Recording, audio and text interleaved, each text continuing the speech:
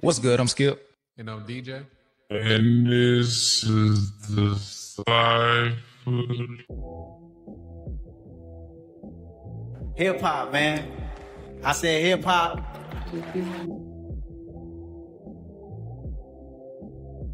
That community is just crazy. That the things that we were able to see and experience because of this thing called rap and hip hop. I mean, you take those lyrics and you pull them away from the music and you put them up on the wall, so someone had to look at it. They would say, "This is genius."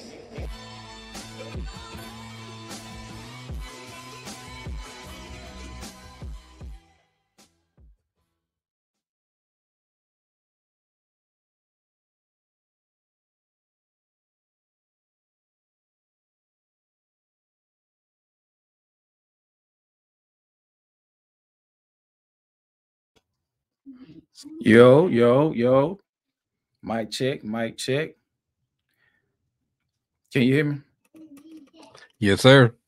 Yeah, look at that down in Dixie. Look at that. Showing the hairline off. I'm not doing anything of the sort, my good brother. I'm not doing anything of the sort. Let me turn myself down a little bit. Yo. Mic check. Let me know how we sound and check your mic, DJ. Yeah, put some ones in the chat if y'all can hear us, man. Put some ones in the chat if we sound good, y'all.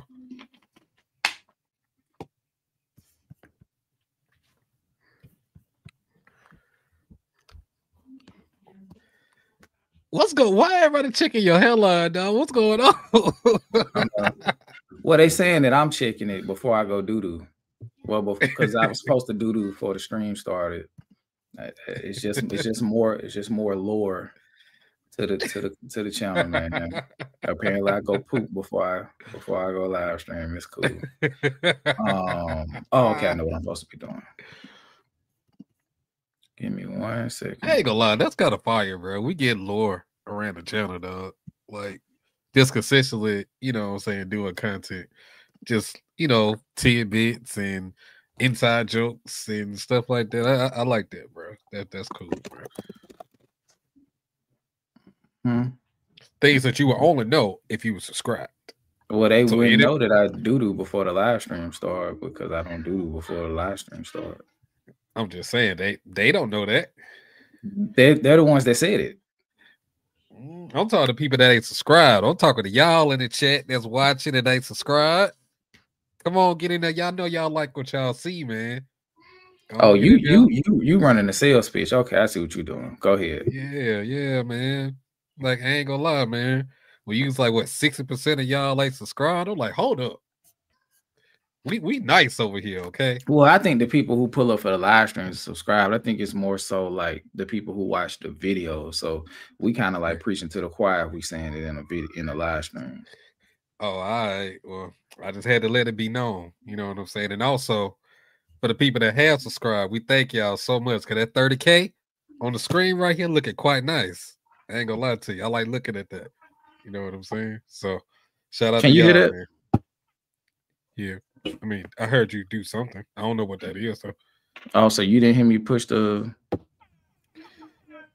Oh, I hear it. It's just low. It's low, but I heard it. I wonder why it's doing it, but I'll probably just stop doing that shit on the screen. I'll probably get something I can incorporate on the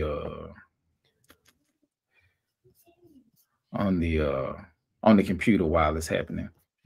First super chat of the day. Shout out to... Well, let me try one more time.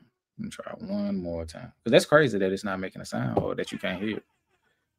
I mean, I hear it. It's just low. That's all. I wonder what. Like I'm saying, it shouldn't be. That's my point. Shout out to Habitual Line Stepper, first super chat of the evening. I made it to the start of a live, sitting in the hospital with Mama Stepper, and it's good to see you guys.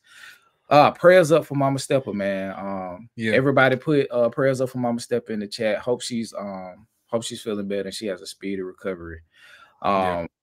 Especially to anybody who's going through anything with a parent or a sick loved one, we extend our deepest wishes for a speedy recovery and for comfort and serenity to anybody that's standing beside someone who's going through a period of illness of any sort. Yeah, I don't know what's going on with the sound effect. I'm gonna end up throwing this. Nah, we need it. I'm not gonna throw it. But yeah, I don't know why it's doing that. How do me and DJ sound in comparison to each other? We want everything to be right by the time we get to our feature, well, one of our features of the evening. I want to make sure everything is good by then. I mean, they put a whole bunch of ones in the chat. So I mean, Okay. I think we. Well, I was asking like in comparison to each other, because sometimes people like we can hear y'all, but then when I ask that secondary question about, well, now that you ask, DJ's a little louder than you, so I just want to make sure. Oh, okay. I got you. Yeah. Cool. Okay. Like I said, first things first, I am Skip. And I'm DJ. And we are Deciphered, and we have another Decipher live stream for you guys. Apologies for not being able to be here Wednesday. I was not feeling good at all. On the way home, I caught like I started getting real nauseous. I don't know what. Well, I know what happened. I had got some motion sickness because I wasn't driving the car. Bruh, I swear I know what you're talking about, dog. I know what you're talking about. Yeah. It happened to me too, dog. It happened all the time. I'm just like, bruh, I gotta drive. And I got like, I got home. Because I was like, man, we gotta. Then when I got home, I was like, nah, fuck that. I laid in the bed. I was like, nah. I said that message real quick, and I went to sleep probably like 6:35. I woke up like 9:30 and 8, and I went back to sleep. I wasn't feeling good at all. But yeah, but that allowed for some stuff to like fit, like just extend into this weekend's festivities. So with that being said, we got a couple of good things in order first. Hopefully you can you hear that? So you can't hear the claps either, huh? Yeah, I'm gonna just cut it off. I ain't gonna try it again. I don't know what happened. It just got crazy. But yeah, shout out to us. We just hit 30,000 subscribers. So all that good stuff. On the real bird, man, I just cockle-doodle-doo. I don't know what happened. I don't know what happened to the sound, but it makes no. So it's got to be something with StreamYard. Like it's not processing that part of the track. Yeah. For whatever reason, because when we do it in our regular videos, it doesn't have that issue. Yeah. But yeah, Keisha, it was gonna be terrible. Like I didn't have anything to give y'all. Like I was scared I was gonna throw up. But what was I gonna say? Yeah, we hit 30,000 subscribers, so shout out to y'all. We have an announcement that we're waiting for everything to be right to make. Like I say, the merch will be a part of that announcement. We are about to since we off Labor Day, I'm gonna go ahead and get the Road to 100 situated so we can finish that next week. For our members, the rulers reaction and It's Lonely at the Top reaction drop. So the first thing we'll do is this evening, claps is louder, by the way. Okay. I don't know why it's doing it. So I have no idea. I wonder if it's like I don't know. We can't worry about it now. But yeah, I was gonna say the rulers back. Lonely at the Top reaction is available for members on YouTube and Patreon. It just got uploaded on YouTube because YouTube, it takes much longer than Patreon sometimes. The Rulers, which is Coast Contra, the first song from their project, it was too many bars. Oh my God. Too many bars. So because we were intended on doing the full EP, but the first track, that reaction is like 15 minutes. So we weren't going to finish the full reaction. So the full reaction, we'll shoot that Tuesday and try to get that up by Wednesday, Thursday. But y'all have for the members, the intro track and the Joey are both available. Tiny Desk Tuesday will be a Patreon / YouTube members exclusive. We're trying to get back to giving more, to our paid subscribers. So that will go over there exclusively. And maybe one out of every, like maybe a huge one will make it to YouTube. What else? We have, what else we got? What else we got, DJ? I'm running blank. Okay. The Road to 100 season 2, which is for 2025, will start in the next 2 weeks, and those won't be pre-recorded. Those will be live streams, so they'll be shorter. So we may come in for an hour and do those on Mondays, so it doesn't interfere with the Wednesday, Thursday / Saturday live streams. We'll get in for an hour. Those won't be as much conversation based with you guys, and probably until the end, because we're going to come in, give our minimalistic reviews and critiques on those projects, and then we'll probably take 10 minutes towards the end, and like at that point we'll fellowship and stuff like that. And we have a series coming. I don't have a name for it yet, but in this series, we are going to be expounding on Rakim's rapper report cards. We won't be doing like, hey, this is what I give this person. We are going to do in between 5 to 7 artists an episode, or 5 to 7 artists a season. 5 to 7 artists a season, and each episode will be a deep dive into that artist. We'll be evaluating their discographies, their artistry, their technical ability, impact / lineage, because that's not always applicable and it doesn't always matter. So it's an extra point, and it's it gives you an extra point towards GOAT status when you have that. And was it something else? I think it was like 5 categories. It was like 5 or 6. I can't remember. I'm about to go back. I'm about to go back to the. I got my phone. I can't pull up my phone right now. Give me 1 second.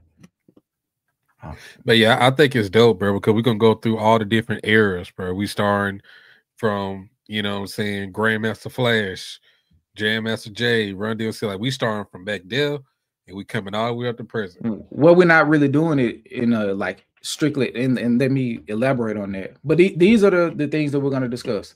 We're going to be expanding on the rapper report card. Each episode is a breakdown on a given rapper, assessing their discography, creativity, artistry. Why do you have on shoes, baby? Oh, you don't? Your tummy hurt? Okay. Excuse me. Assessing their discography, creativity, artistry, lyricism, technical ability, lineage / influence. And I think that was it for that. So what we'll do, it'll be between 5 to 8 artists per season. I haven't hammered that down yet. But what we'll do with that is those will be YouTube videos, and each episode will be an individual artist. And once we get to the end of the season finale will be us ranking those artists from 1 to 5 or 1 to 8. Don't spam the button, Skip. I can't type that fast. What happened? Oh, it's just doing it again. Okay, never mind. I just got distracted reading a chat about being a distraction. but yeah, that is something that we will. I can't really give y'all an idea of how frequent those episodes will be, because the amount of work that'll have to happen in between episodes to go through the entire catalog and do all of these assessments. But I feel like this would be great for the channel to give y'all guys. It's a way to do breakdown level work from Deciphered without trying to fight whether or not the algorithm is going to accept breakdowns. You feel what I'm saying? Because we can save the breakdowns for albums that we like and do that on Patreon, which is what I'm thinking we're going to do. Like the breakdowns that we want to do, we'll reserve those for Patreon. We'll let Dakota's pick like an album a month to break down. And I feel like now we're moving into that place where we're finding a way to try to budget all of this stuff. And with the episodes that I'm discussing, those won't be shot like this, because a part of me is burning up constantly having to do remote stuff. So that'll be in studio, shot, edited, 3 angles, all that good stuff. Because it won't be a weekly requirement. So it's not like they have to come out every single week. So either we'll do all of the research beforehand and then record them and release them weekly, or we'll do the research in between, because we'll also be juggling Road to 100. And the thing about Road to 100 is it's much easier because we're not doing that much in-depth breakdown of the projects until we get finished with all of them and start to do our top 25, which won't be to the end of the year. So we got a lot of stuff. That damn breakdown, that'll go to Patreon at least first for a while, and then eventually come over here. I'm not sure when that'll happen. Damn is evergreen, so we're not super pressed to do that right now, especially with a lot of the stuff that's coming out and has come out this year. We want to highlight 2025 as a year unto itself. We want to show y'all our ability to like deep dive on stuff. We give y'all a glimpse with the breakdown, with the album reactions, and they're not even reactions. I look at those, DJ, as like real-time album reviews. Not necessarily a breakdown, but like real-time album review. Because we're not doing all the it's not the generic reaction, so I feel disrespected calling them reactions in a sense. But I think I got out everything I wanted to say other than shout outs. You got anything you want to say before we get started? Oh no, I'll just respond to super chats. Okay. I'm about to respond to the super chats, and or I'll pull them up and you can respond if you want to. But I did want to do shout outs real quick to some of the people in the chat. Shout out to them. 120 in the chat. Make sure y'all hit the like button, please. Share the stream so we can get it out. We got a good show for y'all this evening. Shout out to Gosh X was first. Shout out to Tasha Shea, Grandmaster of Scrub, WTF Hodor, Jesus Garcia. Let me see. Positive Vibes, DJ Clinton again. Shout out to him. Tim Miller, Saul 10, Tiffany Shantae, Naya, J Dub, Down in Dixie, Kalani Harrelson, Retha, Kia, Sharon or Sharon, Bama Beauty Supply. Shout out to you. Shout out to Keish in the chat. Helenette, Keish, Cam, Hillary, Trevor, Diane, Alicia, Tracy. 72 Pals just got in here. Shout out to 72 Pals. I did the habitual line stuff with super chat. Appreciate that. Shout out to Sherry Ann. I'm trying to see if it's anybody else that I missed. Angie Lady. ABJ's Wise and Strong. I ain't got that far yet. Okay. Before the fam, Laz, Laya Nicolette. There's a lot of people in the comments. Shout out to y'all for pulling up for us. Okay, here we go. ABJ's Wise and Strong. Yeah, I was a few swipes behind. Okay, so here we go. Shout out to Mia with the big dog. I can't push the button because apparently it doesn't work. But bam, bam, bam, bam, bam, bam, bam, bam, bam. Hey, family, I got caught in the work, but I know y'all got the fellas covered. Congrats on 30K. Love y'all. Man, appreciate it. Shout out to Mia, man. She's doing God's work this evening, as she always does with her trade of choice. Thank you. Continue to protect the people. You know what I'm saying? Shout out to Key. Shout out to Naya. Thank you so much for the super chat as well. Shout out to Ozu. I think you and Retha are our last. And Keish. So we do have 3. We got 3. We got 3 mods. So hold it down unless Ozu disappears, and then we'll just have the 2 mods. And shout out to Island Girl finally, and we already shouted out Tim Miller. Okay, so one thing that we forgot to do last week, twice, we forgot to discuss the Chance album. We did not discuss it. We didn't? No. I went back and watched that part of the live. We mentioned it and never covered it again. Oh damn. Okay. And we'll keep it brief because it is it's 8, so the guys will be coming on soon. So like over the next 5 to 10 minutes or so, let's just discuss some of our initial thoughts from the album. And you can go first. Bro, I love this album. Like, it has as far as in my daily rotation, I know I told you this, but for the people, like it has overtaken clips as far as like my album of choice on a daily basis that I listen to. Like I've listened to Chance's album every single day this week, bro. And every single time it's gotten better and better. Like Chance really took his time, gave us like full-bodied songs. Like when you said that in the reaction, well, that was a perfect way to put it, bro. Like he gave us full-bodied songs, dog, and I love that. I love it. And then he was able to, say not only be lyrically dense, but also on some songs, like still be lyrical, but still like not overly technical to where you can still understand what the hell he talking about.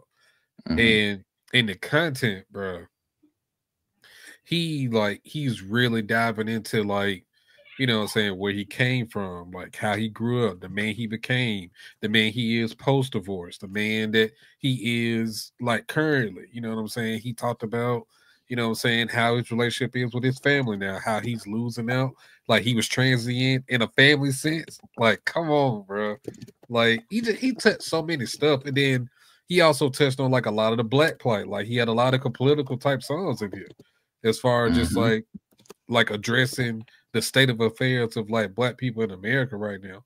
And really, I mean, yeah, he was telling, saying as far as like our suppressors or whatever, but a lot of it really was like calling our people, like our black people, to the carpet. And like, bro, we need to do better. Like we need to do XYZ in order to truly get to what we're trying to get to. Like he's really preaching a lot of solidarity on the projects, bro. So I love it, bro. Like he did really, really good. Production was amazing. I love the album, bro. Like it's up there for me. It is up there. Like I know you said that when we did the reaction, that might be a classic. I'm starting to believe you, bro. Like I really am. Like I'm really starting to feel like that. Like yeah, I love it. It's good. It's really good. So yeah. Well, okay, let me ask you this. Off the premature, way too early. Yeah, of course. Where are you placing it as far as what we've heard? Because like I said, we haven't heard a lot, and that's what Road to 100 is for. Yeah. But based off what you've heard so far, where are you ranking it? Where are you placing this? Top 5. Top 5 so far? I think so too. Because what we got, Clubs, Jid, Chance. From what I've heard, those are the 3. Those are the 3. People saying the Freddie is cool. It's not there. I'm just saying, maybe top 15, top 20-ish. And I'm just projecting because I haven't heard much of what came out this year for real. Yeah, I'm just reserving space in that top 5. So that's what I'm just saying, top 5 for right now. I don't want to say top 3 just yet, but it's definitely top 5, at least at this point in the year right now. Absolutely. Yeah. Without question. But what about you, man? What you got on it? I know I was still a lot of your points that you said in the reaction, but what you think?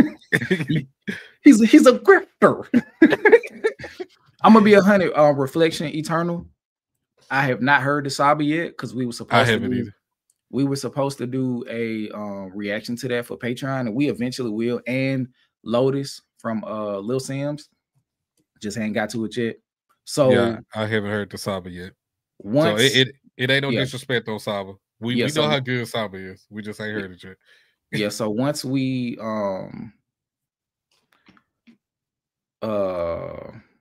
what was I going to say? So once we get through August, because I haven't heard anything about September being as action-packed as July and August were. Yeah. So we'll be able to maybe step back in time for a couple to catch some of those releases that we were supposed to get.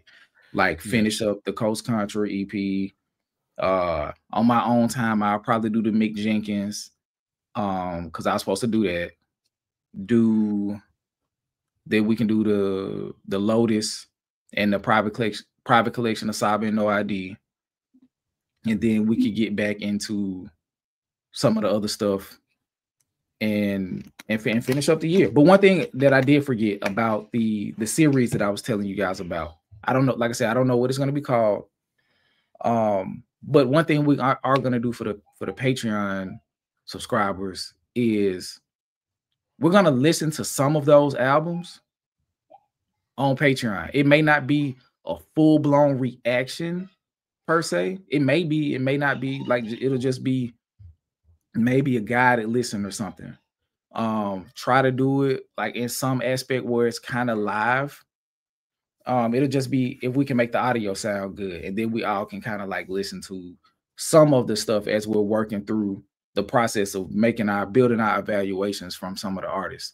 So, like, let's say we're doing, I don't know, just random artists. Like, we're doing, what's an artist with an extensive ass catalog? Like Big Crit or something like that. Like, we're doing the Big Crit. And we may, for Patreon, do 2 of those albums on Patreon where we're listening, doing a semi-reaction to it. So it's like, okay, like we're, kind of, not super boisterous about it. Just like, okay, because it's more of a revisit than anything else in the first place. So just going through the process, because I'm sure it'll be an introduction to some of this music, not only for a Dakota's cut. Exactly. Yeah, that's all I'm looking at. TM. Yeah, that's fire. Yeah, that's fire. I like that. TM. I like that. Dakota's cut trademark. Okay. So yeah, we'll do Dakota's cut. So some of the listening sessions. That's as fire, opposed to making them like a reaction, like just the, and the chat will be more involved, and it won't be like a post creation. We'll try our best to make sure the sound quality is as good as it can be, given it being live, and do that and keep that specifically for our decoders and our YouTube members of decoders too. I just try to specify so the YouTube people know it's coming too. But yeah, speaking, I see somebody talking about Saba. If you haven't heard Saba and you want to know like what he's offering, go listen to his album Care For Me, excuse me. Think about a whole nother person. Make sure you go do that. That album is really, really good. Yeah, that's the album that introduced me to Saba. Yeah, Ology really put, because Ology, he really like campaigned for that album heavy, dog. And if it wasn't for him, I probably wouldn't have heard it. But I'm glad he did, bro. Because that album is fucking fire, dog. Yeah. Like, he campaigned so heavy for that album. Yeah, and I can't remember if he put me on or not. I can't remember. But if he did, if somebody did, he did it. Yeah. I just can't remember. Okay, what time is it? Okay, it's 8:08. So we got about 7 minutes. I'm waiting on the other guys to come in. Let me see if Gibb responded. Oh, is that you?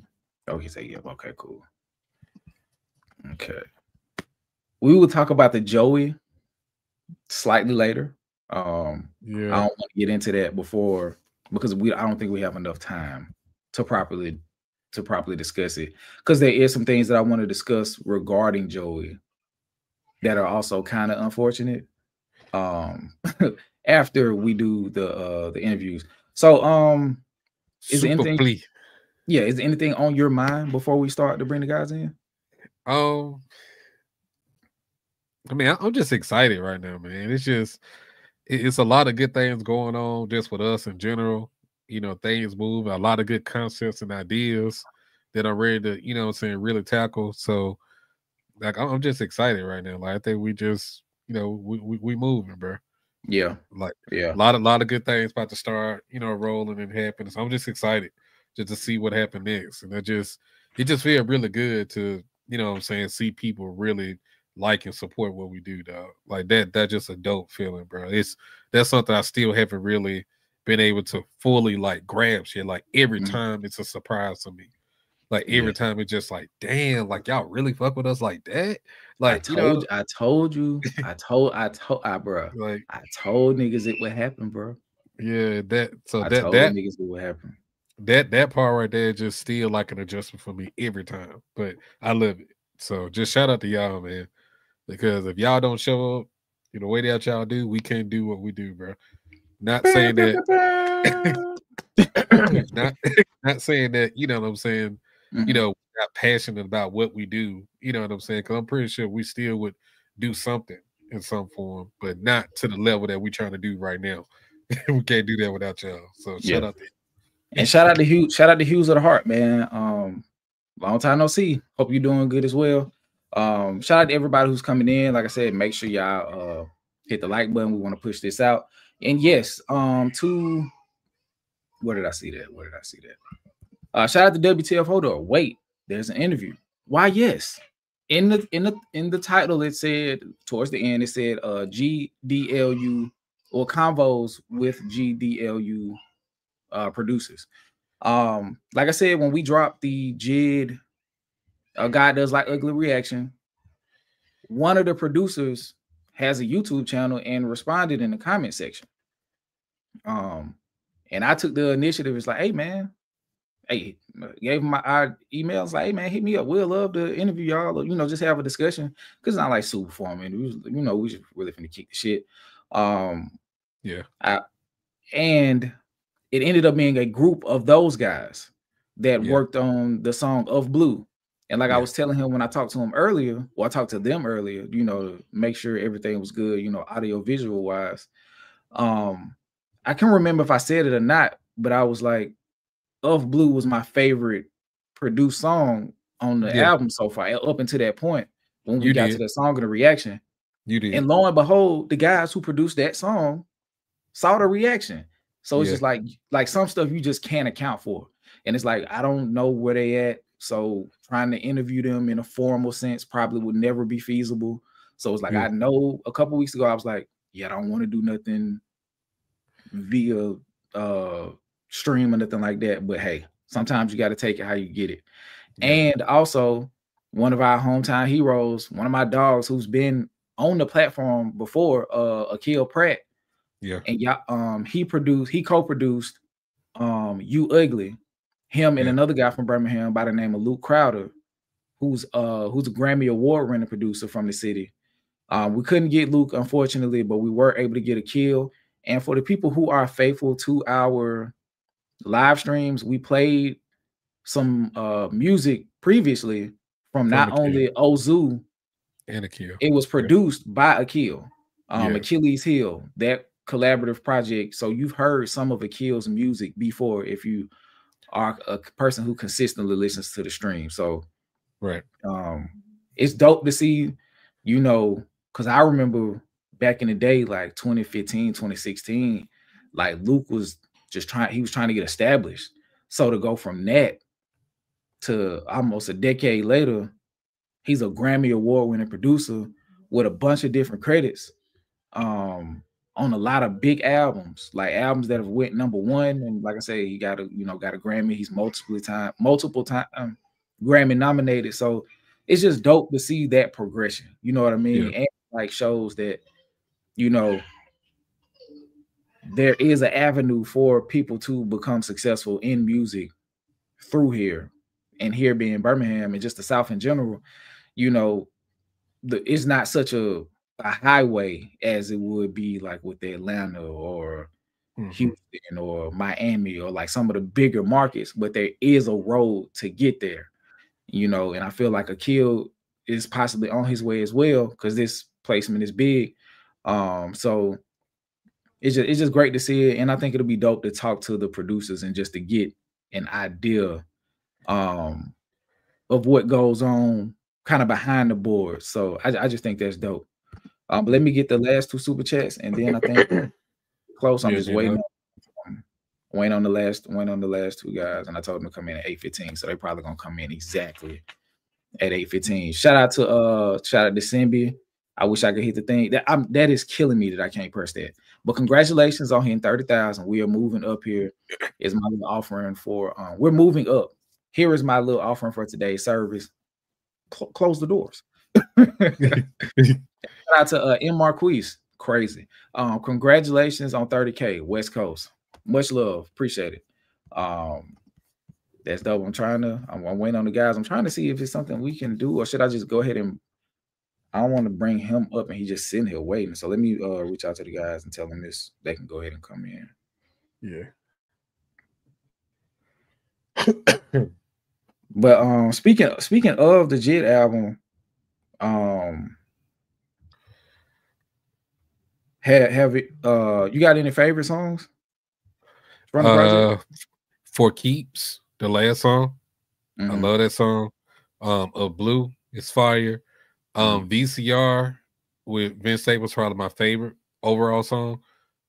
Community with the clips. Skate with Sierra and Earth Game. That shit fire. It was so funny. I was taking Kobe to Let's Play earlier, and I was listening to the G in the car earlier, and I was playing the Wholeheartedly song with Ty Dolla $ign. He's like, Daddy, because it was going off, and I was about to change it. He's like, No, Daddy, turn it back. I like that song. I was like, oh, okay. All right. All right. So Cool, he like cool. so he like Wholeheartedly. So I'm like, okay, cool. We let's got the see. guys. We gonna bring them on. Damn. Joey Label blocked the reaction. Oh, really? Damn. Shout out to SME. So sorry to the YouTubers and the Patreon members have it. But yeah, it seems like it's blocked. Swank White. That song is blocked completely. It's the not best blocked. song on the album. Yeah, they blocked it. So it should be out in the morning on for the YouTube members after the live stream or sometime in the morning.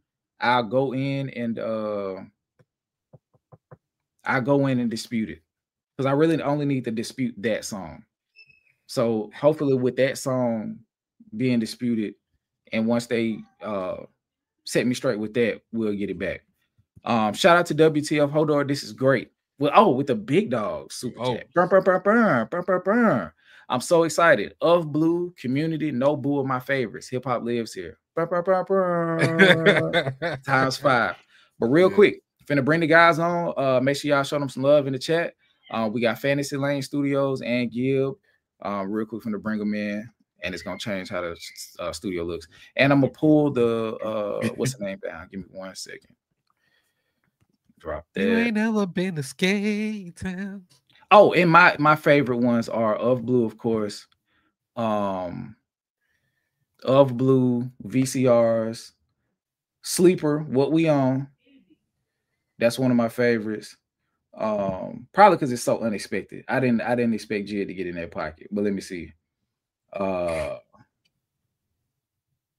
Community, G's, VCRs, What We Own, Of Blue, and 4 Keeps maybe. And I forgot Glory. I forgot Glory. Yeah, I like that one too. Yeah, Glory. But all right, here we go. You ready, DJ? I'm ready. No. All righty. Hold on. Let me. What up? Let me take off our banner so it's not blocking y'all. Let me get that situated. Got a full house today. Okay. Yeah. Can y'all hear us? Are we good? Yeah. Gib, can we? Yo. What up? All righty. All right. Let me get everything straight. Okay. Let me take that off. I agree with your track list too. Like VCR, I've worked with Jay before. We've released some music together. VCR is crazy. Yeah, man. Yeah, I love that one, man. Hold on, let me get everything together. Is nuts too. I love Cable. That song is crazy. Okay, real quick. We're gonna start with Fantasy Lane Studios first. I want you guys to introduce yourselves so everybody will know like who's speaking at whatever time, and then we'll finish off with you, Gil. But real quick, y'all introduce yourselves. Because I see that it says Fantasy Lane Studios, but I just want you guys to introduce yourselves. Absolutely. I'm Noah Sharp. I help doing like the harmonies and melodies in the background on upload like the third beat switch up. That's what we mostly all did. Yeah, I'm Noah. Asha, I go by Eli, but either one works for me. Okay. I'm Trey. Okay. And lastly, me? Yeah. I'm Gibson. Hey, I'm Gibson. Gib DJ. What's good, Gib? And I am Skip. And this is my dog DJ, and we are the Cypher. So hey, let's go. Yeah. Hey. Man, y'all are our first official interview as far as this digital frontier. So this is a dope moment for us as well. Especially like, man, let's go. Yeah, I wish the soundboard was working like it needed to, but that's another story. But like I was saying, like I was telling them earlier before we brought you guys on, it was just serendipitous for one of the producers to be watching the reaction, you know what I'm saying? And that being one of, well, at the time, my favorite beat from it. And then it's like, yeah, hey man, we did that beat. Yeah, right. Yeah, we did that beat. So when a day or so passed, and I was like, I hadn't had a chance to respond, and I just didn't want to like give y'all a heart because I'm like, that's lame. Like, so luckily I didn't. So the comment stayed right there. So I was like, nah, this is an opportunity. Reach out and tell those guys to come on. So yeah, so I was like, so I reached out, and then graciously enough, you guys responded because that doesn't always happen. It doesn't. You ask somebody for an interview, they're like, hey man, yeah, we can do it, and then you send them a time and they never respond or whatever the case is. So like I say, it's gonna be like 500,000. You know what I'm saying? Like come on, dog. I think the reason it's because it's such a special. I feel like because it's such a special project. You know what I mean? It's like proud to be a part of something like it. You know what I mean? Absolutely. Yeah, and I kind of wanted to ask you guys that, like, I mean, to everybody, like whoever y'all can answer however y'all want to. Like, I mean, I know y'all watched it, and we appreciate y'all watching the reaction, but like, what did y'all see in us to like even want to do this? Like you said, for the free. You know what I'm saying? Like just to come on, honestly, talk. You know what I'm saying? So I'm actually, I don't know, man. It's been like 3 or 4 years. I just love music reactions because, like, to me, it's different to like it's me for one, me listening to a song and like digesting it and all that. That's one thing. But to then see how everyone else digests the song and how their perspectives on it, because for that song specifically, like I saw somebody said like it made them cry. And I was like, what? Like this song made me feel happy, but it made them like shed literal tears. Yeah. So I just feel like it's just interesting to see everybody's reaction to the same thing. And I was just going through, seeing all the channels doing it. I was just showing my appreciation because it's really y'all at the end of the day. Like we make the music, but it's like we put it out there for you guys to listen to it. So right, gotcha. And that's kind of like akin to when we do a reaction. Like, of course, it's us receiving it, but it's still something that we have to release and give people a chance to consume in itself. So even though the music is where we come together, but we still sprinkle in an offering of our own, to the space too. And at least because prior to us starting to do reactions last year, like I didn't know anything about the space really. So to see how expansive the community is, and now it's starting to bring in artists and fellowship with artists and producers, of course, to get more of that fellowship and understanding of what's going on. Because a part of this reaction community in the last year, the great beef of 2024, we don't have to discuss that, but that's on y'all if y'all want to talk about it. But that's not what we're here for.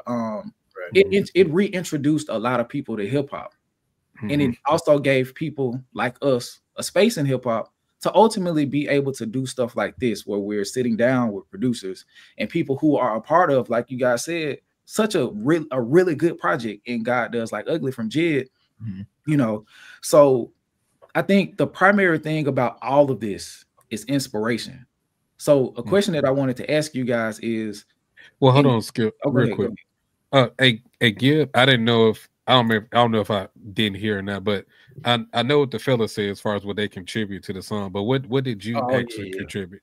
No, that's no problem. I did the pianos and the drums, and I think that's it's on my computer as well. Yeah. Okay.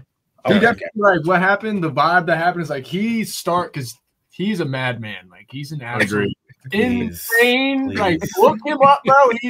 His work is absurd. So we were all doing our own thing. There's multiple studios popping. I'm walking in and out of. It's actually crazy how it came about. Yeah, this is a good story. He started making it, and then I walked in the room, and then he was laying the chords, and then I just started humming like. And he's like, you should. Okay. So before. So you're speaking on the part before the drums come in, that melody part before the drum. Okay. Yeah, I really like that part. Rewind a little bit too. Like I was in, so they're in this room that you're seeing us in right now. Yeah. And I was in the other room with Jid and Christo and Childish, and we're in there and we're making I guess you would say after the mariba, the middle part. So me and Christo were doing that in the other room. He took a sample me and Childish made. Didn't even know that. he chopped it. Then me and Crystal, I played like some bass, and we chopped it up and did some stuff. Our boy Ty Bishop played some keys, and then I walk over here, and I hear what they're fucking doing, and I'm like, crazy. And they like some bass. I lay bass, whatever. Then I get Childish, and he had this concept. We've been talking to Jid for a minute about this heaven and hell concept. Are you talking about Childish Major? Yeah. Okay. Gotcha. He's one of our like main production partners. Absolutely. Okay. Cool. And so he had this heaven and hell concept, and then he pulled aside. He's like, what they're making has like a different. I don't know if hell's the word, but like a different energy. And then one we're making, I like that. And then let's combine the two. So like, long story short, everything you heard was made at the same time in different rooms, literally. Yeah. And then we just put them together. And then, Gotcha. Okay. But yeah, Gibby though, woo, he's a madman. Okay, guys, we're all goats. Yeah. Hey man, look, I've learned to take your flowers when you can get them. And just the fact that y'all coming along now, we definitely want to give y'all. Yeah, and definitely quick. And we was on one night, the whole thing. Yeah. Wow. We can, one night. Wow. Yeah. We can even get into like the process too if you want to. And like 2 days later is when someone was like, "It's on the album officially." Yeah. Like, so that fast. Man, wow. I think because Trey called me. We were actually at another studio working with another artist. And Trey called me when he was like, I forgot exactly what he said, but basically, literally what Gibbs says, like, yo, you know, that's that track we was making. He was like, yeah.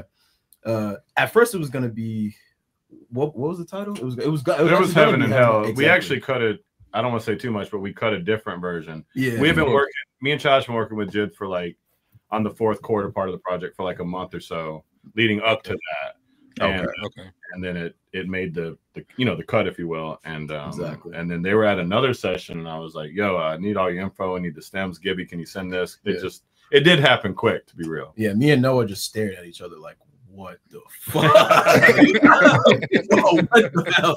It was so random, but you know when they start asking for stems, it's serious. Yeah, exactly. Yeah.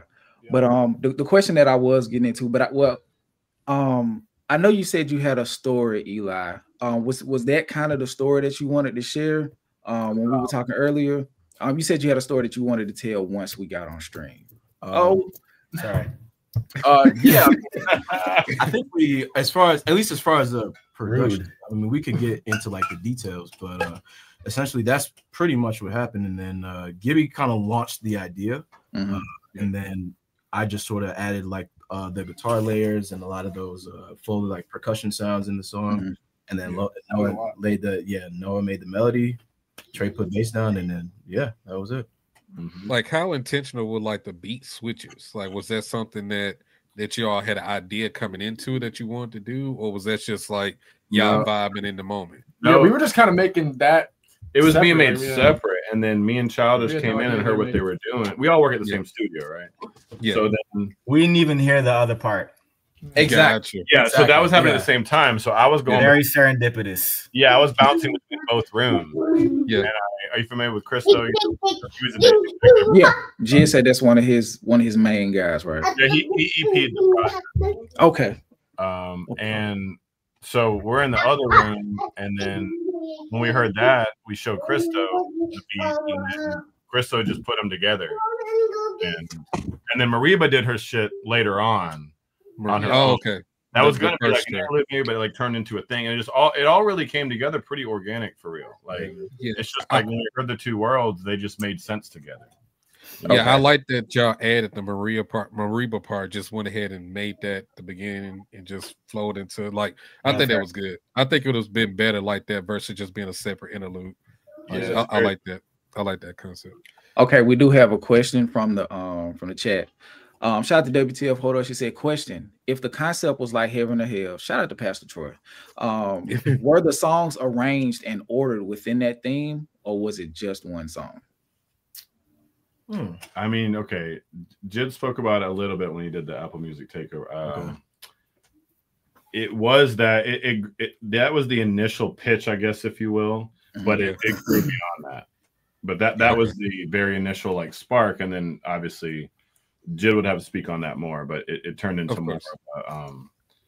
that was the initial pitch, yes, that night, but it grew into more than that. Yeah, because what I guess because I'm assuming I'm just making an assumption that your audience isn't y'all are music enjoyers, but I'm assuming it's kind of a mix of like producers, maybe musicians, and just everyone else kind of just listens to music. Yeah, it's more consumers than quote unquote producers. Right. Yeah.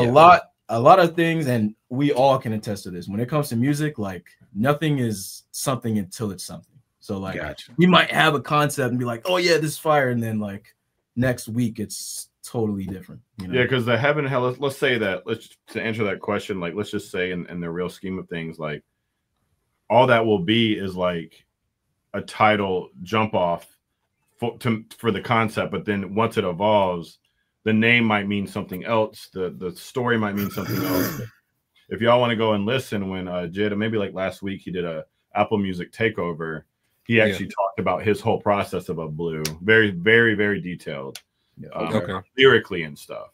But and then Christo does bring up what we're talking about. He brings up the heaven and hell thing. Yep. That was the original, I guess you could say, demo. But by the end of making the song, it turned into what it is now. Yeah. So sometimes those concepts just help you kind of like start. It's literally like planting the seed and then it grows. Yeah. Gotcha. Who knows what it'll grow into? But that's kind of like what's beautiful about it though, because like the final hearing the final product was like, wow. Yeah, agreed. You know, like this is it. And that is, like I said, one of my first and foremost, speaking to the production solely, it's my favorite produced song on the project. Thank you. And like I said, I'm pretty sure I said it on the reaction, but if not, I want to say it while I got y'all here. Beautifully, amazingly produced song. It like I remember hearing, I was just like, yeah, like, because this is when I know a project is good. And then we'll get back to the questions more focused on you guys. When it makes me want to rap. Right? Yeah. Because that's kind of how I gauge, especially, I don't know if, am I a critic? Whatever I am. when I start to gauge music, or when I start to like feel that level of when it steps into greatness for me, is two levels. If it makes me want to rap, and then if it gets to a point where it's like, nah, I can't do that. No, yeah, that's Jim. It's like, oh, yeah, I want to rap, and then I listen. I'm like, yeah, because like what? That song does both of those things for me. Like when he gets to the part where he was like, we're taking a beating. We grew up in the Bible Belt, and when he gets into that flow pocket, I'm like, yeah, I can't do that. I want to be able to. I get inspired to, want to pick up, the proverbial pad and pen and write, just because of what it's creating. But you get to, and it's like, okay, he's a professional for a reason. This beat is good for a reason, and to get back to the question that I wanted to ask you guys a little while ago.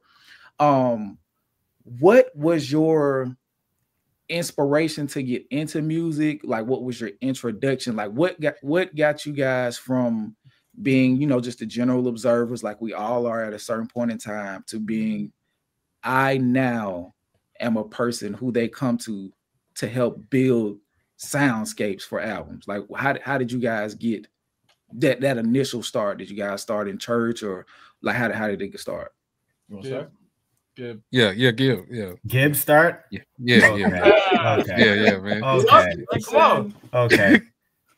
I'm not gonna make it long-winded, but my start, I'm very fortunate because I was in a music elementary school. I'm in Boston. They're in Atlanta. I'm in Boston. I was, when we made the song, I was like just on a trip there. Okay. Because I'm good friends with Noah and Trey, and now Eli. But yeah, I went to a music elementary school, and I think like 2 hours a day we were doing violin and vocal stuff. So that was the foundation, And then in high school, middle school, I started like producing and DJing, and I met, friends who I'm still great friends with and have working relationships with in Boston, who are like, yo, I'm gonna like rap on this, like, let's work, Bro, his beats, when he was like 14, he was making like insanely technical like dubstep that like could have been. It's true. I had mad phases. Monster. Yeah. Absolute monster. Yeah. That's funny. Like, yeah, I was making like raps with him is like, I need you to save me. Like everyone that makes music with him is like, I need you to make my whole project every single time. Yeah, in Boston, like I work with a bunch of people and work on people's projects, which is very fun. But yeah, how it started was just like in high school. My really good friend, shout out Najee Janey, that's my guy, incredible artist. But yeah, he was like, yo, and I was like not confident at all when I was like 14 or 15. But he was like, yo, you're incredible. Like, take this seriously and let's take over this shit. I was like, okay, yeah, okay. Okay. I'll just casually produce some. Yeah. So that's what it is. So that's honestly, yeah, I owe a lot to him for just like putting the battery in my back and like having me keep going. And then a lot of shit happened. Like I met someone who then introduced me to Noah. And I was going to fucking Atlanta and shit and going there and meeting people there. And, Noah was getting his shit going like as the years went by. I met Noah in 2018, early 2018. Yeah. And then honestly, that has just brought a lot of shit together, like being connected to the Atlanta scene and everything over there. There's a community over there. Yeah. And move here, we all tell them every fucking childish to all of us. We're like, yo, I love Boston. I just love it. I don't blame you, bro. I love it. But yeah, that was the initial start, and then I started taking it more serious, and now I'm just like in the studio every day. Day. Yeah. I think that answers the question. Yeah. Yes. Sure. And then talk to me, Eli. To work through. Yeah, man. Talk to me, Eli. What's going on, man? How'd you get your start, man? So originally, like when I was a kid, obviously, I think everybody kind of grows up like this, where like your parents would play a bunch of music, when you're a kid, like old like 70s, 80s records. Now, I'm so sorry. I need to also shout out my parents. They also are musicians. Hey. My parents are musicians, so I was, there was a lot of influence there. So, sorry, carry on. Are you good, man? Let them know. Shout out Catherine and David. But yeah, so everybody grew up that way. But me personally, when I was like smaller, like I didn't really pay attention to music like that. I was like. I was heavy into like video games as a kid. Like my dad would play these. Like, are you guys familiar with Resident Evil? Man? Hell yeah, absolutely. On, we ain't that old. Listen, my dad. I was like 3 playing that fucking game. My dad would terrify me playing that shit. Yeah. Like he just didn't care. You know what I mean? Like trauma. Like he's fine. Bro, I would die every. I would die if Raccoon City became a real place, dog. Exactly. Ain't no way. So I didn't really pay attention to music until like middle school. Like I enjoyed listening to it, but I always knew that I had like an ear for it because I would come up with like melodies or like what I now know are like chord progressions or stuff like that. I didn't know any of that at the time, but I would always just come up with these ideas in my head, and then. I think it was my mom who actually pushed me to start doing a band in middle school. So I was low brass. I wanted to be a clarinet player, but they were like, "No, we need you in low brass." I was like, "Okay," and they stuck me on the trombone, and I was like, "What the fuck am I gonna do with the fucking trombone?" Now trombone's where it's at. But then I was like, as I started to play the instrument, I was like, okay, yeah, this is kind of nice. I like this. Yeah. So I did that all the way up until my freshman year of high school. And I don't know if there's any, I don't know if you guys know, but like certain counties and certain schools, we'll have a set of pieces that we have to rehearse for a period of months. And then we have to perform those pieces at some location. I forget where it's called. And then the judges basically give us a score, and then that it's the school, you know. Yeah.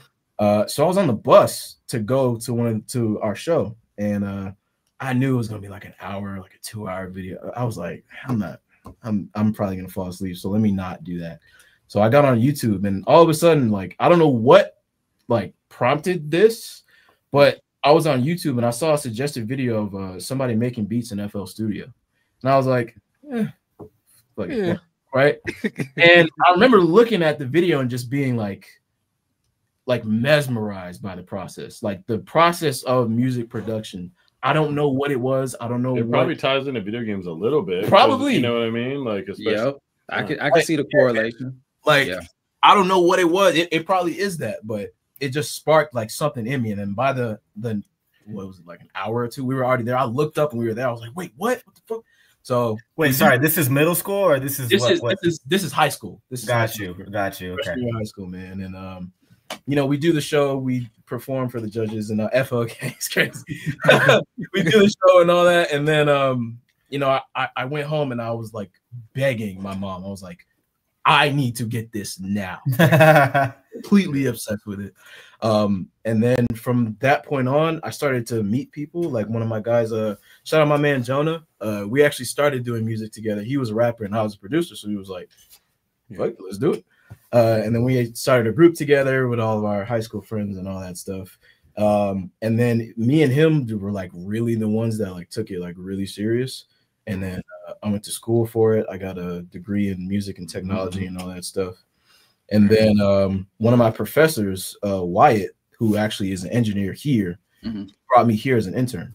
So you know, so you know, I was doing like the typical intern stuff. And then after a while, I met this guy, and because he had his room across the glass or whatever you want to say. But it was his room. I just approached him. I was like, "Yo, man, I'm here. You know, if you need help in any sessions, like I'm here to work." And he was like, "All right, bet."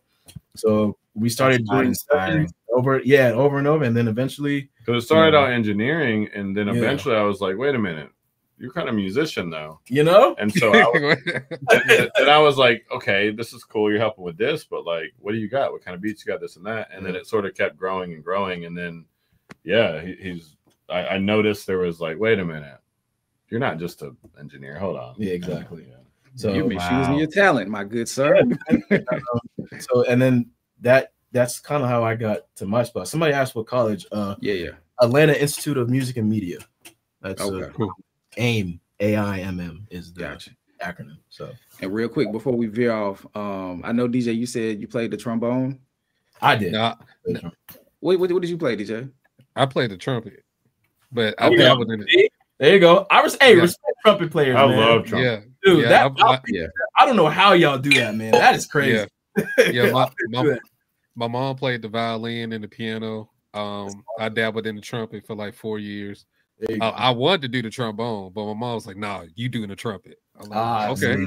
You know, that's what it was. It was just like, okay, like okay, shit, whatever. You know? And I was in the band 4th and 5th grade. I don't know how I ended up in the band. Like I literally cannot remember. I just remember being in band one day. The first instrument I played was a trumpet. I played the trumpet 4th grade. So when you were saying about the going off and basically doing like the formal, I don't know what it's called, like those competitions or whatever that is. I don't know if it's recital. I don't know what. We'll call it a recital. Okay. We'll call it a recital. You have to do that. Yeah. I played the trumpet 4th grade. I think I was first trumpet 4th grade. And then out of nowhere, dropped the trumpet. And my aunt bought me, rest in peace, bought me a saxophone, a brand new alto sax. I was second alto in 5th grade. And then 6th grade, I got to middle school. I was like, I want to hoop. I want to hoop. So I completely, completely like just left all of that stuff alone. But my love for music never died. It just like altered and mutated. But real quick, we got a question, and this will go into you guys when it's your turn to answer. But the question one is, aside from Eli, were you all classically trained, or did you go to school for, or did you go to college for music? And a question that we're gonna go ahead and ask you, Eli, before we hand it over to the other guys, and we can ask you this too, Gib. Do you have a favorite game soundtrack? Listen, I will talk for hours about game music. Don't give me any legend. Don't even do that. But I'm gonna give you two: Kingdom Hearts 2 and Silent Hill 2. Kingdom Hearts is fire. Kingdom Hearts and Silent Hill 2's soundtrack is beautiful. I don't know what it is. I don't know what they were thinking when they made that shit. But dude, he's a fucking genius. Yeah. Like those Japanese composers are geniuses, bro. Silent Hill. Seriously. Gosh. I'll probably say I got two. Probably my favorite gaming series of all time is God of War. So nice.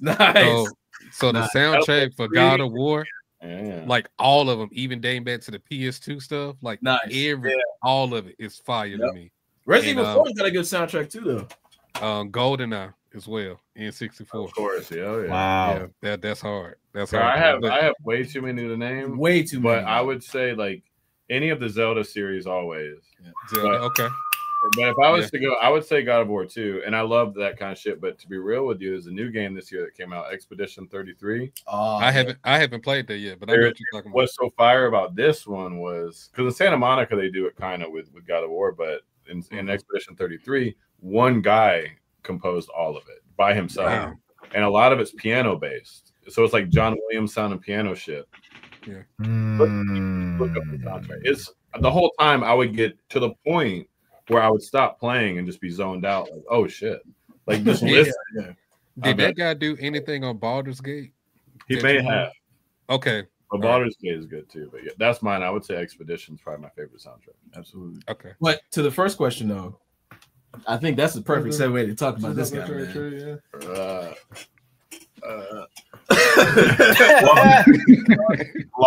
To make it short, I guess. I'll start it with my dad quickly. Like my dad had really, really good taste in music, and I didn't know I wanted. He was the one that actually pushed me. He wasn't a musician, but he fucking loved music, so he pushed me into music. So like, I'll never forget. I was really little. He bought this stack of CDs. We were parked in the garage, and he just went through them. He was like, "This is After 7. This is Prince. This particular album." Oh, damn. Okay. Cameo. Cameo. He also was showing me like crazy shredder people like Steve Vai, and then he was showing me, Doggy Style was one of them, and fucking Chronic, and he went through like all these different genres, and he just loved music. And I remember hearing this Stevie Ray Vaughan. I heard this Stevie Ray Vaughan song, and I just like noticed the guitar, and I was like what kind of what you were saying. I just had a moment. Yeah, man. Oh, this is crazy. And then I for Christmas one year got me a little cheap guitar and a little cheap amp, and he did the typical like, I'll get you something nice if you earn it. I need to make sure you're serious. I'm not just gonna get you. You know what I mean? Yeah. And I got fucking obsessed. And then I met friends in high school that played, and then I was I did my first recording as a drummer actually when I was very young, and then I ended up like making a living. By the time I was 17, I was playing with adults, like at shows, like with X's on my hands.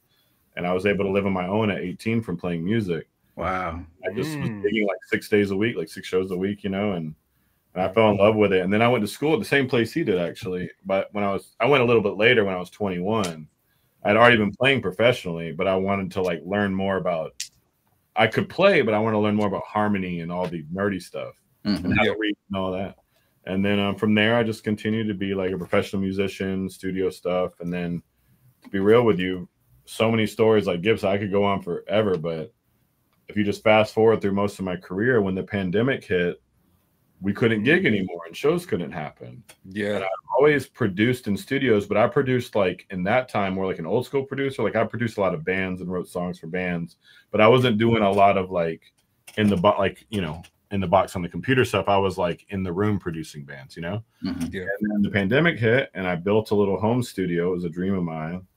And I just got obsessed. And then that's how I met Childish, Major, and Tane Runo. And we just started making stuff. Like me and Jay Versace made a Summer Walker track and it was in my basement. And I just like fell in love with what I ultimately noticed in myself was I had a breakthrough of when I'd perform, it could be in front of 10,000 people or 50 people or whoever it was. When I get to the house, it would almost just reset. And I'd be like, well, now what? It was everything got left on the stage, which to some people's point of view is beautiful.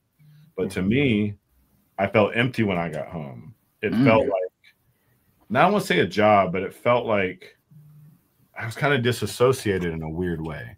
Like the adrenaline was there when I got home. It just felt like nothing. So then when I started to actually create more and more songs in the studio, it felt like I was creating this art, and then it exists in the world and live on forever. And I got like addicted to that. And I think through all of my history of arranging, and I was a music director in a lot of bands, I think the production stuff felt naturally. And then I located to this commercial space, and the network's grown, and now it's like now I'm a full-time producer like 7 days a week. So that phone ringing, huh? That phone ringing. I got you. I see you. Involved in a lot of projects, and a lot of people. We all make music together. I'm working with a bunch of different artists right now, and I just kind of got like, I guess I got burned out on the performing side. I still love it, but it feels very like you hit a ceiling basically. Yeah. It feels like if you're the type of person that can do that forever, that's fine. But I wanted more, and I feel like on this side of the coin, like in let's say in production, songwriter, if you will, you have, I guess the word career feels more than an instrumentalist, if that makes sense. Like there's room to grow, there's room to get pub deals, there's room to get splits and royalties and accolades and whatever, Grammy nominations, all the stuff. But like on the performing side, it was just, I just lost that passion for it. You know what I mean? I still do it from time to time, but I just, so yeah, that's my story. So that's how I got here. Gotcha. And I heard you mention Jay Versace earlier this week. I was on. Yeah, he did produce that. I was on Instagram, and it was like he went from a viral meme to a producer. All the Vine shit. Man. Yeah, and it's like I was going through, and I was like, damn, he produced that. And just scheming. I was like, wow. Now I knew he produced that. Then I go to another, like, Jesus Christ. Oh, like, that looks crazy. Yeah. He's insane. And the social media projection isn't really, it doesn't give you any indication on the sound that he creates. It's just completely different. Exactly. Yes. It's like you don't meet him. Like if you meet him and then you see the music, it's like, yeah, that doesn't, or what he, like I said, what he presented on social media, it doesn't match at all. And it's just so insane to know that he has that level of musical depth, and he just needed a way in. Yeah. Because that's the biggest thing with a lot of this stuff. It's like once you get in, you get to be who you're meant to be. But sometimes a lot of people get caught at the door. And like I say, we're talking about introductions, and I don't want to leave you out. So before I veer off into something completely different, go ahead and give us your introduction, and if you had any schooling or whatever your step-by-step process was, you know, no school over here, brother. I was like you. I wanted to hoop. I wanted to hoop. Put me on good ass music. I had a Walkman with like Earth, Wind, and Fire. I listened to a lot of Philip Bailey and like Mariah Carey and fucking like Tom Petty and like ELO and shit growing up. But I played a little bit of drums here and there. Like I really wasn't like into like playing instruments that much. I played drums for my church for like 1 year. I remember doing that. But really like where like music kind of sparked for me is like I was getting no PT, bro. Like, I was getting no minutes in the locker room, but like I was like the hype man in the locker room. Like before every game, bro, I was freestyling. You know what I'm saying? So, like I was on JV. They'd bring me up to varsity to come into the locker room before and like this. Yeah. I was just like a goofy fucking kid, bro. And yeah, I ended up transferring schools. Hell, in high school, I ended up moving to Atlanta, and then doing the same thing. And then this one kid that was in the locker room with us named Javon Brown, he like his dad did some producing shit. So he had like a mic in his room. And like 2015, like now everybody's got recording setups. Like back then, that was like, you got like a studio? What the fuck? Yeah. So I was like, all right, bet. So I go over there. Right. I was like, this shit's crazy. All right, bet. We recorded a diss track to the other school.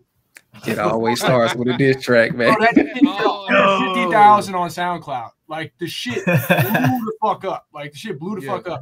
And then off that, like feeling alone, I was like, all right, I'm getting my own shit. I'm about to start going in. I was doing good in school. I was like, I'm not going to college. Didn't even apply for colleges. I told my dad that I was, and then I just didn't.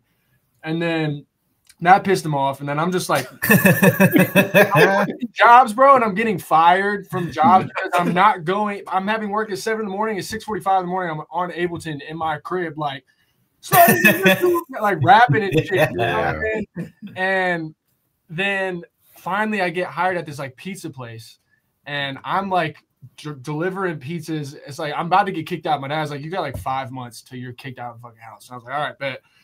And my pizza delivery driver, or my manager, is like doing a run with me because he has to make sure I'm not hitting curbs and shit. Mm-hmm. And he gets in the car, and my phone just auto connects, and it's like one of my joints. And he was like, "This is fine. Who is it?" I was like, "It's me." He was like, "No, it's not me." I was like, "Yeah, it's me." And he's like, "I'm gonna set." I knew a dude who used to throw parties in Valdosta that does like label stuff now, and he sent it to him. And then the dude literally ended up signing me. Beautiful. Yeah, crazy. And then like the first 5 joints I put out on SoundCloud started going stupid, like getting millions of plays and shit. And I was like 18. I had a song on the fucking radio. Like I had this V103 playing my shit, and I was like, what is going on right now? And then that led to me getting signed to another label. There was buyouts, and then that's when stuff started getting kind of messy. But that's how I met Gibby. I was in a session with this engineer, and he's like playing beats, and the 3 beats out of 20 that he played, I picked all 3 of his, and they're like, all right, we're just gonna find out here. And me and him just started working. Crazy. Yeah. Yeah, that's crazy, bro. We built a connection, and I was getting out of my deal around the time that he was building his studio. And then I was just like pretending to do freelance marketing, and I like hit up his buddy. I was like, "I'll help market the studio." And then I came in there and started playing beats. They're like, "Oh no, let's go cut up." And I was like, "All right." And we were in there like swimwear, and then I connected the dots with Gib and Trey. It's been a beautiful community, man. And everybody's had such a crazy long journey. Me and Gib have been in this shit for a minute. We've seen like crazy, oh my God, so many eras, and been humbled. Yeah. Like, oh yeah, I'm definitely Hair Noah. Hair Noah was crazy. Hair Noah was crazy. But I've always been an artist. I do love producing and writing, but like I'm that's where I've always been at. So it was cool. Like I do think it's a great way to like get into doors and like get into the game. Y'all need to look his music up. It's really good because he hits he can hit the pop bag very well, the rap bag very well, and he's been killing it lately with this rock shit. Him and Gibby. Okay. Email me. It kills. I got to change my name. I'm changing my name though because there's still my old name. I can't really. Yeah. You know how that goes. Paperwork. Send it to Skip. And we'll definitely, indulge in that. And I just think that's so dope. Just like hearing your story as far as just like you basically taking a chance on yourself, like betting on yourself. That's one thing. Yeah, every time step it away. Like that's one thing. Like in my journey now, just in general, as far as like, for being a provider, and I've been taught that, you go by basically like a strict guideline, like you're supposed to do this, you're supposed to do that, and the older I get and my taste for certain things are starting to spread out. And now that me and Skip have started this journey that we're on now, like, it's just really making me want to take more chances on myself, bet on myself, like believe in what I really can do and like what I'm actually really passionate in. And just to hear your story and you end up where you are now because of shit that you was really passionate about, it's just dope to me, man. Like I really respect that. Yeah, I appreciate it. And it's scary, right? I mean, you're basically absolutely scary as fuck. Especially if you grew up with them parents where it's like, oh, you gotta be a doctor or you gotta do this, you gotta do that. You want to do this music shit? What the fuck are you talking about? You know what I'm saying? Like, it ended up working out for us, man. I've sacrificed everything for this shit. And that's beautiful. Like, it's what you have to do, and that's the thing that people don't realize. If I can be very transparent, it takes so much dedication, and if you the higher up the food chain you go, you think the misnomer is, oh, I'm gonna be lit. I'm gonna get these big. Actually, they require more demand. Yep. Yeah. So like you have to be, you're on call basically, and that's you're literally on call. So like having a personal life, I'm not gonna lie, is pretty tough. Like it is. Like we live in this building. Yeah, like we live in this building. Like making music is hanging out. Yeah. Like 2 a days every day. It gets real musty in this bitch. It's real. I got the Febreze over there for the couch. I know what y'all mean. Water Febreze. That's all you need, man. But real quick, I do want to share a story with y'all real quick, just kind of to show how that it's a word that I keep hearing as you guys are talking. The word is persistence. The word is persistence. And with persistence, it kind of like cancels out like that fear that some of the fear that you have when you're probably naturally, or you've been conditioned to be averted to taking risk. And when, like I said, we just started doing reactions, maybe I think the first one was maybe 17 months ago, or whatever the case is. But anyway, so the great beef of 2024 happened, and the euphoria, I did that when I was at home. We were working from home, so I did that one in the middle of the day. That wasn't that big of an issue, really. I was nervous because I hadn't really done a reaction, so I didn't know what the fuck to do. But anyway, so I was working my second job when Family Matters and Not Like Family Matters, Meet the Grams, and Not Like Us. I was working my second job. So Not Like Us dropped in the middle of my shift. I was working a 2 to 12 at my second job, and they was like, I got a text. And it was like, bro, Kendrick dropped again. And it's a bomb.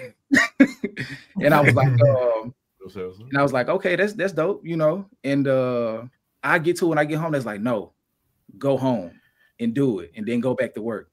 And I was like, nah, I'm not gonna do that. I might get fired. And then I called my wife, and she was like, come home. So I left. Wow. That's I left. I came home. I recorded it. I got back in the car, went back home. I mean, went back to work, finished my job while I was editing the reaction. Then when I got home, I uploaded it, and it ended up, I don't know where it's at now, maybe 300,000 or something like that. But that was a part of the journey to get the channel started. You know, like a lot of the stuff that we, even being here now, wouldn't be possible without minimizing being reluctant to take risk.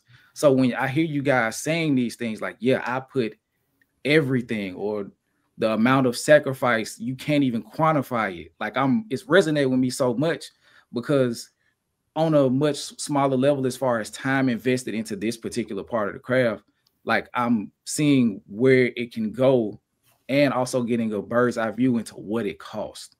Yeah, man. You know what I mean? Yeah. So I just want to salute you guys on continuing to take the path of most resistance, because you guys are doing something that, given that it's not like a way to simplify it ain't no 401k in this shit, man. Yeah. You know, but that just comes with, you know, just saying that it's more, it's not as simplified as a 9-to-5 job would be. Yeah, so you have to go make things happen so much, and risk so much, and take so many chances, and put yourself first in your mind so much. You know, a lot of time people don't realize how much that costs until you look back, and it's like, damn, I got so far, but if I would have not taken one of those risks, I may not be here. So I want to salute y'all on not being afraid, and continue to be fearless, even in the presence of fear, to take those chances to get where you've gotten now. Yeah, because especially y'all feel it's so competitive. You actually use a good word, conditioning. You know, like you are told to think a certain thing, but I feel like once you realize that you are the one in control of how you view things, it starts to mitigate all the training, I guess, you've been told. You know. Yeah. But yeah, absolutely. And hold on. Speaking of, you know. Speaking of produce, let's just this is Childish Major. Good, good. Oh, what's up, man? What's up, man?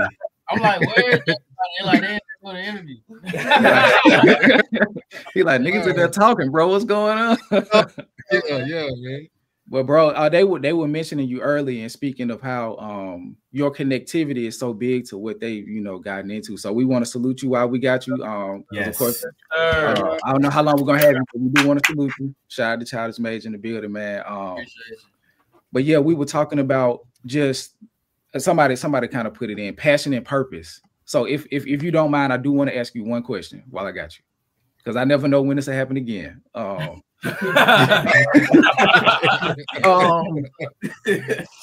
If you could speak to what is like the single biggest thing that like keeps you going through all of the trials and tribulations of becoming a mainstay in this music space where there is so many opportunities to like fall by the wayside, like what keeps you going through that process? I would say the possibility of what could be. You know, like I never just accepted that life is what it is. Like, and that's it. Like I mean, the truth of it is that you're gonna have ups and downs in the music industry, but like I always keep the optimism that like, hey, after this release, who knows what could happen? Because in the past, like it might have been like the smallest thing that would have gave me just a little bit, you know, a little bit more hope to just like keep going. It's like I dropped my first project and then got to tour with one of my favorite rappers, Big Crit, and then from there I got to tour with Billie Eilish, who at the time was like, you know what I'm saying? I'm like, all right, I'm just now getting hit, but I'm like, oh, you one of the biggest artists. So it's like it's the, the completion and then the sharing, and it's like, oh, something can happen from this. Yeah. You know, so that's kind of what keeps me going in a nutshell, as far as like, you know, just keep going. I love that. Especially in y'all industry, one song could change your whole life. Yeah. 100%. And it might not be that song blowing up.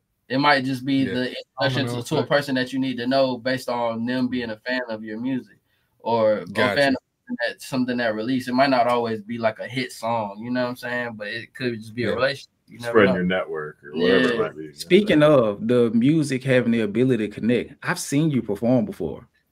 Where? On the Big Crit tour. Y'all came to Iron City in Birmingham. Yeah. A lot of people mention that tour, bro. It was a pivotal time for me. That shit was electric because Big Crit is like, being that he's from Mississippi, he come through here all the time. I've seen Big Crit all the time in Birmingham. But I remember that one, especially now that you said, I was like, oh yeah, I knew I remembered the name from somewhere. I was like, no, I've seen him perform. So I've definitely familiar with your work. So yeah, man, much appreciated for you stepping in and giving us some words, because that was deep. And I was listening to the Joey Badass album yesterday, and Ab-Soul said something. He said, I'm doing, excuse me, he said, I'm doing Mission Impossible with probable cause. And that's what I took from what you said. Like, I have a reason to believe that I can do the impossible. Yeah. And that's just, man, like that pursuit, like we're all on it in some form or fashion. Why I'm able to resonate with it. Even though we're not in the same discipline, it's still centered around music. So yeah, man, y'all are doing amazing things in the field. Just continue to do what y'all are doing. And Childish Major, once again, thank you for stepping in, bro. And continue to do what you're doing, bro. Because y'all too, man. Y'all are really. We need all of it. We need all of it. For sure. Yeah. But I want to ask y'all a question real quick, pertaining to the Of Blue beat. What were some like special moments in the studio, like during the creation of that? I know, because I know y'all made them separately, but what were like some moments when you was like, where you like lean back in the chair, you like, ooh, this shit is crazy, man. Like, what were some of those moments you like, yeah, man, I feel like I don't know who's gonna get it or whatever the case is, but this is some dope shit. Oh yeah, I think go ahead. So we were working on the first half in the other room, and I came in here, and everybody was just in here vibing. I was like, what the fuck is this? It sounded crazy. And me and Jid were talking about heaven and hell as a concept of, like, you know, whatever that means to the like exercising his pen to give him some, you know, some range on what he wanted to write about. And I was like this, and I was just like, hold up, we gotta take this in there. And just, you know, took it in there, and then I actually laid something over there that was pertaining to heaven and hell. Yeah, what's heaven like? What's heaven that's like? Just fire. Yeah, it didn't make it to the end of the record, but it sparked the idea of like, oh, I need to rap on this next. So and it actually helped merge the two beats for real. Yeah, exactly. so that's it was like at the end of this joint, and but yeah, it was just special to just see like walking the room. It's like, yo, this is a whole different vibe of what we doing over there, but this shit gotta work some kind of way. But yeah, it was I think fire, bro. I think for me, I would say when me, Gib, and Noah, when we first came in, because like at first it was just kind of like a normal, like, you know, we just coming in, just cook up, make something, whatever. But I feel like the moment for me was like seeing the chemistry that we all had and how natural, like it all came in one. Like Gib laid his part, I laid my part, Noah laid his part, Trey came in, he laid his, like just seeing all that in totality was like, whoa. Yeah, the whole night, both rooms were organic. That was crazy. So yeah, it was just like we weren't even thinking about it. We were just like boom, boom, boom, boom, boom. You know. Yeah. So I'd say that for sure. What about y'all? I mean, mine kind of couples off with Josh. Like just going back and forth between both rooms. It just felt like there was this synergy happening without even being aware it was happening. Because it was all unintentional. That's kind of like there's no goal. The making of the beats was fire. Everything we were doing, but like really, what spoke to me was like just the simultaneous. It was just very just serendipitous or something. I don't know. Like that's just like the memory that I sparked going between the two rooms, being like, this is crazy. Mm-hmm. Got you. We'll do you, and then we'll go to the mad scientist Gibbs. I think it was kind of the same thing, kind of like. Because, you know, we do this so many times where it's like we just start cooking up something. I'm sure Childish, Trey, everybody knows like it's all we do, right? So it's like sometimes you just like it felt like it was just, you know, we're going, all right, let's do it again. Let's make another beat. You never know like what he said. What he said. You never it was like until it's never something until something. Yeah, exactly. And then I feel like after Trey put his bass on, then he started adding like these like clicking noises and like I started sequencing it with Gib a little bit, like. And then Childish, when Childish came and I saw him, like you could tell when the wheels are turning. I was like, oh shit! And then he was like, he just instantly took it over there and then started putting. Yeah, he started. I love y'all, man. Yes, sir. Appreciate it, bro. Like instantly putting ideas down on it, and I was like, oh, this is like fucking. This could like go. This is like special as fuck. And then I think how quick it happened, and like how normal, because Gibson has made like a million beats. We've all like done this so many times, so it's just crazy. Like that's the one. And it happened so fast. And one thing I didn't mention, I guess there was something very specific, was on the, I guess you could say, right after Maria's part, the second beat, right? Me and Childish had made this beat originally. I forgot about this. Me and Childish had made this beat together, and Christo took that and he chopped and flipped that. So crazy. Actually, what was supposed to be a real idea for Jid, Christo heard it and turned it into a chop. And then we produced that. So it was like, you know what I'm saying? So it's like that was a pretty crazy moment. And then me and Chris are both looking like, okay, he's getting the drums together, and we're kind of. It was just like a very. Childish was really on with Jid doing a lot of this. It was very like I said, like synchronicity was just. It almost felt like destiny. It was just like, oh, this. Yes. Yeah. Even the way like when I started humming the. Oh yeah. Gib is like, because me and Gib have done this so many times. He just looked at me. He's like it's almost like he didn't even say it. He was like, yep. And then we've done it so many times. And when I walked in, their part really made me play bass how I like to play bass, or guitar, or drums, or whatever it might be. Like it made me want to. It was just very inspiring. The way Gibby, the chords he chose. We're just very inspiring. Guys, the genesis was that, man. He just started, and then everybody. And we just came in and just added all the other stuff, man. It made me like play. I was almost out of body. That was nice. Like I think it was like a first take. I just sat down. No, you first taked it. But because it was so inspiring what I was hearing, I was just like, whoa. Also, the drums, I want y'all to know, because like so there was no drums, and then we were asking him to put bass, and then Trey he was like, could you just like put some drums real quick so I can track to him? And Gibby laid drums down within 5 seconons. Yeah. And like I watched and I was like, oh, there's the fucking drums, dude. And we just kept them. And, yeah, it was great. So he's just a savant, huh? Yeah, man. He just. Are you anything else? Thank you. The moment for me was when Trey was playing bass and he hit the na na na na with the chords on the third and fourth string. That was it for me. That part. Yeah. Oh my God. Every time I hear it, I'm like, this is music. Like, music. That's right. I forgot. Yeah.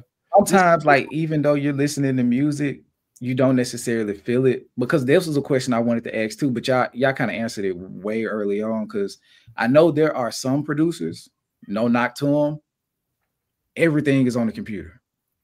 We do that. I mean, sometimes I'm saying, like, some people like don't like, do you play any instrument?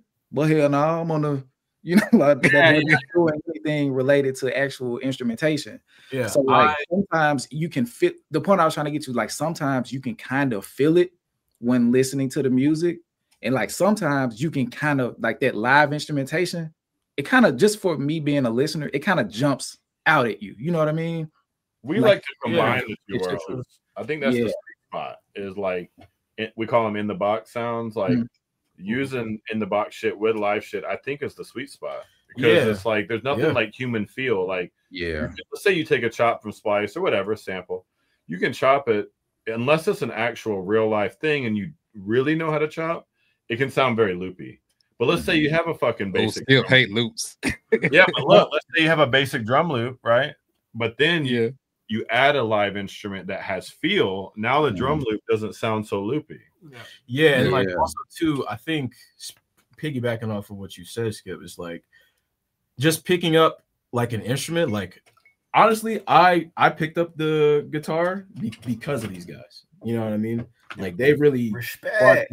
Inspiration for me was like probably like 2-3 years ago now at this point. But he's been committed. Yeah, man. And ever since, but it's made me such a better, like you said, it's made me such a better producer, such a much better musician, because like I start to think about things that I had never thought about before when I was just on the computer, and that was it. Like phrasing and harmony and chords. It's like I never used to think about that. So when, like we talked about before, when Gib laid those chords down, I knew immediately. Like I picked up the guitar and just started playing, because I knew it was like what he was talking about, like that human, like it's we call it texture. That's what we like you mentioned earlier, like soundscapes and stuff like that. That really adds to the feeling of it, because like even the sound of like your fingers sliding across the board and like how that sounds in your ears, like people pay attention to that. Like those little details do a lot, and that's why like even those clicky Foley sounds that are in the middle of the drum, like these are things that I'm thinking about as I'm adding them, because I know they do more than just, you know, they're not just sounds. They're feeling. You know what I mean? Because sometimes to expound on your point, because sometimes the imperfection of it can be perfect. You know what I mean? Like something can go like slightly out of key towards the end, but it's like it gives an emotional element that you can't necessarily get without, like you said, the human factor to it. Like an album that I love this album so much, bro. I think, you know, y'all can't see it, but To Pimp a Butterfly, like it's my God.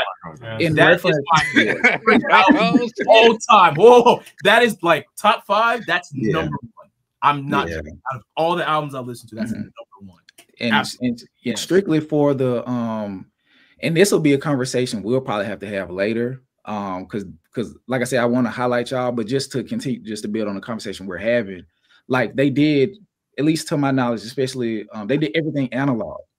You know what I mean? So there's a warmth, and because that made me start buying vinyl, because I wanted to hear it in its pure state. And Mixed by Ali would say, yeah, we did everything analog. We wanted to keep the warmth. We wanted to have cracking. We wanted to have all of those things. And it's just like, wow. Like I remember like how much of this shit before this was actually music, but it's really just like insane to compare them, because, you know, with what they did To Pimp a Butterfly was so great, because a big part of it was that the fact that they went so hard on being different. Yeah, and like even if you look at, I mean, that's just, you're just talking about like, you know, the recording process in general. But like now that technology isn't bad. I'm not trying to make that point. Technology is shit. We're on a computer right now. Right now, yeah.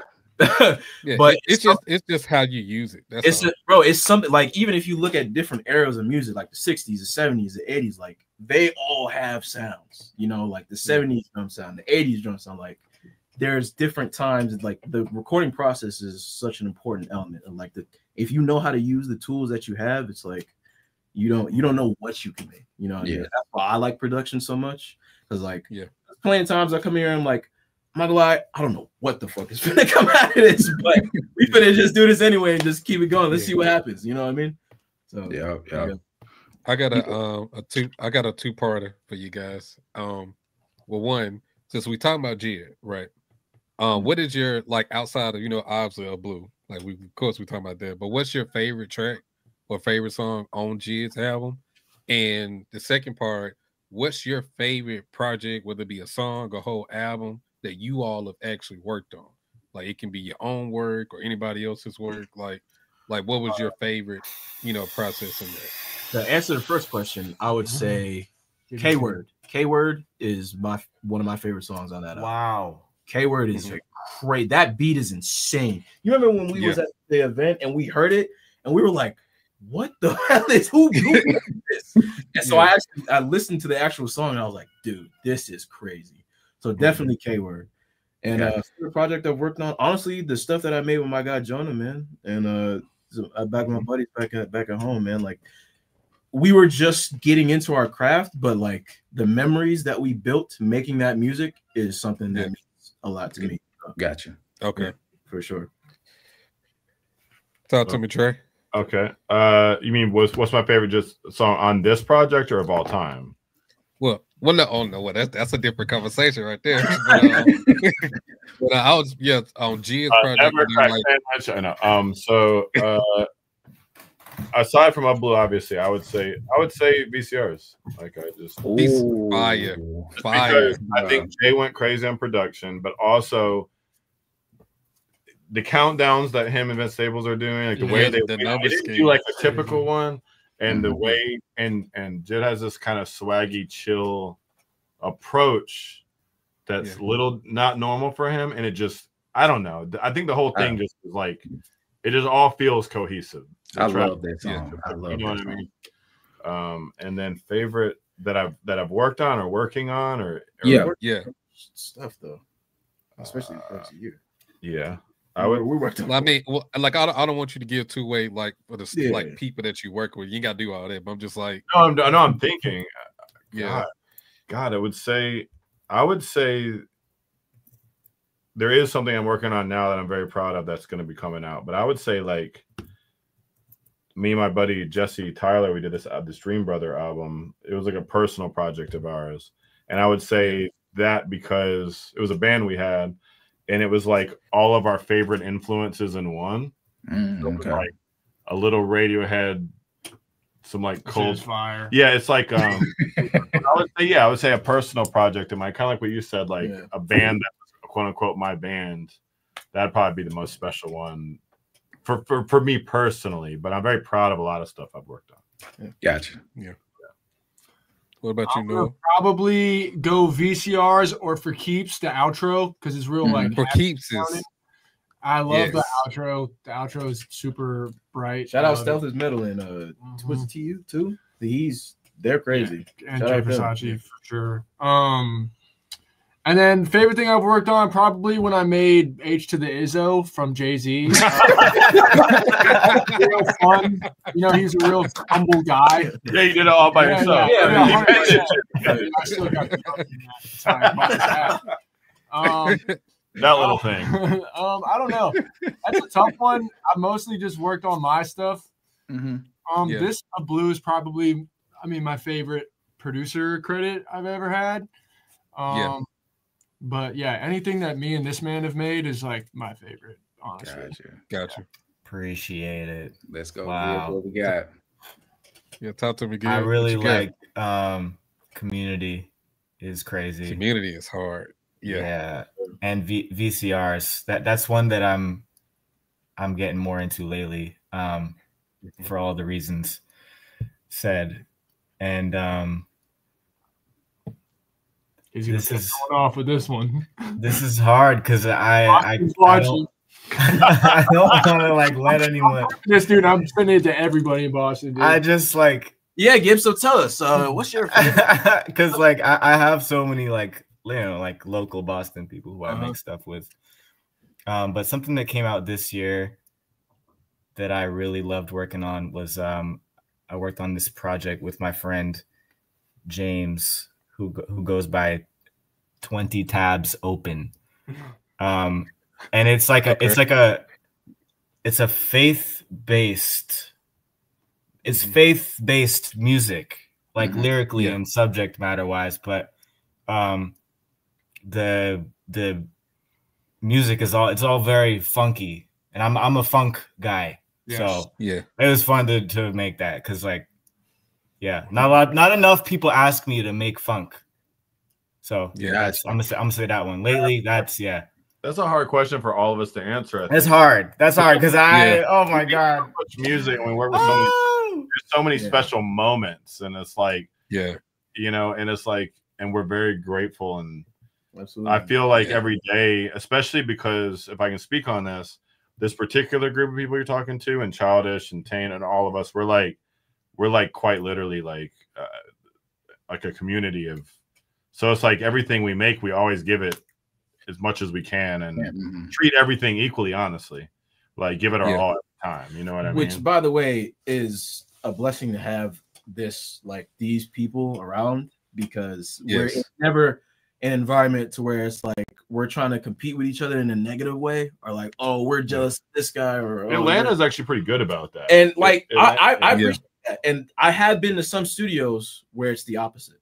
And it is left a very sour taste in my mouth, man. Like I used to work at a couple studios before I got here, and the environment wasn't good. You know what I mean? So to find this place and find these, I'm like, dude, this is fucking awesome. You know? Yeah. A couple of bros, like it's, you know? Like just having that, camaraderie with people that you work with, like that, it always makes the experience better. Even if you just working a regular 9 to 5, like if you enjoy the people that you work with, it's gonna make that time go by a lot easier and a lot, a lot more fun. I think genres, it keeps it exciting to like. Definitely aren't a one style camp, so it's like that keeps it. His rock band, Me at Night, is insane. Y'all gotta check them out. Make sure y'all send all of this stuff in the email chain that we've been having. Send all of the stuff in the email chain. I will, and I will say this too. I'm actually in the process of planning on recording an instrumental album too. I'm gonna start recording that next month, and it's gonna be all types of genres in it, man. I'm going all in it. So fire. I'll be able to send stuff to y'all as well, man. And Eli, did you hear the Juicy J's album that he dropped? Did you? No, not yet. No, I didn't, dude. It's my mom talked about it, because my mom is like a music encyclopedia. Like she knows everything to exist. Like the most random thing you'll hear at like a club or like a restaurant, she'll be singing. I'm like, how do you know this? She knows everything. She's talking to me about it. And I gotta check that out though, but I haven't yet. It's tough, man. It's tough. Hey, I never would have thought that Juicy J and Jazz would be in the same sentence. Exactly. But it's immaculate, dog. It's really good. It's really good. I just thought about that when you said, instrumental album, and like, that's one of the ones. Yep. So okay. I want you to answer this question real quick, Gibbs, and then we're gonna get into. I have personally, I think, one question left for you. And that question will be starting to get blasphemous, because I'm gonna make y'all make some tough decisions before I let y'all go, and that'll be the impression y'all leave on the audience watching. But he asked Gibbs, he was like, so man, look at the time. So who is your favorite funk artist? God, Forgive. I say Eddie. Forgive. Oh, it's Forgive. Oh, my bad. Now y'all can answer if y'all want to, but I think he asked it around the time Gibbs was talking about. I said I like making funk stuff. When I'm making funk stuff, I'm just gonna answer the question. I love Stevie Wonder, who has many funky moments. The GOAT. Gotcha. So that's my answer. That's my answer. You can never go wrong with Stevie. Yeah, you can't go wrong with Stevie. Stop stealing my lines, DJ. I'm just saying you can't. I'm fucking with you, bro. I'm fucking with you. Yeah. But of course, there's too many goats. Yeah. Oh yeah, obviously. I'd say for me, it's probably, man, there's so many. I'd probably say Eddie Hazel for me though. Okay, that's a great answer, sir. Dude, man, his solos are just beautiful. I don't know what it is about him, man. He was a voice. Man. That's God's voice coming through. Literally, Eddie Hazel is guitar. For me, it's got to be OG Tower of Power for me. Ooh. Okay. Whoa. Okay. Yeah, Tower of Powers. I'm going Stevie as well. Okay. Okay. Now I'm about to make y'all get disrespectful. Okay. we're going to do a this or that with some producers. It's gonna kind of be hip hop, R&B focused because I'm not that versed enough like outside of that. Like I know what I like, but I don't know enough to like. That's primarily what we make, anyways. Okay, so real quick, who do I want to do first? Okay, we're gonna do one more modern contemporary first. JPEG Mafia or Tyler the Creator? I say for me, because JPEG is such a unique artist. Like his production style, like no one sounds like JPEG. Like if you really listen to his music and his production style, like that is him. That said, I feel like Tyler's the same way. But for me, Tyler is more, I don't want to use the term musical, but like I just really appreciate his attention to like chord progressions and arrangement and all that stuff. Yes. So, Tyler. Like Igor was an instant classic. Like dude, from the moment I heard Igor's theme is beautiful. I love that song. Yeah. That's the song that made me a fan because I wasn't tapped into Tyler prior to, but the rollout for Igor made me want to go listen to the album. So when I heard Igor's theme, I was like, yeah, this is some whole other shit. And by the time I got to the end of the album, I was like, where was this guy? Like, how did I miss him? Because I missed the whole Odd Future. I know, it's cool. Coming into their own wave. So I didn't know anything about a lot of Odd Future outside of the internet until Igor dropped. Exactly. Okay. Y'all can answer. Feel free to answer too. And then we'll go to the next thing. Water Squad. No, I would say Water Squad. Timing's everything. So I would say like Chromacopia just to me showed like growth and depth and taking risks and doing all crazy shit. So I gotta say Tyler, and it's just because of like the constant taking risks, changing, growing, trying things. Last project aside, I'm not gonna lie, they didn't really move me. But that being said, though, I mean, I think for a lot of the reasons you said too. Yeah, man. Yeah, gotcha. What about you, Gid? This is really fucked up because both they're both like had almost such a specific impact on me and exactly what I do.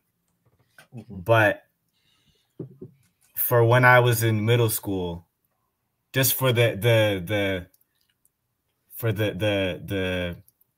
things I absorbed, Tyler, because honestly, from like when he was like 17, his like chords on like the mixtapes and Goblin, that shit, it changed what I did for sure.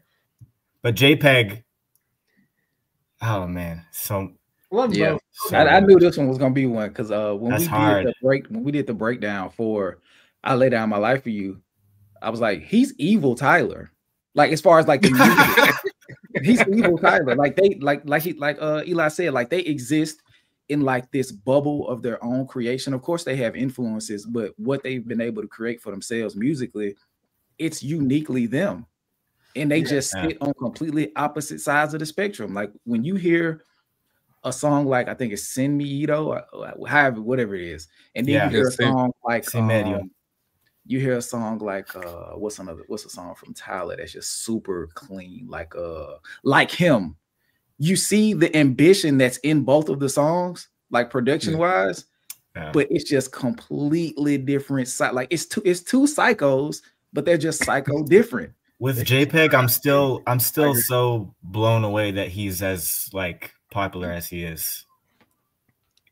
But I mean, I'm happy for him, but I'm like, this is like some scary shit. I think it's the edgelord of it all. Like it's a growing not appreciation, but there's a growing fan base that's willing to like step into the forefront.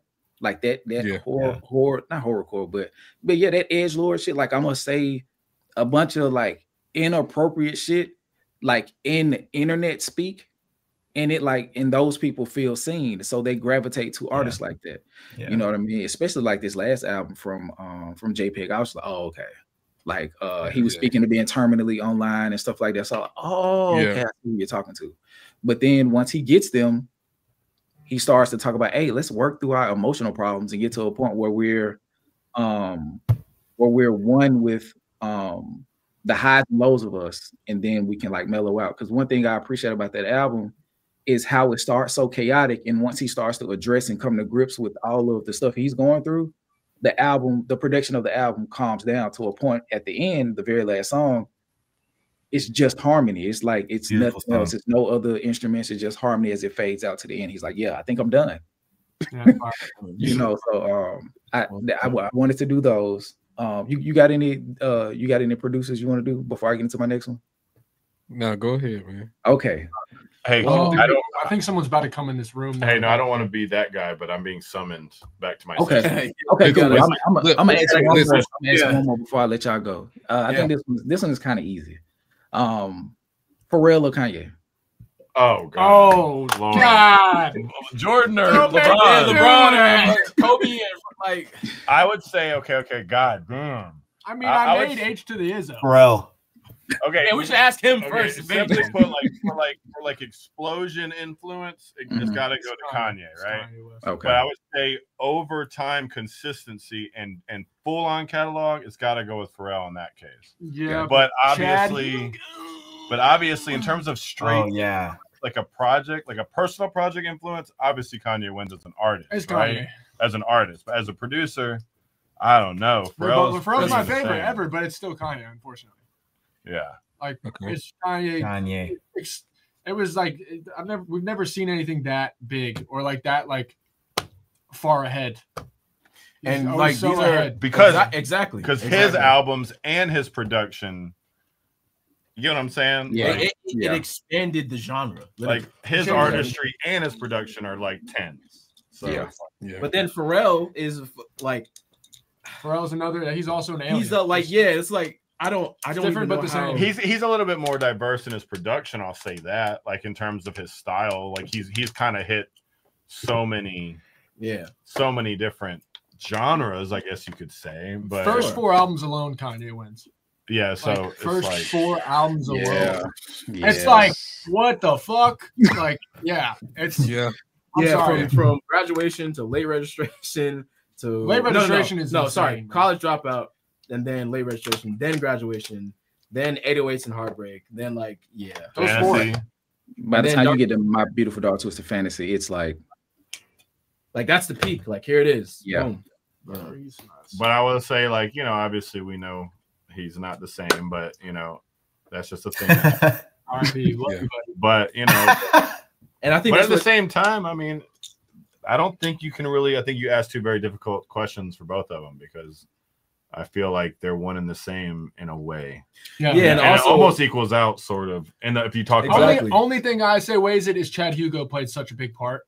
In the Neptune, that's a great point. That I think that's. I mean, but then again, if you were to put them up together, like Neptunes versus it's like. But then again, I mean, Pharrell though was writing a lot of those lyrics and melodies. He was very involved in the songwriting too. It's close. Yeah, and what Trey was talking about the consistency, like this Clips album.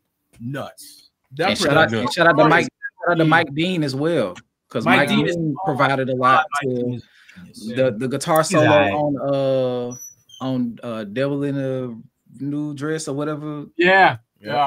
Like Mike Dean did that. So of course he's no Chad Hugo, but I'm just saying like Kanye has had points in his career, especially on the production side, where he's had a lot of assistance, particularly on Beautiful Dark Twisted Fantasy. Oh, for sure. More of a huge collaborative effort. He had a lot of people in there. Yeah, man. Absolutely. Yeah, so go ahead, Gibbs. Like I said, I don't want to keep y'all, and we have another producer. I'm gonna go Pharrell. Yeah.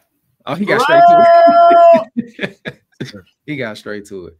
But yeah, man. Yeah. Thank y'all so much. Man, thank you. Thank you guys, man. This was awesome. So for real. Should I put our Instagrams in the chat? Yeah. Yeah, you sure. good. I'll put it. Let the people know where they can find you. Yeah, man. And yeah, let us we know appreciate when you guys are dropping stuff too, so we can share it to our community as well.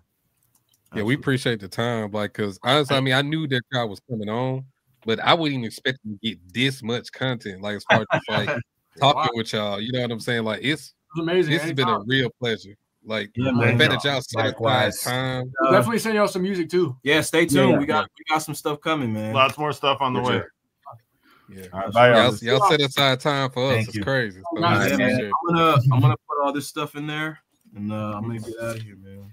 Wait, do I need to do anything? What do I do? Gibby, just put your Instagram in the chat before. Yeah, please do that. And then the private chat. No. The join the chat. Yeah. Or you can put it in a private chat, and then I'll put it in the public chat. Okay, wait. Either way. Yeah. I think I got it. Just put it in the private chat, and we'll put it out there. Okay. Let me do that. I need some water. And yeah, there it is. All right, man. Appreciate y'all, Eli. Tell the guys we appreciate them. I know they stepped out. When you talk to Child, just tell them thank you for coming on and sharing his wisdom as well, man. Absolutely, man. Y'all you too, man. Hopefully we'll have one of these conversations again in the future. Yes. I appreciate everything you guys do and keeping the conversation going. And honestly, you're like the new music journalists. So thank you. Thank you, man. Thank you. Appreciate it. Told you, DJ. I told you. Yeah. All right, man. Y'all be easy. Y'all too, man. Appreciate you. Man. All righty. Let's see if this works. Shout out to the guys. Yeah, man. Yeah, y'all came in here for that Drake shit, huh? That fake chain, huh? Yeah, got y'all with a G combo. Yeah. But let me call up Akil, and we're gonna take like a quick 2-minute break. I don't know. I guess we'll play a song or something. I don't know. Let me see. Let me see if I can pull something up. I know Akil said he was watching, so you run from the spirit of repossession. Too much enamel covers your necklace.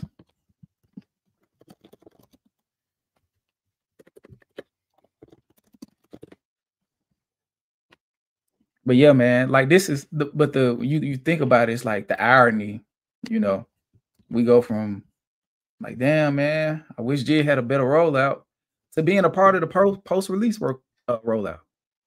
Yeah, pretty much. That just goes to show that those conversations were had with good intent.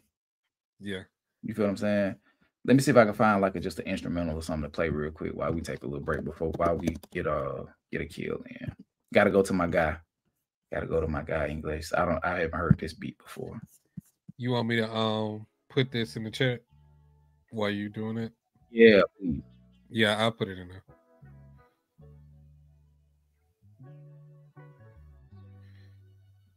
Turn it up.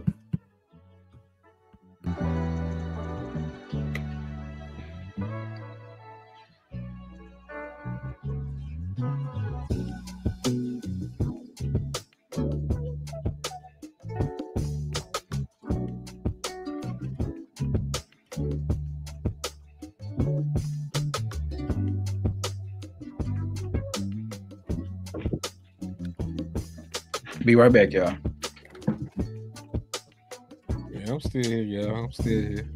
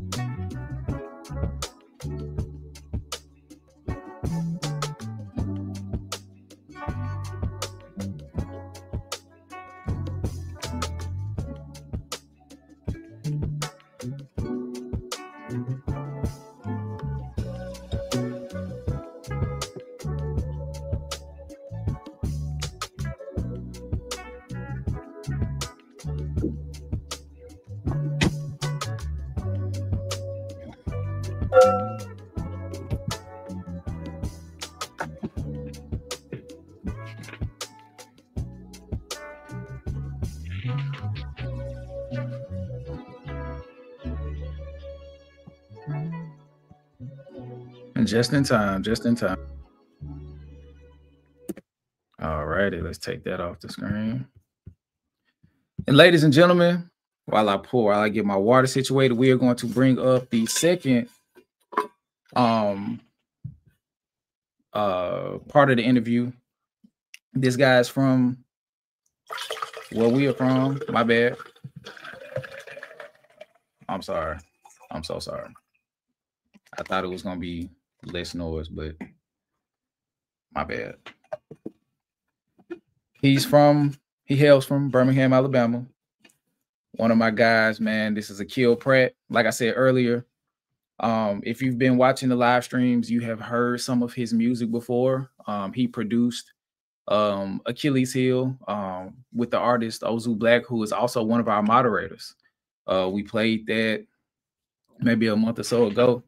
And Akil Pratt co-produced on the intro track You're Ugly from Jiz's last album. So without any further ado, we are going to bring him to the stage. Shout out to Akil Pratt. Akil, how you doing, my good brother? What's up, man? Thanks for having me. Skip, what up, DJ? What's up, dude? What's up, Congrats man? on 30K. Congrats on 30K.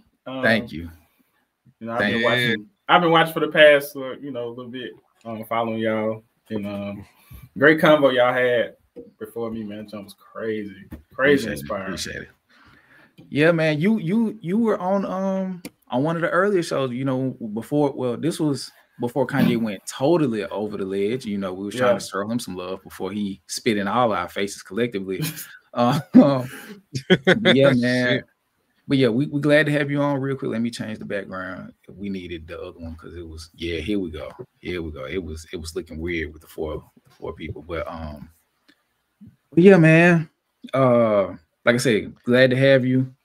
I guess we'll just start at the beginning and then we'll work our way forward. And we'll get to the JID. But what was your start? Because I know a lot of particularly Black producers who get their start in the church, and I'm not 100% familiar with your story. So go ahead and tell us how you got started, in music in general. I see the drums in the back to the yeah. All right, cool. So I guess I would consider myself a late bloomer, kind of, because I wasn't in the band. I wasn't no band kid. I hated band kids because they you had a built-in friend group. You didn't have to work for a friend, But yeah, I got into music probably once I graduated high school. I started. I related to a lot of the previous conversation with other producers of Blue.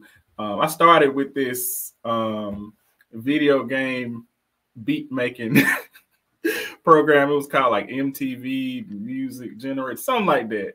And I was like, this is a cool little, you just plug and play whatever. And I was like, that's kind of cool. And from there, I went to college and just started. I think the next program I went with was Magic's. It was something called Magic. I don't know. I'm dating myself, bro. But this program called Magic. So then I went to FL Studio version 3. Oh wow! And OG. Yeah, and I was in college, and that's that's all I was doing. I still use FL, so I was using that, and it is some church roots here. So I started in a rap group, a Christian rap group with my homies, and I was the producer, and making beats and all that. And from there, I kind of started working with gospel rappers in the city, and from there, I just started just working with. I did a lot of work with people in the city, Birmingham's crazy talented. I've done a lot of work with people, and then I kind of did artist stuff too. I wear a lot of hats. I was I got into mixing too. I got into Pro Tools. learn how to be proficient in that. And I say over the past 3 years, I got into sound design, sample making. I started a company, Before It Sounds, and I've been just putting out packs, and that's how I got connected with Luke Crowder. Mm-hmm. And you know, me and him been locked in ever since. You know, doing stuff together, and you know, from there I was, you know, hearing potential. Hey, we may have something with this person, may have something with this person, and not, you know, and I just was like, okay. Excited at first, and then it was like, you know, you don't hear nothing. You're like, man, you know, I'm gonna keep doing what I'm doing. Yeah, keep going, and we, you know, Luke was in Atlanta, and they needed some gospel samples, and I don't know if I'm getting too far ahead. I'm talking about the JID now. Am I getting too far ahead or? No, anyway. cool. Hey, okay. It's your interview. Okay. I got you. Yeah, we'll follow your lead. So yeah. So Lucas tapped in with Childish, and they needed some gospel samples. I did the sample, the in between on the intro, the choiry, the heavenly part. You know, y'all was talking about heaven and hell. The heavenly part that came in. That was one of my samples. It was inspired by one of my samples I made. And Luke got with them. They added other elements to it, vocal elements, and they added the snaps and different things like that. So Luke was in Atlanta one night. It was like the day before the album needed to be turned in.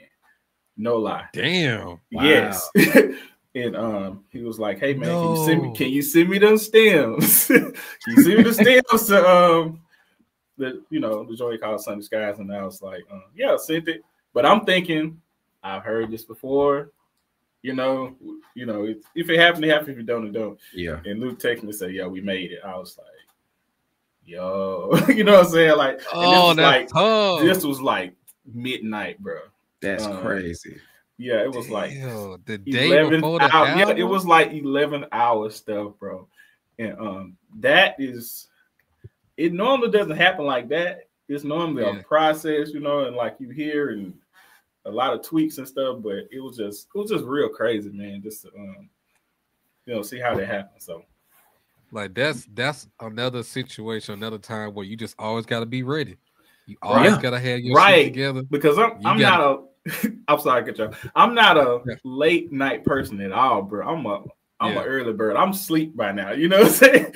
But he texts me like 11 o'clock, and I just so happened to be up, because I had slept early. But anyway, and it just worked out just real crazy, man. Just divine timing, man. But talk about waking up the next morning. It's like, oh man, I slept so good last night. Then you roll over, and it's like, hey, bro, I need this for the JID album. We gotta turn it in 45 minutes. It's like, damn, I missed that. Right. Like, and that's a thread that we've been, shout out to Retha. That's a common thread we've been having throughout this process. It's just alignment. For sure. You know what I mean? Like you have, like, and DJ said, like, stay ready so you don't have to get ready. But sometimes it's just like, be available. It ain't even being ready. It's being available. Yes, that's true. You know what I'm saying? And it was so close to the release. I didn't even hear it until the album dropped. I didn't even hear it. I didn't even hear it until they got a. Yes, well, Luke was there. He was there, like he was in the studio with him. He was helping create, put everything together. So he had told me about it. But he had already heard the whole album and all that. He was like, his junk is fire. But I didn't hear it until it came out. So I listened. So I was able to listen to it I was able to listen to the whole album. I heard the whole context of it. And, so you heard it when we heard it. Yeah, I heard it when y'all heard it. Yeah, I heard it when y'all heard it. And crazy enough, I can add this back because ain't nobody right there. But crazy enough, I had posted something about JID like a week before the album dropped. And because I was like, I can't remember I don't even remember what the initial post was, but Luke responded. He was like, he said, "You're gonna like it." I'm like, how do you know? He was like, I don't know what I asked him, but he was like, yeah. I'm on it. I know you said you really like For Keeps. And when I finished listening to For Keeps, I guess that's when it kind of hit me. When I got kind of emotional because he was telling his story like in that song, and I was like, bro, like this is kind of my story too. You know, like I relate to that song real heavy. That one my favorite though. Y'all got to put some respect on McAfee. Y'all got to put some respect on that joint. Nobody mentioned Hey, look, get your shit off, bro. Yeah, but anyway, yeah, man, that's how all that came about, man. And I'm still reeling from that jump, like, bro. It's crazy how that happened. So yeah. So does like seeing it happen, like, does that like give you a different motivation, or like does it inspire you to do even more than what you was already doing? Like seeing like an opportunity like that become available. Oh yeah, absolutely. It lets you know what you're doing is working. I'm talking about as far as from a creative standpoint, because sample pack industry is very saturated. It's a lot of people doing loops or whatever you want to call them, samples and all that. And but I still determined to do things my way because creatives can struggle with sounding like other creators. You know what I'm saying? Like, what he doing is popping. What he doing is popping. Even so over, let me do. Yeah, even over here too. I was just about to say, even over here in this whatever we call this, in this form of creation, it happens over here too. Yeah, yeah, for sure. So yeah, let me know what you're doing is working. It let me know I got people around me who believe in me just like I believe in myself. All that stuff, just solidified all that, gave you the confidence. Y'all was talking about musical background. Like I said, I didn't have that per se, even though I got strengths in other areas, you know what I'm saying? But all this stuff, it just me and Skip talk behind the scenes a lot. A term I coined was tangible validation, right? Mm-hmm. Tangible validation. Like it's one thing for somebody to say you dope, right? Yeah. It's another thing to get that get to that level you aspired to do and you actually saw it. You know what I'm saying? And I remember this one time I told this is probably maybe a couple months after I started making samples, I told my daughter I'm gonna win a Grammy, right? If she put her hand on my shoulder, she was like, "Sure, guy." You know what I'm saying? Like, but now she's seeing this, these milestones. She's, saying, "Hey, this guy." Well, guess what? You know what I'm saying? So it's even showing her things like you pursue your dreams and stuff can happen. Put the work in, pursue your dreams, and stuff is going to happen for you. So same with y'all. I mean, I commend y'all, man, because I don't know when y'all started, but I know off the record, y'all I was tapped in with y'all listening to because I'm a big podcast guy, and to see how y'all have grown the channel and just putting out amazing content, even doing this, man. I salute y'all, man, because it's we inspire each other for real. If y'all didn't know that, y'all been inspiring for me for sure. Yeah, and you are part of our journey, whether you realize it or not. You definitely a part of our journey to get to where we at. So, when we were a part of that rebrand, when we switched over from the podcast formerly known as Off the Record to rebranding into Decipher, like you were a part of those early sessions. Like, so if it's like the part of the cook up where it's like, okay, we trying to see where we're gonna go. We know we're good at this, but is it refined enough to make this our bread and butter? And then as we go through the process, like, oh, okay, I can see we're getting better, and then you end up completely verging off into something different. But the stuff that you learned coming up makes it easier to exist in a new space. So it's like, like to the point that you were making earlier, like the album review part of what we do, that trains a certain part of the brain, but that's still a completely different discipline.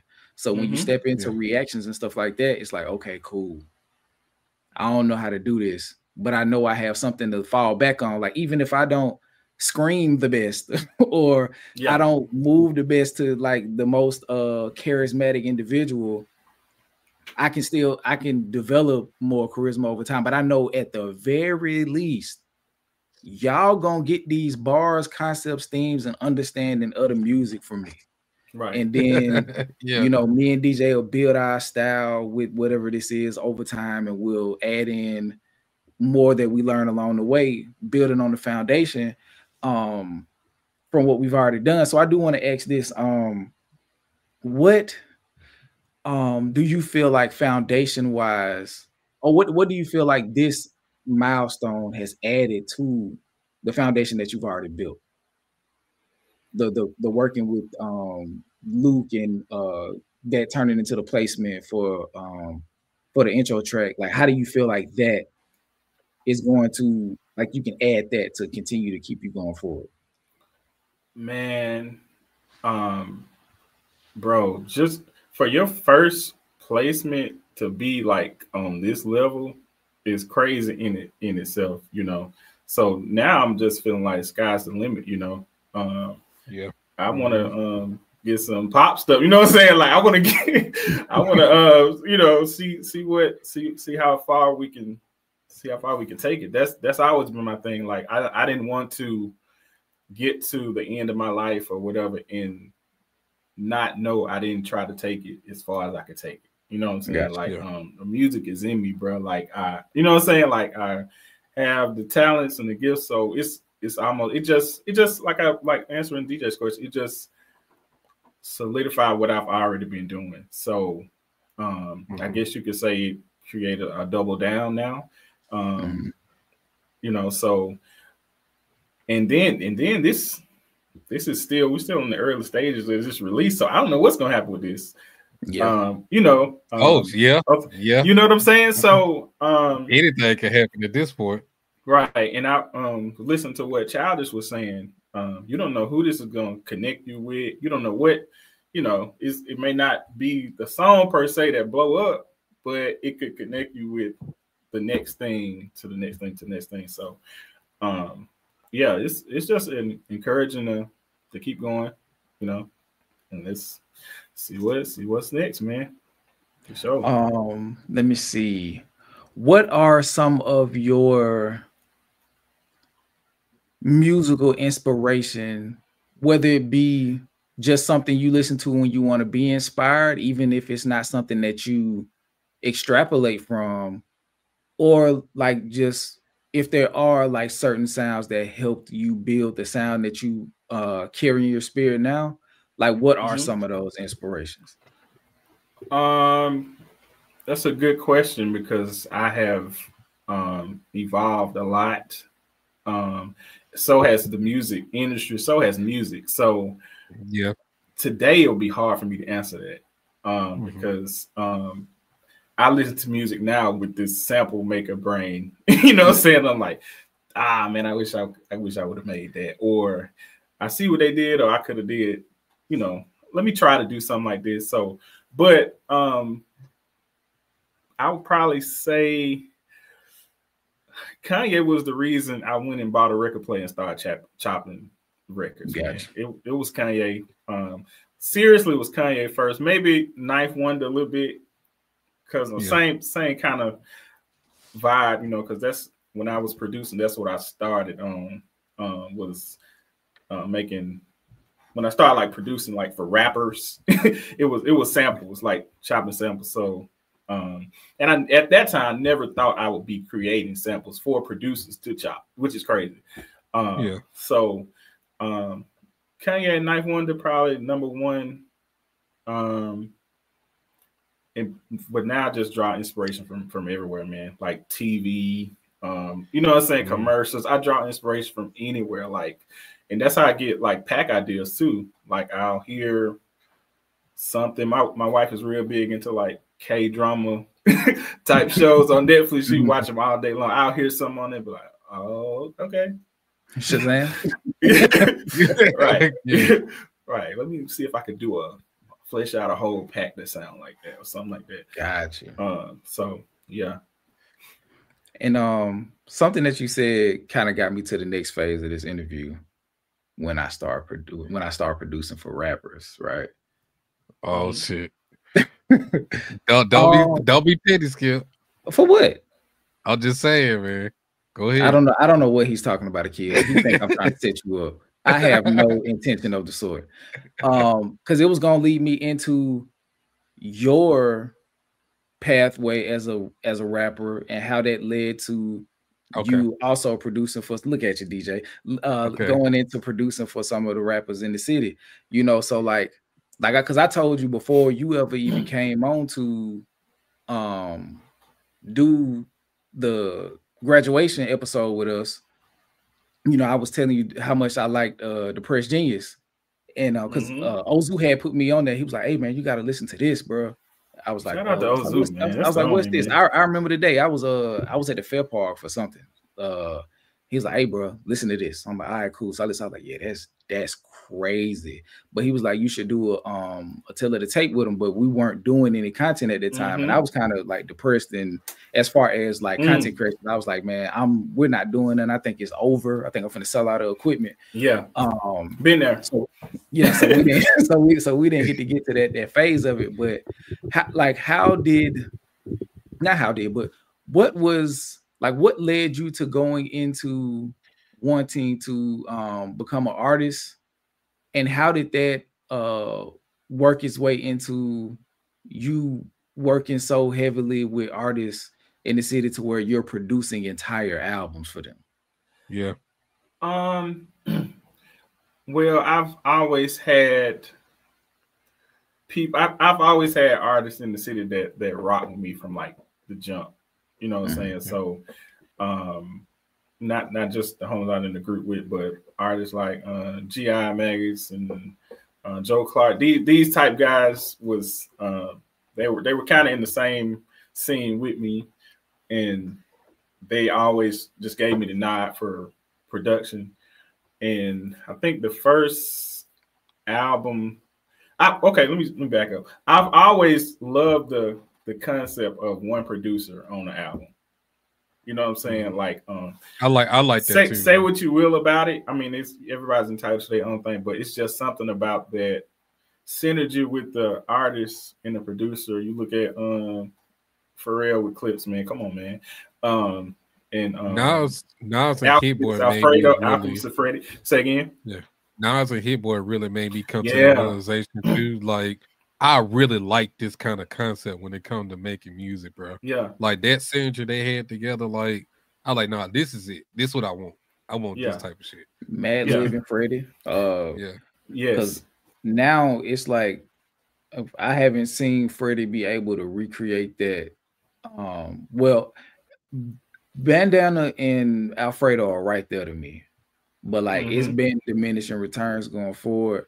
Yeah, but I do think as far as like the sound of those albums is super duper cohesive. So it might just be Freddie, it might be Freddie's fault, to be honest. But I am definitely warming up to the concept of producer rapper collab albums, because like you said, it creates a level of sonic cohesiveness that you're not that's harder to come by when it's a litany of different producers. Yeah, you mentioned Saba No ID. That's another one. So I just I don't know. I guess I subconsciously desired to do that without actively saying, "Hey, I want to do this."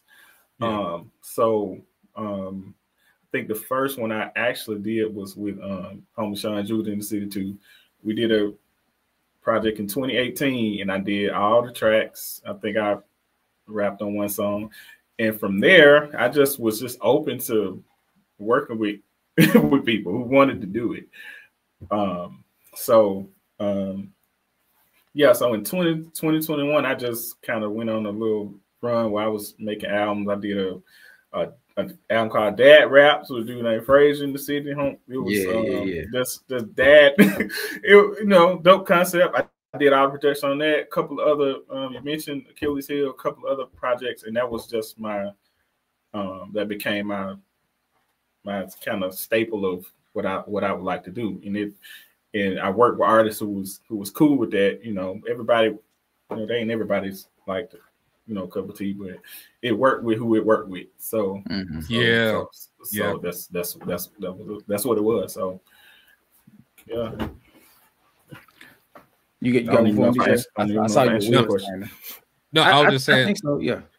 Yeah, I was just saying, like, when you say they work with who was supposed to work with, or they work with who, you know what I'm saying? Like, I think that's a real important thing when, like, networking and making relationships, like that aspect of it, how important that is, because yeah, you're not gonna be for everybody, bro, and that's okay. You know what I'm saying? But for the people that's meant to, you know what I'm saying, that you're meant to work with and meet and things like that, that's how, like, the best things happen. So like, I just, like, when you saying, I'm like, they just kind of click for me. I'm like, yeah. And that actually helps you to the other guys, they were mentioning being in being in spaces where they felt like it was competitive and stuff like that. Like, I developed the mantra, I only want what's for me.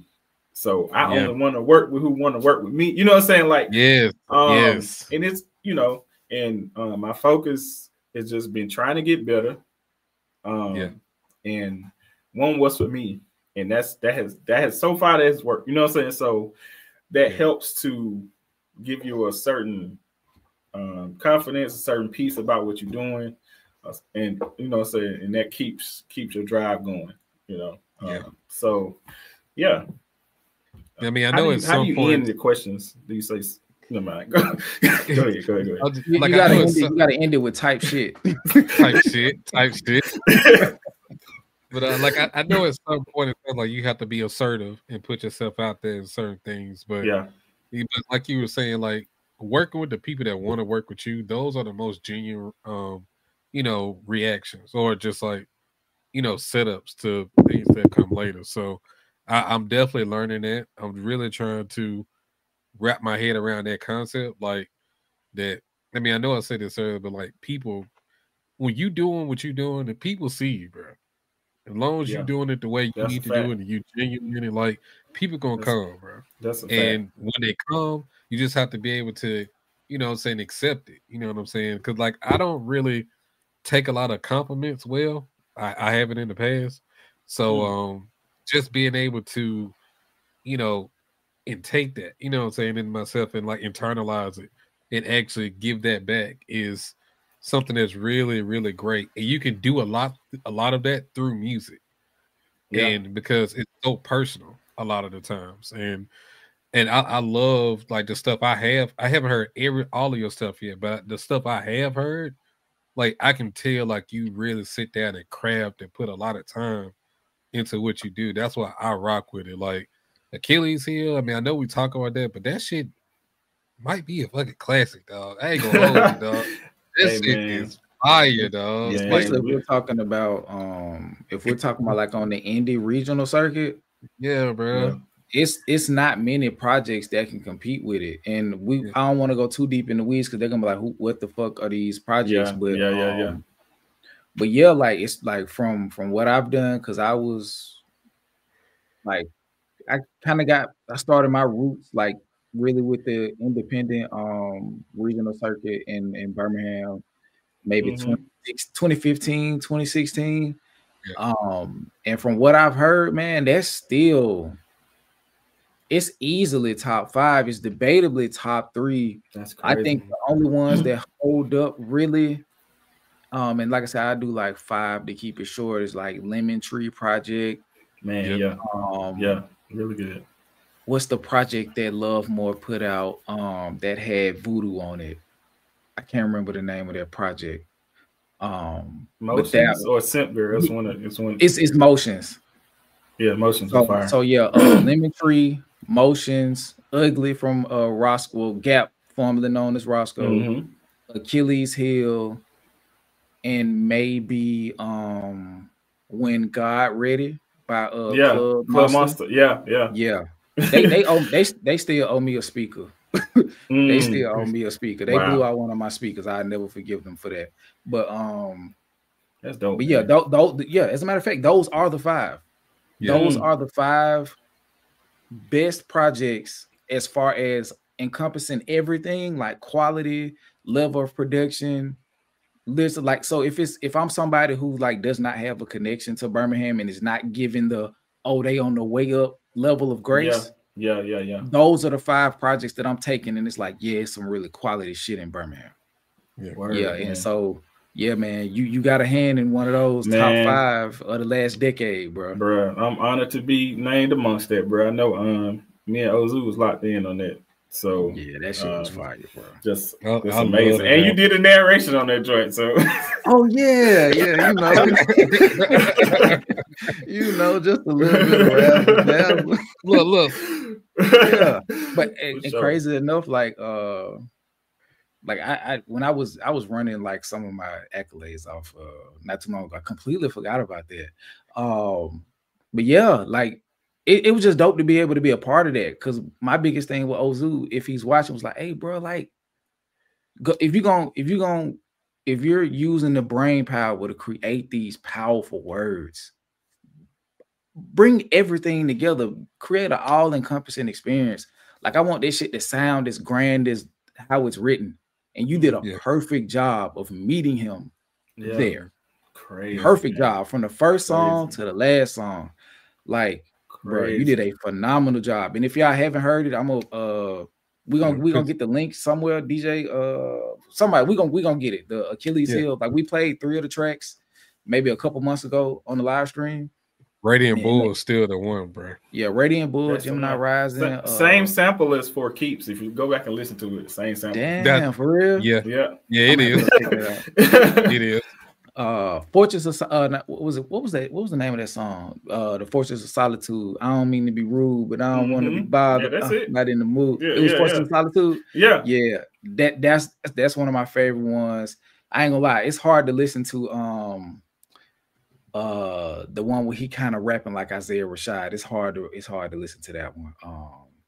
That shit just so, it's so gut wrenching. It's like, yeah, man, like I feel like I'm feeling trauma that I don't even have. Yeah. You know what I'm saying? Yeah. But it's just like how, because one of the things that I appreciated about your production on that project was especially like from the very beginning, like how immersive it felt. It felt like those weren't beats. You were producing to give life to his words. And that started from the very first song. And I was like, yeah, this is different. Because I remember him saying, like, yeah, he gonna produce around me. I was like, what? Like, who does that? And then when he started sending me some of them, because I was like, I stopped sending me songs because I wanted to right.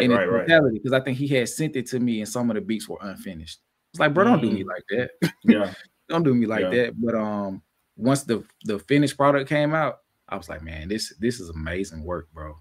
And building on that, what are some of the things that you want to do work-wise, whether it be regionally, whether it be like on a larger scale? Like what are some of the things that you want to like put into the universe that you can get accomplished in the next 2 to 3, really in the next 6 months to 3 years? Because anything can happen tomorrow. You definitely right. I honestly, man, I know the music industry is crazy. I know all of this. I know you got to be true to your whatever. I want to be part of hit songs. Gotcha. You know what I'm saying? I want to be whether it's writing, somebody using my sample, like I want to just be part of a hit song that reaches the whole the whole world and changes. Like you said, DJ, one song can change your life. I want to be a part of some life-changing music. You know what I'm saying? And I thought of a point when I forgot the producer's name that he was talking about. He started off doing gigs, like live gigs, and then he kind of lost his luster. You talk Trey. Okay, he lost his love for it, and he just started focusing on doing production stuff because you get more. It's more attached to it. I would say it is something to be said for the live portion, because you get a chance to connect with the people that's in the room with you, right? And that's very special. But being a part of a song that reaches the world with people that you would never meet, that's singing your stuff. You know what I'm saying? Like when God Just Like Ugly came out, I was just on YouTube, like watching everybody's reactions to my little part. You know what I'm saying? Yeah. I was like, God, they really rocking with it. You know what I'm saying? They'll never meet me. You know, some of them will, some of them will, but you know what I'm saying. Yeah, I know just, what you mean. But just that, I just want to be a part of just that, man, so I can just be in on some real stuff, like change my family's history, dog. You know what I'm saying? Just on some set my family up. Yeah, it's your name in stone in like a moment of music history. Like, yeah, for sure. Of course, like some people like, yeah, I want the bag, but like if you make enough impact, the bag will follow. Yeah, because right, influence is always valuable. Exactly. Well, I say this: impact is always valuable. Yeah, right. Influence is in the eye of the beholder, but like impact is more quantifiable. So like when you get to a point where you're making impactful music, and like you said, you're reaching people that you'll never get to shake their hands, like that's a level of impact that, you know, that'll never die. Like it's people who heard, you know, certain musical pieces when they were 7 and they developed dementia, and the one thing to bring them out of that dementia for even a split second is that song that they heard when they were 6. Wow. You know what I mean? So that's like true. Like, so I get it. Like what he was saying and what you're saying. Like that's what I'm talking about. That's what I want to be a part of. You want to be immortalized a little bit, and that's just a part of great art or just great contribution. It lives way longer than you ever could. You know what I mean? Because all it takes is somebody to press and play. Wow. You know what I mean? Yeah. Like think about how many core memories come from music. You're exactly right. Good and bad. You exactly right. Good and bad. Yeah. It's true. This is a grand conversation we have right now. Good and bad. Because if you ever been in the club when Nuck If You Buck come on, you seen the bad. That's right. But exactly you know, if 20 years ago, if you know, at a lounge with some grown folks, or you at a cookout with some grown folks, and Step in the Name of Love come on, you see the good stuff. Yeah, that's what I'm saying. So it's just a part of like, and that's why people are so, you know, a lot of people are so like such advocates for separating the art from the artist, because they have a connection to the music so that they can't let the music go in spite of the artist. Yeah. So like that's the point where niggas really want to get to. Where it's like, I want to be so in somebody. Right. That you got to separate whatever. It don't matter what I do. Right. You gonna have to try to separate me because the music got to stay. You feel what I'm saying? Right, for sure. Yeah, but yeah, man, I just want to be part of stuff like that, man. And you know, we on our way. We're gonna get there. We're gonna get there, bro. One more question I got for you before we get into the this or that is what was the conversation? Well, of course, it probably wasn't as crazy from Luke because he's so accustomed to the shit now. But like, did y'all have a conversation like after the album released? And if so, not to give away what y'all discussed, but what kind of was the feeling of it? Like how did you feel post release? If y'all got to speak. Well, if I could speak for Luke, which you know, I will in this instance. I think he was happy for me because we had been locked in for like 3 years. You know what I'm saying? Nothing was coming. You know what I'm saying? It was motion, but it wasn't like nothing sticking. Yeah, nothing sticking. So I think he was. Well, I know he was happy for me just to say, "Hey, man, thanks for trusting me to locking in with me," and you know, because we put in a lot of work behind the scenes, you know, and I know that, and it was just a celebration. We actually went out to eat, man. Took our wives out to eat. We just celebrate, you know, just enjoying the win, bro. And yeah, and we just, you know, trying to lock back in for future stuff. We obviously we looked at the albums that Jid we had to compete with for Grammy. You know what I'm saying? Yeah, it's gonna be tough. Yeah, it's crazy. It's crazy. But just even had that conversation, bro. Come on, bro. Like you got Chromacopia, you got GNX. Yeah. It's like, look, man. Look, I just want what's for me. Remember I said that. So. Yeah. But I think because it came out with, did it come out before the cutoff for 26? What did? God Does Like Ugly. Yeah, the deadline's tomorrow. You know okay, so I so I think from what I've heard music wise, I think it depends on some more political stuff. Yeah, but I feel like it definitely. I don't know a lot about that. I definitely feel like it has the opportunity for a Grammy nom. I definitely feel like that in Rap Album of the Year. I definitely feel like that because we already know Kendrick is there with Gen X. We know Clips is there. Yeah. Tyler. It's gotta be Tyler Chromacopia. Yeah. I don't know. Yeah. I think Please Don't Cry was last year. Yeah, it was. Rhapsody. Yeah, that was. So outside of those three, I think generally they have five categories. They have five nominees for that category. There's 2 open spots to my recollection. So I definitely think that Jid has the opportunity. You think Chance gonna slide in that last slot? I don't know if they'll pick that many middling tier artists. They usually do one. Yeah. They usually do like one on the like elder statesman side, and then they do one on the current younger side, like the modern contemporary side. So I don't know. And they usually well, past couple of years, they usually try to get a woman in there as well. Yeah. So you may have Glorilla. You know what I'm saying? Like when it in the cycle, hers was early.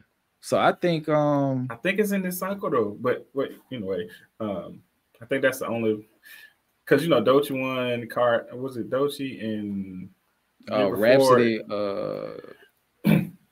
I'm talking about Rap Album of the Year. It was Doechii last. Yeah, she won last year. And the year before it was a woman, I think. But I digress. But we were just talking about that type of stuff. Just kind of, looking down the future and just being encouraged and motivating, man. So I know you ready. Seeing like, oh yeah. I just need to see the ball go in the basket one time. That's all. It. That's how it is with a shooter. You just need to see it. It don't matter how it go in. It could go off the backboard. It can hit the rim 92 times. It just needs to go through the net. Yeah. And I think this has the possibility to be because like I said, I've been following Luke's career for a long time because when I was working at the county, I processed his the formation of his LLC. Like, so I've known Luke like loosely for a long time. And he was like, yeah, man. I just got through working with David Banner on the God Box, this and that. And so to see him go from that to this, and then to see like the incremental parts, like I feel like you're approaching your like the Masego era that he had. Yeah. You know what I mean? Where it ended up getting nominated. I don't recall it winning, but it was like a great sign of things to come. Right. You know what I mean? And then I remember that and thinking like, man, how can I lock in with this dude? I promise you. I promise you. Yeah. Crazy. Like so like I say, it's wide open. Those 2 spots are wide open. It just depends on like how the Grammy, because the one thing I can say about the Grammys now, they're starting to bring in more music people to the hip hop side. So it's not strictly based on like if it was the Billboard Awards or some shit like that. It's more musical consideration. So I definitely think that the Jid album has a great chance of getting nominated for a Grammy. I think the biggest part about it, like I said, it's political, but it's based on the campaign that they go on post-release. Yeah. So I think it's post-release impact because the quality is there. Like the Chance quality is there. Post album campaign is important, and if any albums drop to close out the year, because Cardi's gonna miss the cutoff. Because like you said, the cutoff tomorrow. So Cardi's gonna miss the cutoff. So y'all don't ain't gotta worry about her jumping in there. But man, it's a great opportunity. And like you said, like Grammy anything, but in front of your name is huge. It's crazy. You know what I'm saying? Like that push you, and it was like, oh, you're Grammy nominated producer. Yes, ma'am. Can you show me to Studio A, please? Yesterday's price is not today's price. Right. All of that, bro. And just the opportunities and rooms it gets you in. You know what I mean? So like people have to look at you a little bit different. Yeah. Right. It's a difference between having a high school diploma and an MBA going into a job job interview. You know what I'm saying? Yeah, like it's a real, you know, it is what it is. Like they require experience on your resume, right? Right. Oh, all right. I thought right. so. Right. Yeah. Yeah. Yeah. Not only do I have experience, I have certifications. Right. Right. That's the part that hit for real. Yeah. Right. That's a certification. Hey. Yeah. Yeah. So I'm with that. So let's get into some of the more blasphemous sections of this whole thing. I want you to tell me, number one, your favorite producer, and then we're gonna go into some this or that with some other producers, because I'll just take that producer off the list. Whoever your favorite is. Hip hop / R&B. My favorite producer is Kanye, man. Okay. Yeah. Favorite producer is Kanye. Yeah. Okay, fuck it. I'm finna make it hard for you. My favorite producer is Kanye. Quincy Jones, Kanye West. That's my answer. That laugh was my answer. Yeah.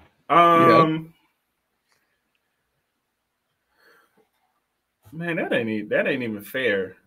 It's not. It's really not. I'm gonna still say Kanye though. I like 10 toes down. I like that. I wanted to do the reference with a challenge. Right, and I ain't no Kanye stan per se. We just put that out there. It's just certain timestamps, man, of his music in my life. Just like, bro, this is just I know you gotta say that. Like I knew what you meant by that, but I know you gotta say I got you. I got you. Yeah. Let me see. What's another one? Because I asked them last time. That one was for real Kanye, but we already did a Kanye one. So let me see another producer who's like elite. No ID or Ninth Wonder. Ooh, that's tough. That's a great one. That's a good one. Don't forget about Little Brother. Favorite rap group. Let me tell you this story real quick. Oh shit. I was one of the first people using FL, right? I told you I was using version. Here come the disclaimers. And I used to get a lot of flack for using it. This was back when everybody was using keyboards like Chord Tritons, and it was all about hardware, MPCs and all, and I was using FL, right? When I found out Ninth Wonder was using FL Studio, when I found out he was using it, it kind of like allow me to shut out all that. Like, oh, Ninth using it. That being said, I'm gonna pick No ID. I'll pick it No ID too, dog. Yeah, let me see. Ooh, this one a lot of people wouldn't think about. Don't take my Just Blaze or Justice League. Ooh. Oh. I'm gonna go Justice League, dog. I ain't gonna hold you. I'm not. I think I'm gonna go Just Blaze. I'm gonna go Just Blaze. Okay. I'm gonna go Just Blaze. He got some anthemic. Well, Just League do too. I can't say that, but I'm gonna go Just Blaze up, man. Okay. All of these are great. I'm gonna go Just Blaze up. Let me see. I'm gonna do one. So I'm gonna do one more. This time I'll do rap. I'll do rapper producer. I'm thinking. Let my wheels turn real quick. Take your time. Because Kanye's already gone. Damn,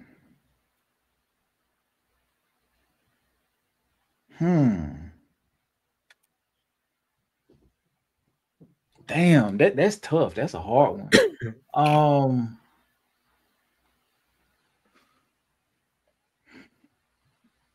Big Crit or J. Cole. No, hell no. Fuck no. Dang. Fuck no.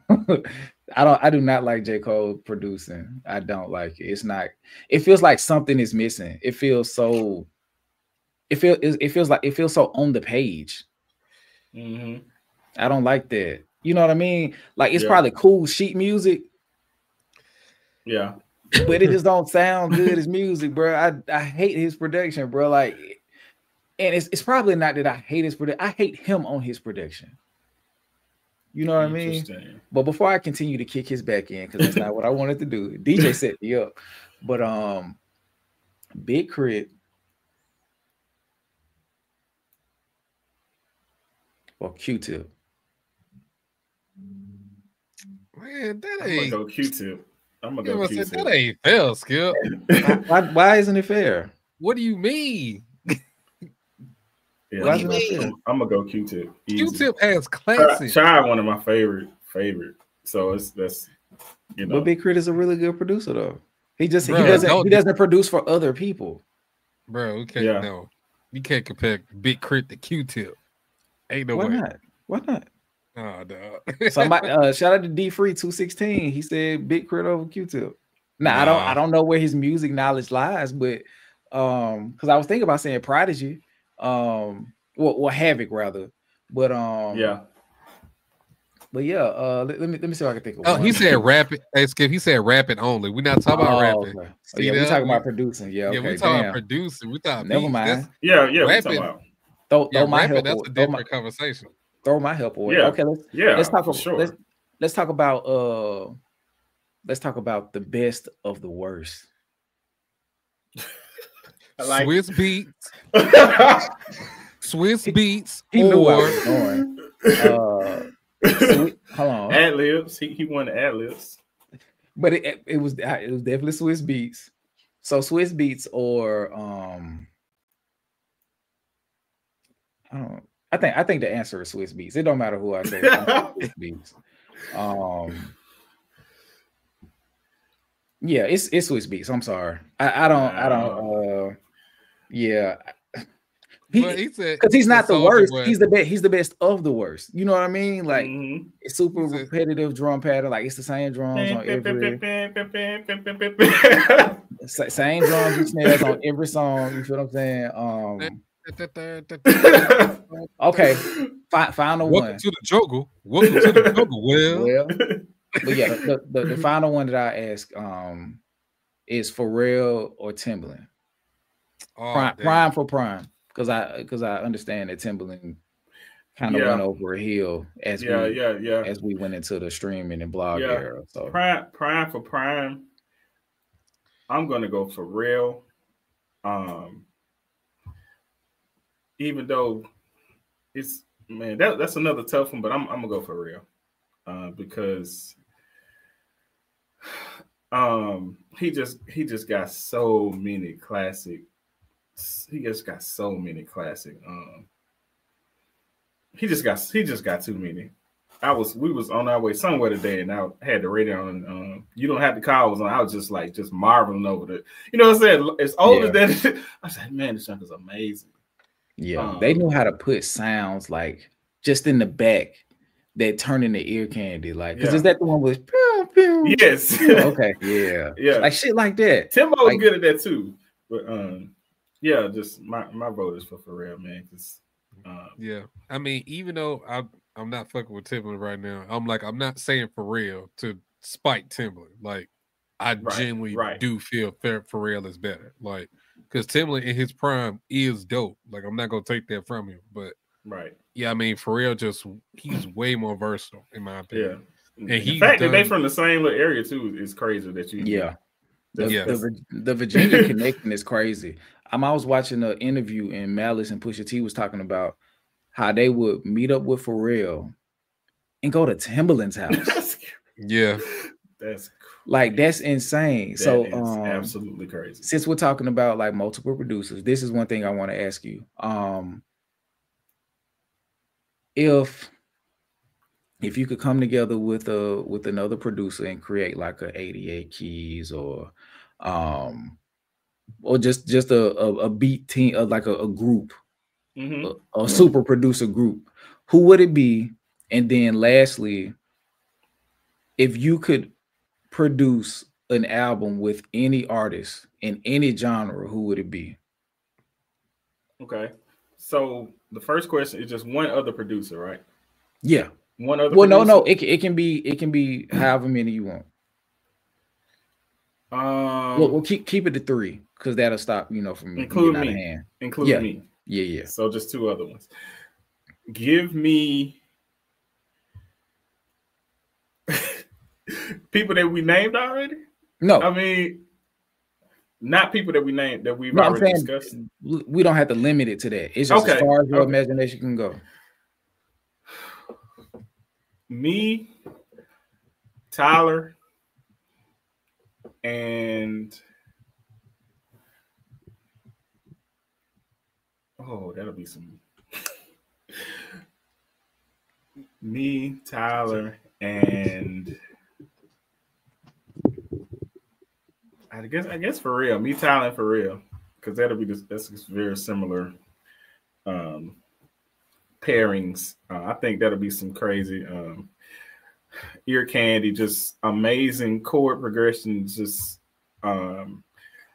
very music that just transports you easily. Me, Tyler, and for real.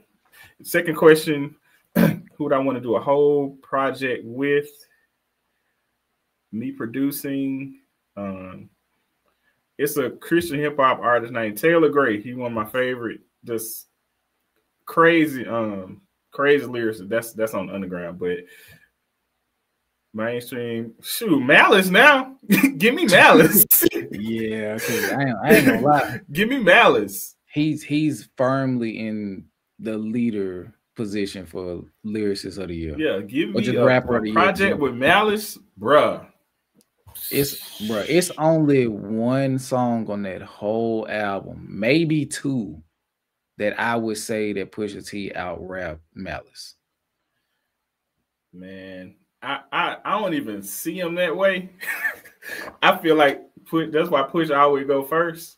It's almost like he set the runway for his brother intentionally. Yeah, like you know what I'm saying? Like take off, yeah. It's so I don't even see. I know people pin them against each other. I mean, because that's what we do in hip hop. But of course, when I listen, I don't even see him in that way. Like, okay, take for instance, FICO, right? Yeah, that's probably my record of the year, bro.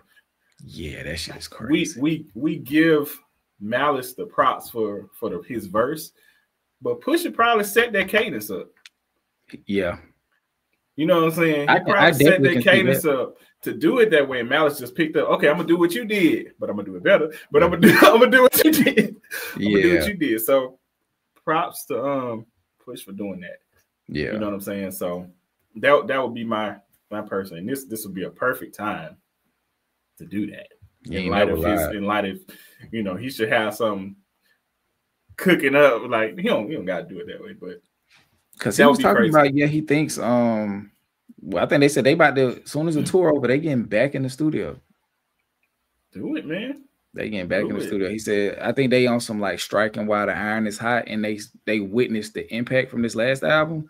And then with it being as good as it is, yeah, I definitely think they can spin the block next year with something, or top of 2027 with something insane again.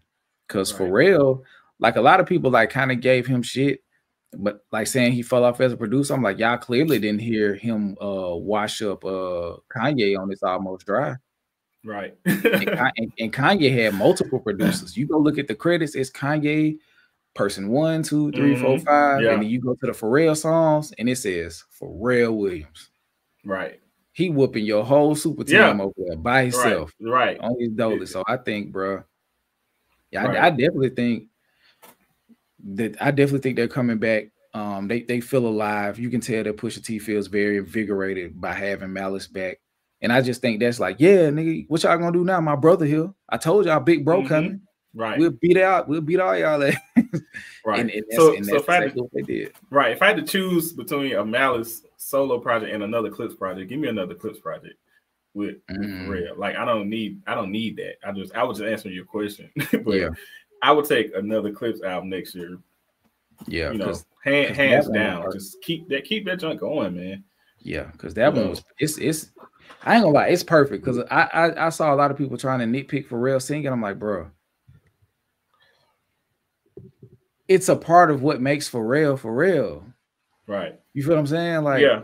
Oh, they talking about on this album with the So Far Ahead and talking about that.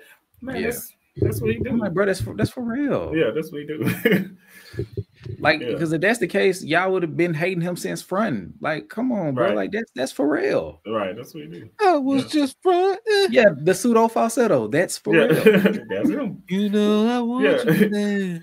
You gonna tell that brother? Like, whatever that is, because it's almost it's I think it's the beauty in him not taking himself super serious. You can tell he's not trying to be a singer. He's just using his voice as an instrument to meet whatever sweet spot that he hears between the beat and creating the vibe for the lyricist to follow. So I don't have a lot of producers, and especially when they in the engineering room with an artist recording, most producers can carry a tune because they help produce the record. You know what I'm saying? They say, sing it this way, say, you know what I'm saying? But Pharrell just took it to another. I'm just gonna do it. I'll just do it. Fuck it. I got it. Move. Yeah, exactly. Move. So you got any questions for Akil on the way out, bro? DJ? No, I mean, he pretty much answered everything. I was gonna answer him already. So I just appreciate you coming on, man. I'm just so happy for you, dog.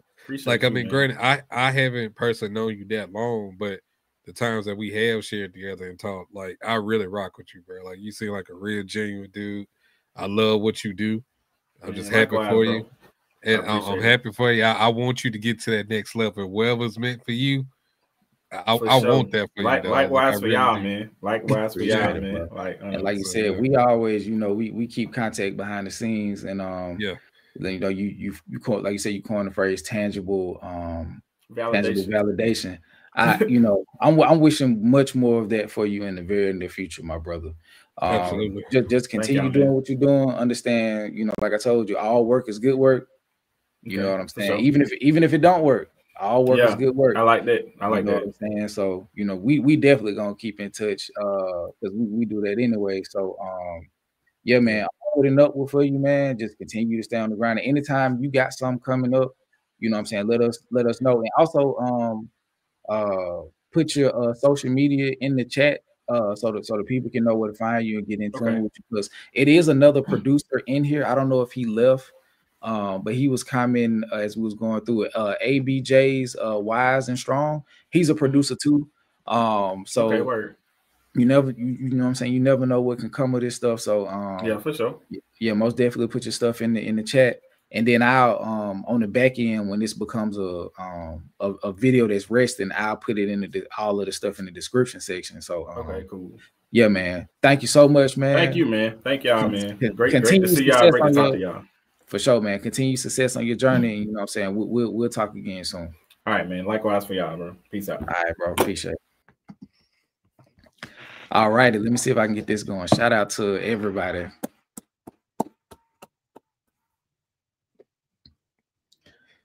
Go ahead. You feel like you finna say something?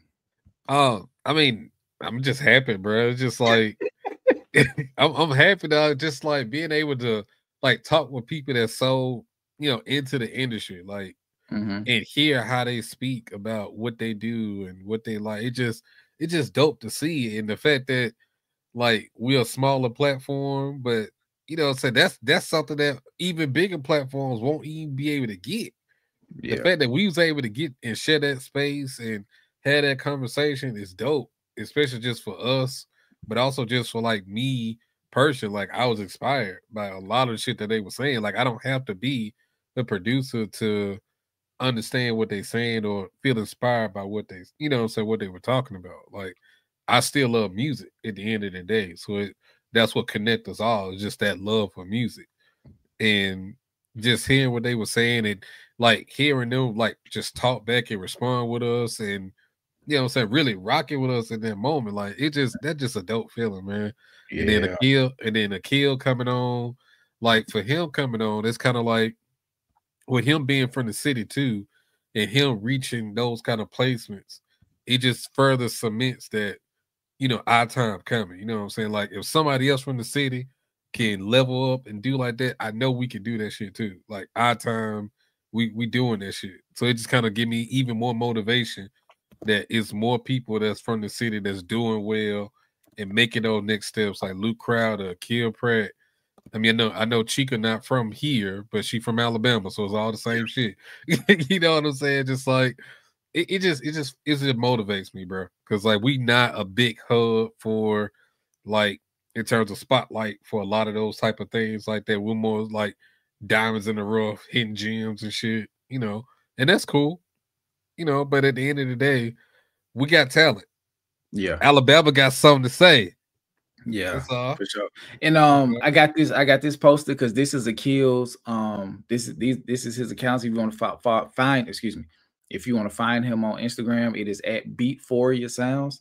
So if you want to go check out some of his sample packs or tap in with him as a producer and see some of the stuff that he's done before the placement on the Jed project, you can go find him at Beat4Ya Sounds, or and that'll give you the link to his personal page that has more of his non-sample based production activity. So yeah, man, shout out to Akil, shout out to Noah, shout out to Trey, shout out to Eli, shout out to Gib, shout out to everybody who came on, you know, and share some light with us, you know, behind the scenes and just how they got to where they are. Also, yeah, shout out to Childish Major. That was an unexpected, that was definitely an unexpected plus for doing that. Like, he just stepped in and was like, hey, fuck y'all doing? Yeah. I got some light this year. You know what I'm saying? So that was dope because you, like you said, you never know how this stuff gonna happen. And so it was just dope that all of that stuff, you know, was able to come together off of a reaction. So I think it just speaks to, like you were saying, like, you know, you also have to ask the question, like, who are we small to? That's true. Yeah. I'm living in, I can't do that. You're right. You're right. You know I can't think like that. You gotta think bigger. Yeah, you're right. You're right. You're right. Big, man. No, Skip. You right when you right, bro. You right. Yeah, it's like, you know what I'm saying, who are we small to? And then if everybody's on the come up together, you know, that's when, truth be told, that's when like hip hop was at its most powerful as far as like discovery and pushing artists and stuff, like, because everybody was on the way up. Yeah, you know what I mean? So you got like a Nas who came out, dropped Illmatic, shook the world, come back, it was written, and all this other stuff. But then you have journalists and stuff who are getting into the game around the same time. So you have the ability to grow with these people. Yeah. You know what I mean? So it might be a situation where we look back 10 years from now and some of the conversations and bills that we'll have going forward, it's just like, damn, like, yeah, bro, like we was watching y'all come up from afar. Yeah. And that seed was planted in a conversation we had 7, 8, 9, 10 years ago. You know what I mean? Like, you look back and it's like, okay, where were we then? Oh, bro, we had 30,000. We just hit 30,000. I remember that. Doing whatever we doing in the future, you know, and like being a part of like shedding light or giving more context to the beauty of what takes place in this music space, bro. So, you know, yeah, bro. Little to who? Yeah, you're right. You're right.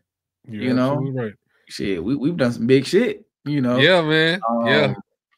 You know, of course, we're a growing platform and it's always room to grow, but you know, it's always room. Okay, shout out to Hustle P. Hey, this is the merch guy. Yeah, I didn't want to say, I didn't know if you want me to say or not, but yeah, y'all. Yeah, matter of fact, I'm gonna put his shit in the chat. Y'all go check out his stuff. Yeah, this is the merch guy. Shout out to Hustle P. Yeah. We like that went a little bit longer than we thought it would. So we're gonna start getting to some of the stuff that we wanted to discuss. We're gonna definitely kick Drake back in. So to the people who like left out, because it's like yeah, we don't know these people or whatever, y'all gonna miss some of this classic Drake back kicking in. So if you haven't, please hit the like button. Okay, hold on. Shout out to D Free. He said, keep grinding. I started my channel, Big Hip Hop Heaven, because of you guys. Thank you, bro. That's, you know what I'm saying? That's dope to be able to inspire you, bro. So put your stuff in the comment section. Once the video gets big, and we'll go check out your channel too, bro. That's dope. Yeah. Like Hustle. Yeah, drop your stuff in here too, Hustle. Yeah, drop your stuff in here too, bro. The description section is gonna be crazy for this video when it comes. Yeah, I mean, we gonna put it in the description, like Skip said. But yeah, go ahead, drop it now if you're still in here. Yeah. Let me go back and go through some of the ones that I missed. As far as super chat, shout out to Retha. She said this was such a great interview, guys. Great job. This was awesome. Hip Hop Lives. So thank you so much. Shout out to Bama Beauty Supply. A great interview, guys. You did that. Prayers for Roll Tide. Man, did Bama lose that? Bro, they got their ass smacked. Damn. They got beat the fuck up by a sorry ass Florida State team. Damn, trash as fuck. Shout out to Spiritual John with the big dog, $20 super chat. Thank you so much. I wish I could. I gotta find out what's wrong with that. I gotta get that situated. Shout out to Spiritual John doubling back with the $5 super chat, and shout out to Alicia Humpage with the $5 super chat with the prayer hands. Thank you so much. Thank you so much. You know what I'm saying? The goal did expire, but I started a new goal. I think it's like I don't know if I put 90 minutes on it maybe. So yeah, man, support the stream and all that good shit. Like, comment, share, subscribe, all of that. You know what I'm saying? If you want to help us meet the goal, do that as well. But yeah, where do we want to jump into the Joy first and then just go further, like then get to the Drake and stuff like that? You want to do the Joy first? Yeah, let's do the Joy. That's what we were kind of getting to. Yeah. Cause that's still more so music based. We can get to the buffoonery last. Okay, here we go. Joy. Okay. This right here was upsetting for me. I'm not talking about the album yet. We're gonna get to it. But this is a part of, like, once you get caught up in the whirlwind, you become a pawn to a certain extent. And this is how easily one can be misled. And this is from somebody that I just ended up catching. Somebody just sent this to me. But it was like, we were supporting the ass whooping he gave the West Coast. That don't mean we have to now listen to his music.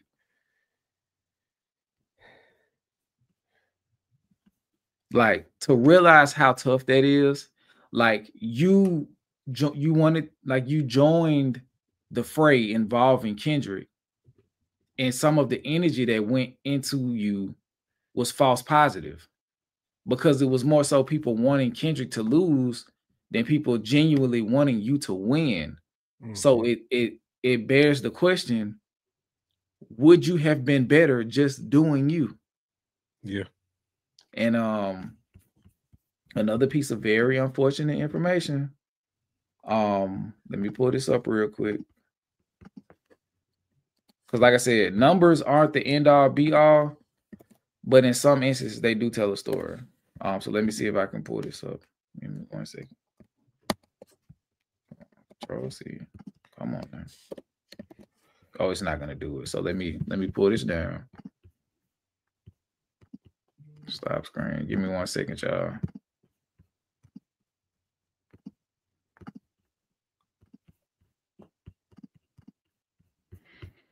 And this is from Hip Hop All Day. Joey Badass's Lonely at the Top earned 2.01 million streams in its opening day on Spotify. The top played track was Dark Aura. That's because the first song. But the thing about that is, and what makes it unfortunate, why is the first song?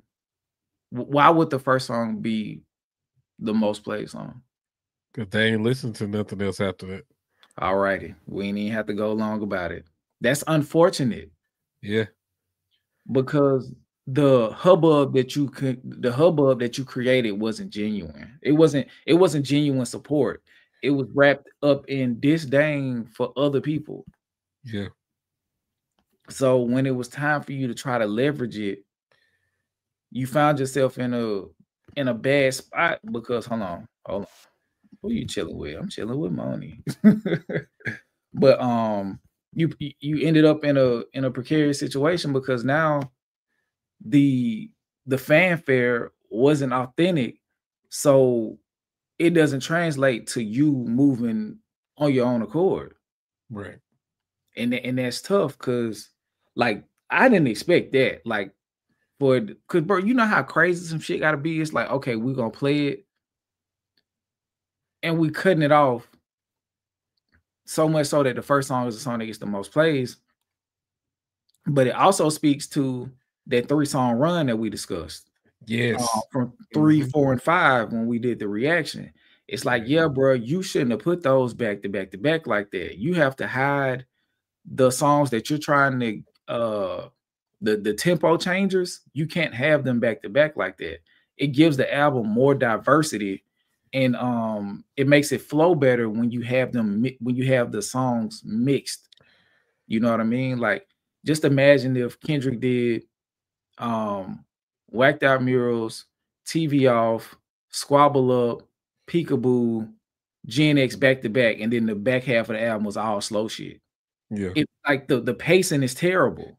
It don't like you don't get to get the full experience of what the actual album was because of the sequencing. And it's like when we finished the album, it was like, or the mixtape, it's like this shit not bad.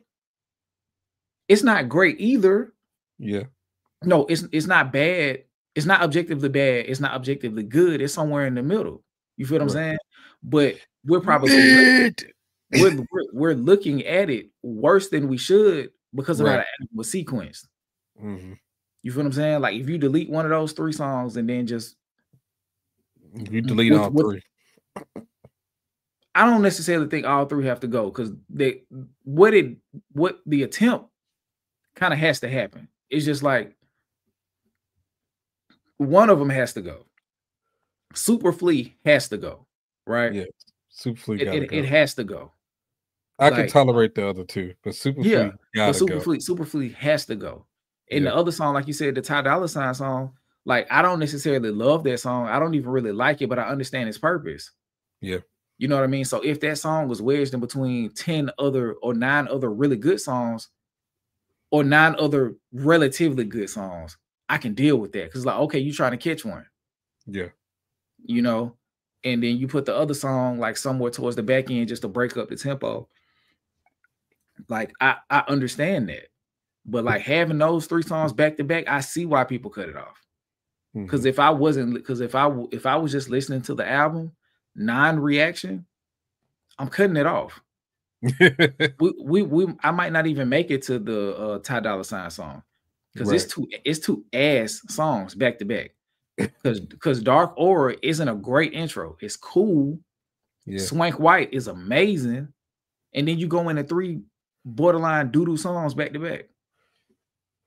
And then if you're not giving Joey grace to even get to BK's Finest and Underwater and how strong he finished the project, you just not even gonna know those songs exist. Yeah. And that's where the bulk of the good shit at. It's all at the end. It's not a bad song from 6 to 12. I mean from 6 to 11. Is it 11 or 12? It's 11. It's 11. Yeah, so from 6 to 11, it's all good tracks. And it's a couple like that's like have potential to be great. You know, he just may not be the artist to make those songs great, but it's some really good songs on the back end of that project. But it's just like, yeah, like what the fuck will you do? My bad. No, he can't hear you. Okay. I was like, what the fuck are you doing, Joseph Naughty Bottoms? You like, and then for him to come out and then like try to like soften the blow before the album drop, that also like makes people not want to fuck with it as much. But like I said, I don't have a rating for it. Like I could do like a letter grade, maybe. It's a C album, maybe C plus or C plus tape. And then for you to drop this after, you know what I'm saying, you went through quote unquote war with Rayvon and his project way better than yours. Way better. That's tough. Like that makes Rayvon look better like after the fact. Yeah, and then on top of that, it got delayed. It didn't come out when you originally said it was gonna come out. So that's another knock against you losing the overall war. Even if you won the battle, you lost the war, bro. Like your shit got pushed back, it got delayed. If you putting them album for album together, Rayvon is, I'm not gonna say smoking yours, but it is a lot better than yours. It's smoking it. You think so? It's smoking it, yeah. Hell yeah. He was speeding through the rain and still. Yeah. Okay. I mean, I ain't mad at that, but because it might not even. It's a C plus, but Rayvon's album is a B plus. Yeah, it's definitely better. Like by far, it's a B plus. Like it's a full letter grade above it. And then when you start to account for production, A minus is crazy. That project is not an A minus. It's definitely a strong B, light B plus, and Joey is a strong C, light C plus. Yeah. You feel what I'm saying? Because it's like I'm good with that. Because some of the songs, even though they're good, Joey doesn't sound comfortable on some of them songs. Yeah. Like Rayvon is much better at conveying emotion. As a matter of fact, Dollar Menu is smoking Lonely at the Top. Lonely at the Top may be a C, and I still hold Dollar Menu at B plus. I'm fine with that. I'm good because I do agree. Dollar Menu is way better, better, especially relative to where they are. Like as far as like that middling tier. Yeah, you feel what I'm saying? Like if I'm comparing it to like the field, like the Joey shit is like a C minus, and the Rayvon shit is like a B. But as far as like the mid tier, like for a mid tier contribution, B plus, C plus, B plus, C plus. Yeah. And the C plus isn't strong. I'm not even firm on the C plus, but I'm firm on the B plus for Rayvon. Shout out to M. Marquise with the $10 super chat. He said the Clips have the best hip hop album of 2025, but High Key D Smoke has the silver medal locked up, and everyone expecting Joey's album to be what Smoke delivered. Okay, so we is D Smoke on the list? Yeah, I was talking to Ology. It worked because I was talking to him because I was listening to Nick Grant. Yeah, and he was like, bro, nah. I mean, I'm gonna listen to it. But he's like, no, you need to listen to this. He doing that Spanish shit. He doing that Spanish shit again, man. I don't know. That shit was. Yeah, go ahead. My bad. But yeah, I mean, I'll just say D Smoke was fire. So I put it on the list. So it's on the road to 100 list. Okay. But yeah, I want to check it out. I do. Cause I'm gonna be honest. Shout out to D Free with the $2 super chat. Do y'all have merch? My dear friend, the short answer is coming very soon. Yes, coming very soon. Yeah, I told him. we bought the designs, well, two of the designs, and we'll be announcing pre-orders shortly. He says there's a tiny bit of Spanish because on the project that he made right after Rhythm and Flow, it was like, this dope. Why the fuck? Like, it was a lot of Spanish on that album. Because it's just like you're diving into it. Niggas don't know what it mean. Like, I get it. Like you said, like LA and just California in general is a huge melting pot, particularly with the Black and brown communities. So I would respect you like leaning into your heritage or the shared heritage of the place that you're from. But it was just like, bro, like you got whole Spanish verses and I don't know what you're saying, bro. Like, yeah, that shit throwing me off. Like, yeah, you feel what I'm saying? Like you go from rapping regular mid verse, and then you jump into the Spanish bag for 10 bars, and then you come back with 6 more bars with English. It's just like, bro, this shit is off-putting. So I never went back to it. It was like, okay, this shit cool. But for me, for my English speaking first language ass, I need him to like step back on the Spanish just a little bit, or find a way to do it more outside of just showing niggas I can rap well in Spanish. He said, you'll absolutely enjoy it. It's what everyone thinks the Chance album is. Hey man, I ain't gonna lie. Hey, that's high praise. Yeah, it is. That's high, because I don't think the Chance album nothing. I know it is. It is. It is. It is. I ain't gonna lie. Like we was had the Chance album. I fuck with Chance album. Them almost fighting words. Now hold on. Okay, but on a lighter note with the Joey, what are your? Oh, go ahead. Okay, but now let's answer the Joey first, and I ask this question. What are your three favorite songs from the Joey project? Swank White, Speed Through the Rain, and Still. Like I know them off the top. For me personally, I think those are the 3 best songs on the album. Swank White, Speeding Through the Rain. I love that he followed the scheme through that whole song, and basically it's the whole song is a stacked metaphor unto itself. So yeah, Swank White, Speed in the Rain. And let me pull up the track list. Give me 1 second. It gets so lonely at the top.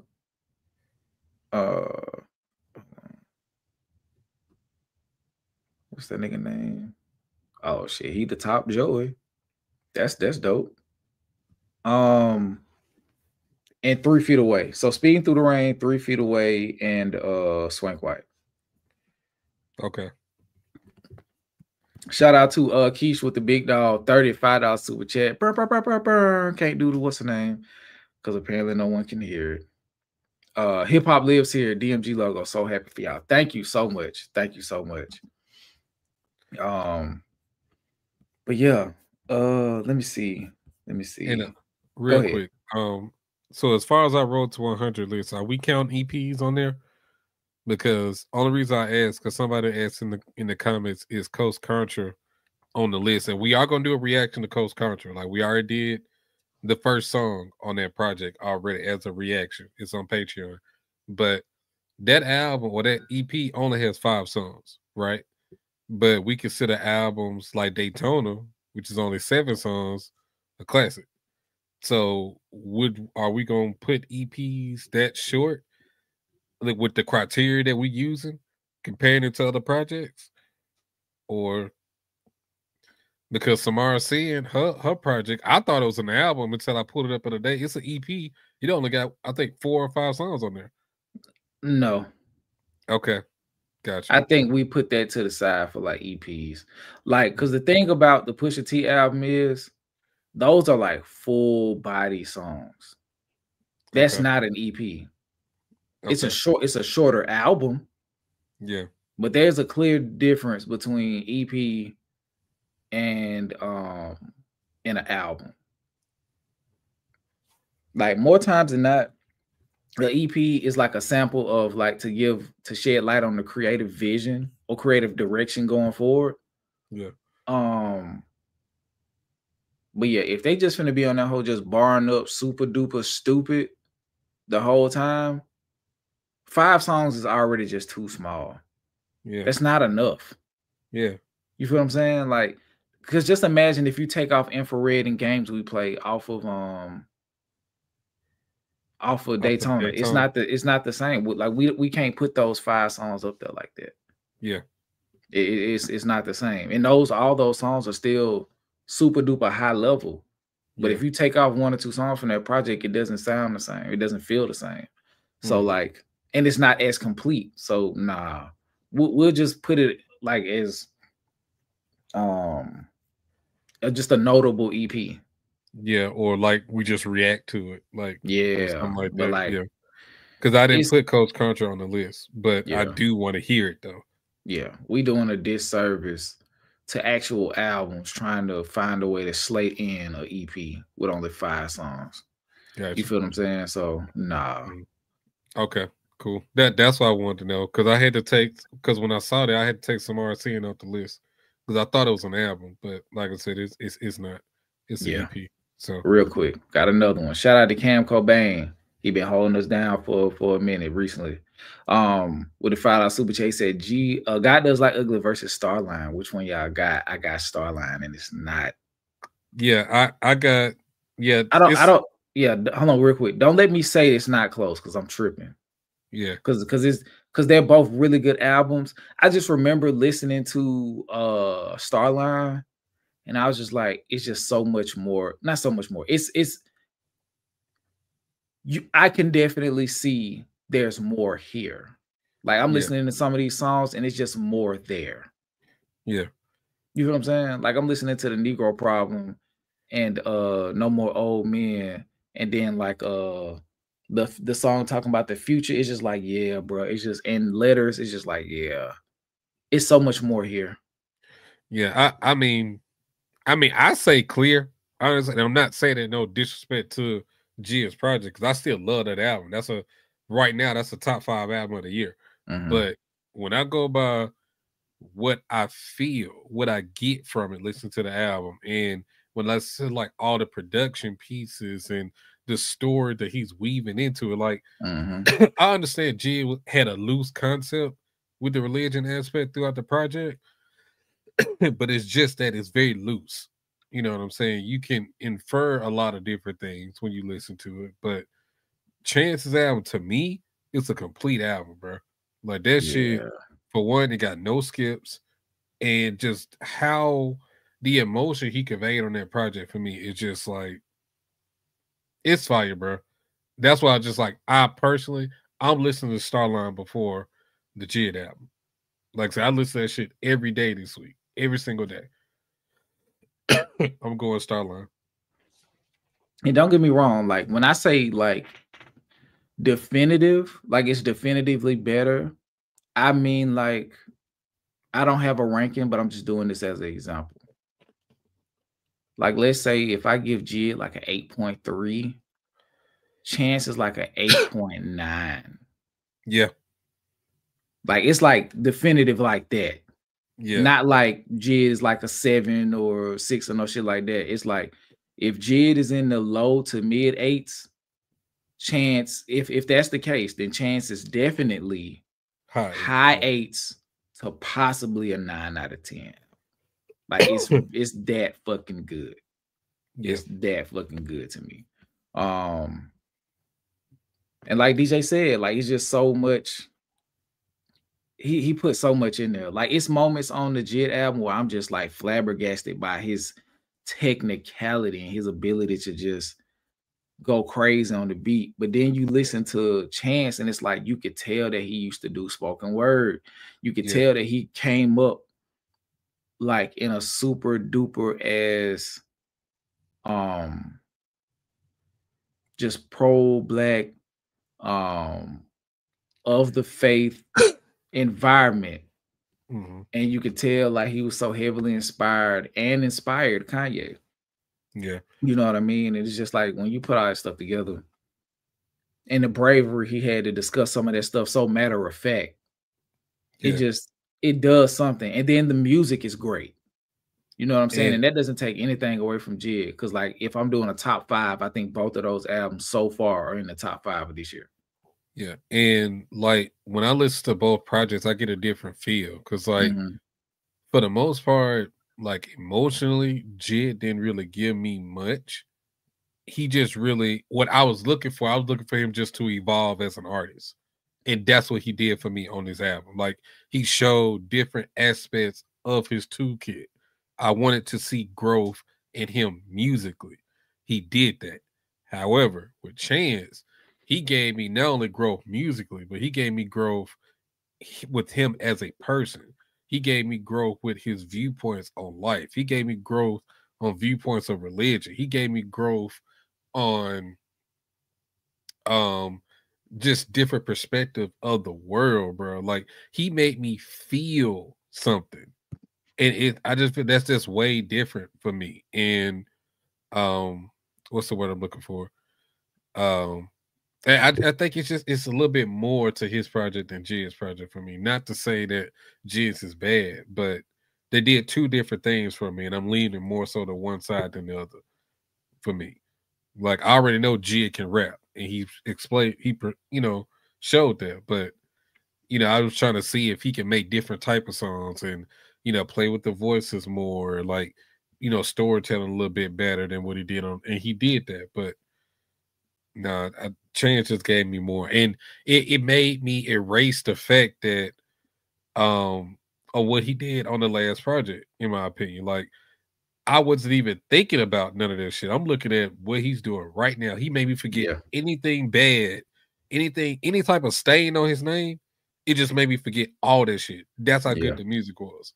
And I think the thing that separates them, that gives Chance that nod is artistic maturity. Yeah. I think that's what we're speaking to. Yeah. Like to make a song as developed as the Negro Problem. Like Jid has one, like Of Blue would be not the equivalent, but that would be the song that I would take from his album and put it down like, hey, if you're looking to make an album cut, this is one of my favorite album cuts of the year so far.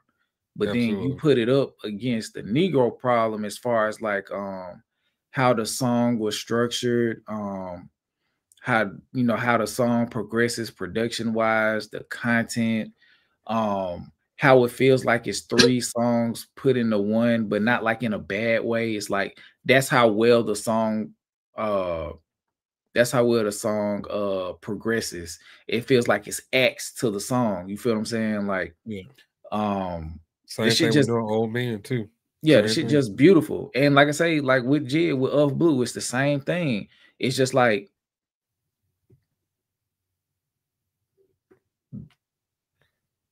bar for bar, as far as the written word, like I'm taking what Chance did, I'm taking the emotional resonance from what Chance did. And I think that's what was selling him, on top of his lyrical ability and execution on the project, which kind of like erases some of his perceived corniness, is his conviction, his heartfelt expression, and the soul and music that he was able to fuse into this project. And his capture of Black essence. Like, not to say Jid didn't do it, I just think Chance did it a little bit better, more consistently. And I feel like that's what took it to the next level. But shout out to Cam again. He said both albums had a religious theme, but Chance actually felt like he had to go to Bible study every night. Exactly. Yeah, that's the difference. Yes. Yeah, that's the difference. Because then he have the boat Noah line. It was like a scheme about a boat in Noah. I'm not sure. If I'm not mistaken, he's the one that had that line. But real quick, it was another comment in here. Shout out to Infamous Jedi. He said, "Is there a place where we can recommend albums for this year?" Join the Patreon chat. It's free to join the chat. I'm not selling like a tier of money, but just join the Patreon chat or put them in the comment section of the video once the video gets permanent on YouTube, and I'll be able to see it there. Just put like hashtag album suggestion. And that way we'll be able to see it, and we're not it doesn't get missed in the fall, because like depending on how many people watch it during or after the fact, it could be a lot of comments. Yeah. But then also too, I mean, I don't remember seeing your name before on Infamous Jedi, but I mean, whether you've been around or not, I mean, just stay tuned, stick around for the road to 100 for this year.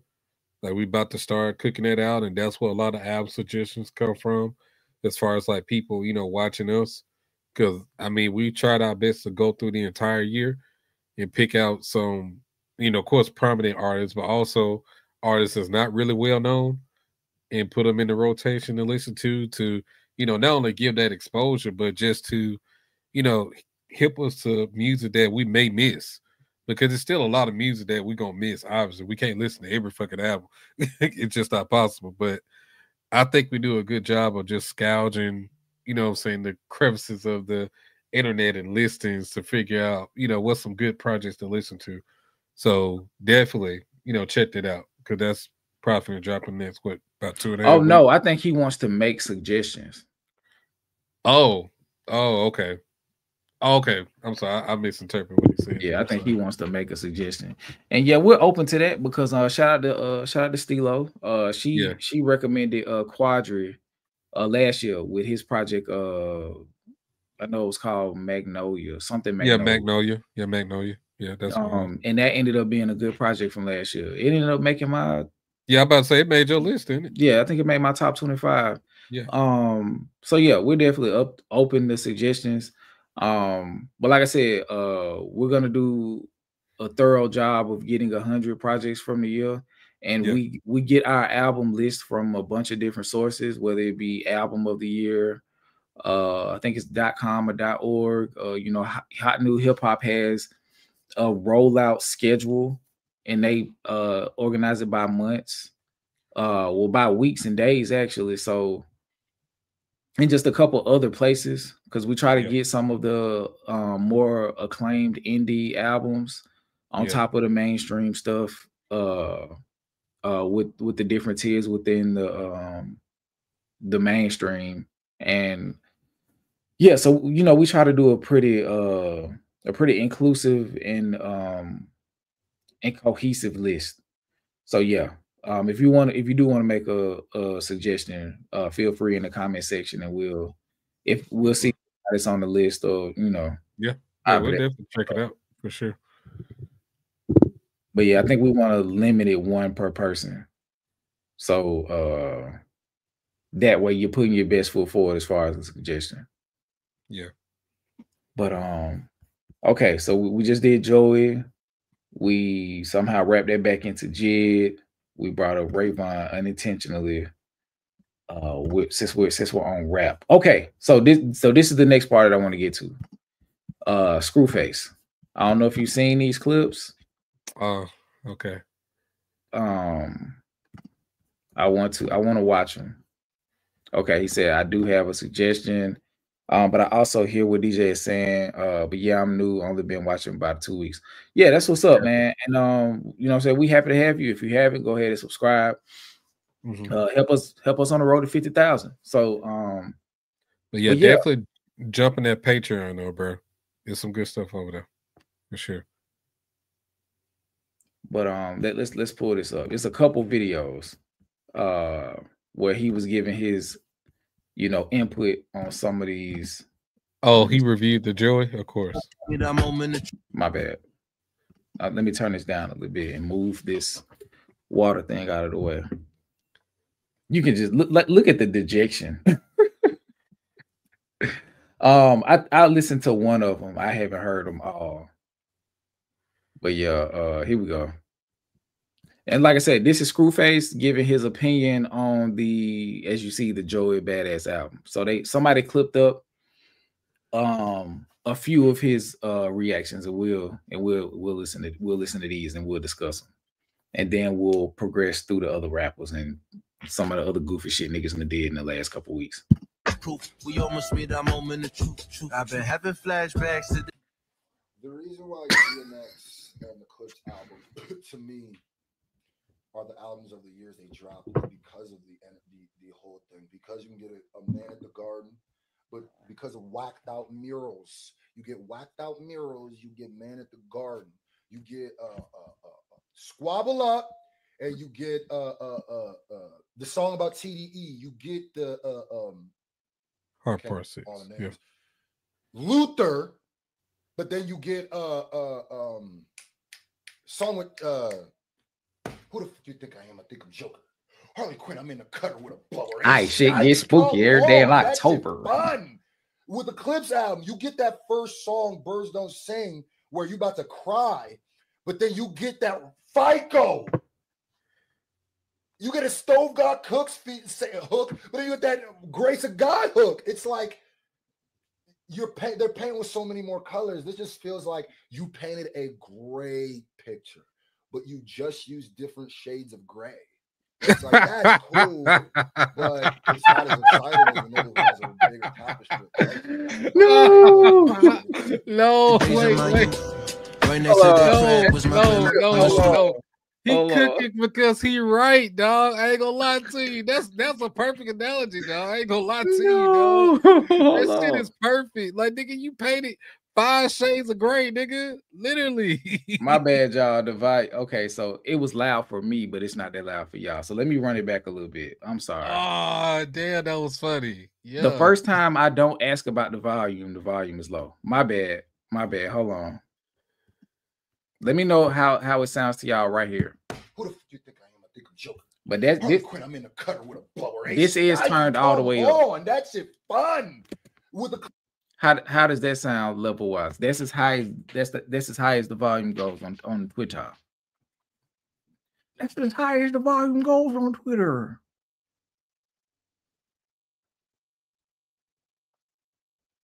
Damn, I think he used different shades of gray. It's crazy. Still low, but I can hear it clearly. Okay. Yeah, that's as high as it goes. I'm sorry, y'all. Yeah, I got it turned up all the way. Oh. Well. Why when I start talking about him, people start coming to the chat? That's crazy. So they got a radar, bro. Yeah. But yeah, welcome in. Make sure y'all hit the like button, share the stream, because we're getting into the part of the stream that we did the interviews first because we wanted to highlight we wanted to highlight the guys first before we got into the food shit, because we knew the food shit was gonna take up. And we wanted to respect their time too, man. As y'all saw, they busy as fuck. Yeah, they was like, hey, cuz we gotta go. Yeah, we gotta go. We busy and shit. But yeah, here we go. Yeah. Clips album, you get that first song, Birds Don't Sing, where you about to cry, but then you get that FICO. You get a Stove God Cook's feet hook, but then you get that Grace of God hook. It's like they're painting with so many more colors. This just feels like you painted a gray picture, but you just use different shades of gray. Where it's like, that's cool, but it's not as exciting as the nigga who has a bigger tapestry of colors. My brain don't even absorb it the same way. The days of my youth, right next to the trap was my grandmama's stoop. 193, Vernon Ave. Why he look like Malice? Why he look like Malice in all the interviews, bro? This is crazy as fuck, bro. Where we used to be, take them back to the roots. This is me on song 5 on the reaction. This is me right here. This is me. Like when y'all see the reaction, y'all gonna be like, damn. Yeah. Because I ain't gonna lie, in them 3 songs, it was part I was like, bro. But I knew we had to finish the reaction because if not, we wasting time. And luckily, it ended up getting better. But in that 3-song stretch, I was like, boy, you need your ass beat, Joseph. Let's go to the next one. Okay, hold on. You got anything you want to say before we play this one? Mm-mm. All right, let's go. Okay, so that was Joey Badass is Lonely at the...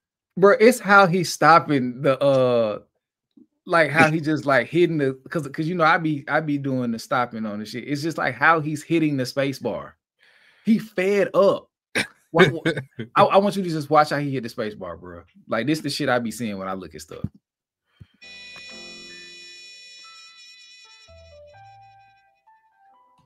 Okay, so that was okay, so great rapping, lyrical ability is great. Did his thing lyrically. Some of these songs were just that 3 feet away, Lord have mercy. That Ty Dolla song, Lord have mercy. But I will say, this album is weighs itself down immensely. Like, and it's kind of the only annoying part is I feel like the issues with this album are just removing some verses or removing some songs, bro. I'm thoroughly bored now. You look at my energy in the beginning of the song. I didn't come in on some hate and shit. I didn't come, but like I'm like a fan. Like I'm thoroughly bored. Like that last half of that album, I swear to God, did more damage for that album than it. Like it feels like after the Ty Dolla $ign song, it feels like I listened to the same album twice. I feel like half of this album is just a repeat of the other half of this album. Where, believe it or not, I think I came up with more negatives and positives just because. Okay, let me stop him right there. I will say I disagree with this part as far as it sounds like two halves of the same album. If anything, it sounds like two completely separate albums. And I think we said that in the reaction. It's like, bro, 1 through 5. Oh, 6 is the middling track. So I just say 1 through 6 sound completely different than 6 through 11. Like if he dropped 6 through 11 as a project, it definitely stands alone completely from 1 through 6. Yeah. So that part I disagree with, but pretty much every other thing he's saying is sad, unfortunate truth. It's like this album is the equivalent to a Cowboys season. And them niggas just traded Michael Parsons. Like, crazy. They traded Michael Parsons for a win this 4-for-4, bro. It's fucking crazy, dog. Hey, yo, Kwani, what's good, my boy? Damn. Yeah, that's the equivalent. Damn. Look at him. Look at his face. This is when you trying to. This is when you pull up to the late night fast food spot, and they like don't have lettuce and pickles. It's like, how the fuck don't you have the components to a sandwich? Bro, like this how I used to feel when I used to go to Al's late night and they ain't have no more potatoes. Like, what the it's fuck? Like, bro, I came for a loaded potato. Like, what you mean? Like, what? or you be like, hey man, well let me get the loaded potato with the chicken. I'm sorry, we're out of that type of chicken. So what kind of chicken do you have? We have like chicken wings. Okay, cool. Let me get some chicken wings. Let me get the mild lemon pepper. Oh, we only have jerk. Well, damn. Okay. Well, I want to try something new tonight. Then I'm drunk anyway. Let me get the jerk chicken. I'm sorry, we're all out. Nigga, I'm finna flip this bitch over. I'm finna buy the fuck out. Like, you could have just told me we ain't had no chicken. Yeah. Man. You could have told me you weren't gonna give me what I came for. You could have told me you false advertised. Damn, Joey, you could have told us that. You led me astray, but he tried to, but it was too late. He did, yeah. He was like, "Oh well, I want y'all to keep this in mind. This is a mixtape. It's not that, nah, dog. Not with the shit you was popping. Anything you drop, we judging it. I'm sorry, that's just how it goes. I thought it was lonely at the top. Shout out to Cam. He said it don't matter if they kept Michael or not. That is true. That is true. And that's kind of the point I'm getting to. Like, not calling Joey trash, but like he's him. Like, it doesn't year to year, it doesn't change. Mm-hmm. But it's the same shit. Yeah. But the Cowboys and Joey post battle represent the expectation of change. Every year you expect them to do something good. Yep. But they go 8-8 again. 8 bro, Skip, that's perfect. They really be going 8-8, bro. That shit be crazy. They be going 8-8 every year, bro. Oh wow, that's crazy. I don't like it. But let's finish. Like I said, look at Screwbag. Well. Screw. Why are you looking like that? All right, let me stop. Same album twice. Okay. I just watched him go to war and come out. The one, right? The thing that throws me off the most is when you see somebody. It's like it's like watching somebody in street ball, like somebody on the park, and they're crossing niggas, breaking ankles, dunking, goddamn alley ooping 360 and going up for 40, 60 points, going crazy for a whole summer. You watch this nigga busting nigga ass. Then all of a sudden, it's like they get to the league and now they putting up 20, 15, maybe all layups. It's just like, God damn, nigga, what happened to the nigga that was? Yeah, he's upset. Too fast. If we ain't on the same vibration, then I'm shaking your ass. Now every time I spin the black niggas. I'm saying, bro, do you see how he hit this baseball, bro? You gotta see how, bro. Like if you ever get to the point where you're doing solo reactions, you'll see what I mean by how he's hitting the space bar. It's like you're having to get through it. Mm-hmm. And you have to give commentary. You have to try to find something to even comment on.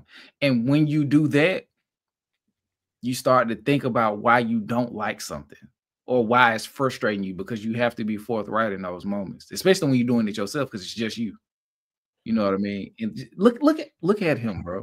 Too fast. If we ain't on the same vibration, then I'm shaking your ass. Now every time I spin the black niggas.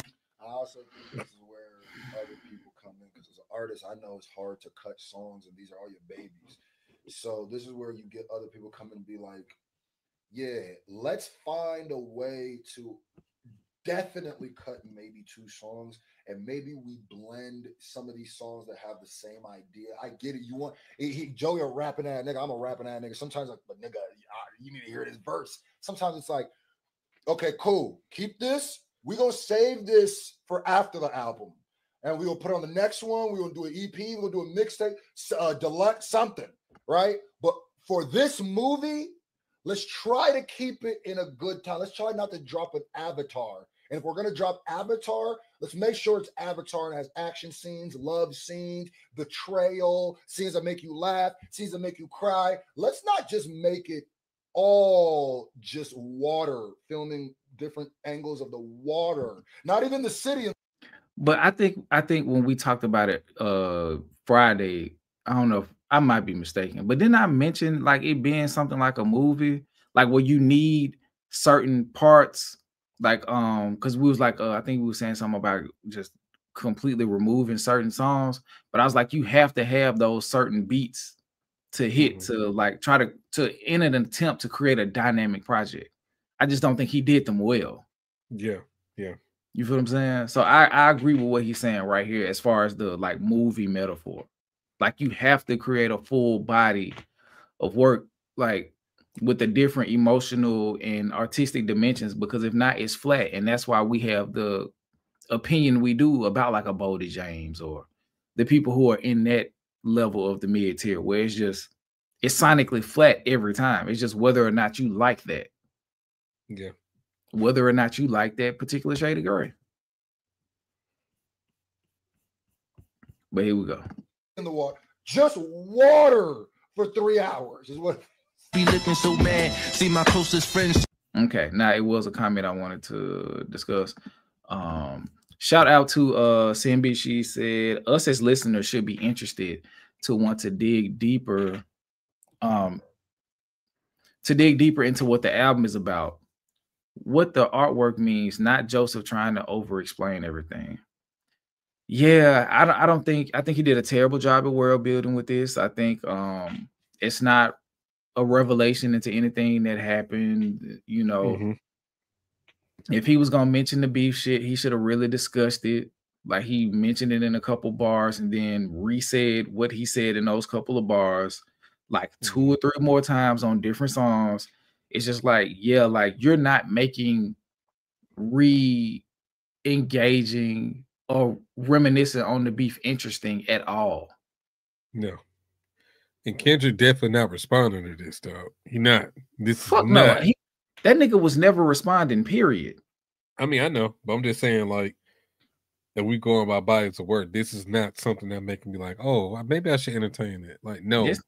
This ain't better than Kendrick worst shit. And that's not even like on no stand, because first of all, I'm not a fucking stand, but just artistically speaking, like even if we just put this up against if we just considering the mixtapes from TDE, rapper wise, it's Reason projects better than this.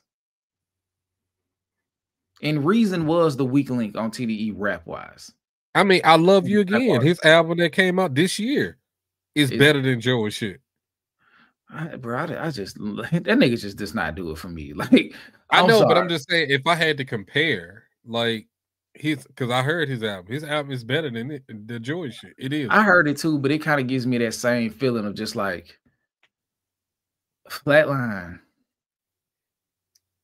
I know you don't like his voice at all. I do know I just don't. I don't even think he's that good of an artist. Like, it's just there. Like, it exists. And that's the thing. Like, he makes music that exists. Like, I don't feel a way before it. I don't feel a way during listening to it. And I don't feel a way after. It's just like, that's 40 minutes of my life that I gave to you. I don't know if you I don't know if you deserve it or not. I don't know if you deserve to be criticized for it. It's just like, all his albums just feel like filler episodes of like a good ass show. It's like in TDE's the good ass show, and he's a filler episode. It's like it gives you context, but it's not good. You feel what I'm saying? Like he has not put out one objectively good project. Not an objective. When I say objective, I mean like that multiple people are willing to argue it with sound arguments that is good. That's what I mean by objective in a innately subjective space. But like, I don't think if we sit down with 10 people who fuck with hip hop on a respectable level, are gonna be like, yeah, Reason be on that shit. Damn. And that's what Joey just did. It exists. Yeah, exactly. 72 pass. I'm just here so I don't get fined. That's what Reason sounds like, and that's what this Joey shit sounds like. It's just like, yeah, bro, I'm tapping in. And then it's like, nigga, when he said he was back, it don't sound like he felt it. Yeah. He always, I'm back. I don't give a fuck where you was, where you at. Ain't you said it was this? And then you said that what you think about? Yeah, shout out to Jesus Garcia. He said that in the chat earlier. That shit was hilarious to me, dog. Damn, bro. And then, like, look at this. Shout out to Nia. She said Dave Free called Reason a substitute teacher. Because if I'm not mistaken, he had a job before he started rapping. Before like it took off, he had like a job. Yeah. But yeah, man. Yeah, I think once Rayvon started to emerge, I think that further like cemented the fact that Reason was expendable too. Yeah. Shout out to KG with the $2 super chat. Popping in real quick to show love. Joey let me down. He let me down too. Yeah. He let me down too. Cause like I didn't have like super duper high expectations for his project, but it was like maybe it can be on par with like 2000. And 2000 was like some mid, like some mid with a bow tie. But it's like, you know, maybe leading going into the project that to the real project, it just gives you hope. It's like, oh, okay, Joey finna drop some shit. Like, we may not be there with this, but maybe he's gonna drop some shit. This don't give me like, as far as like his ability to make an album, gonna allow him.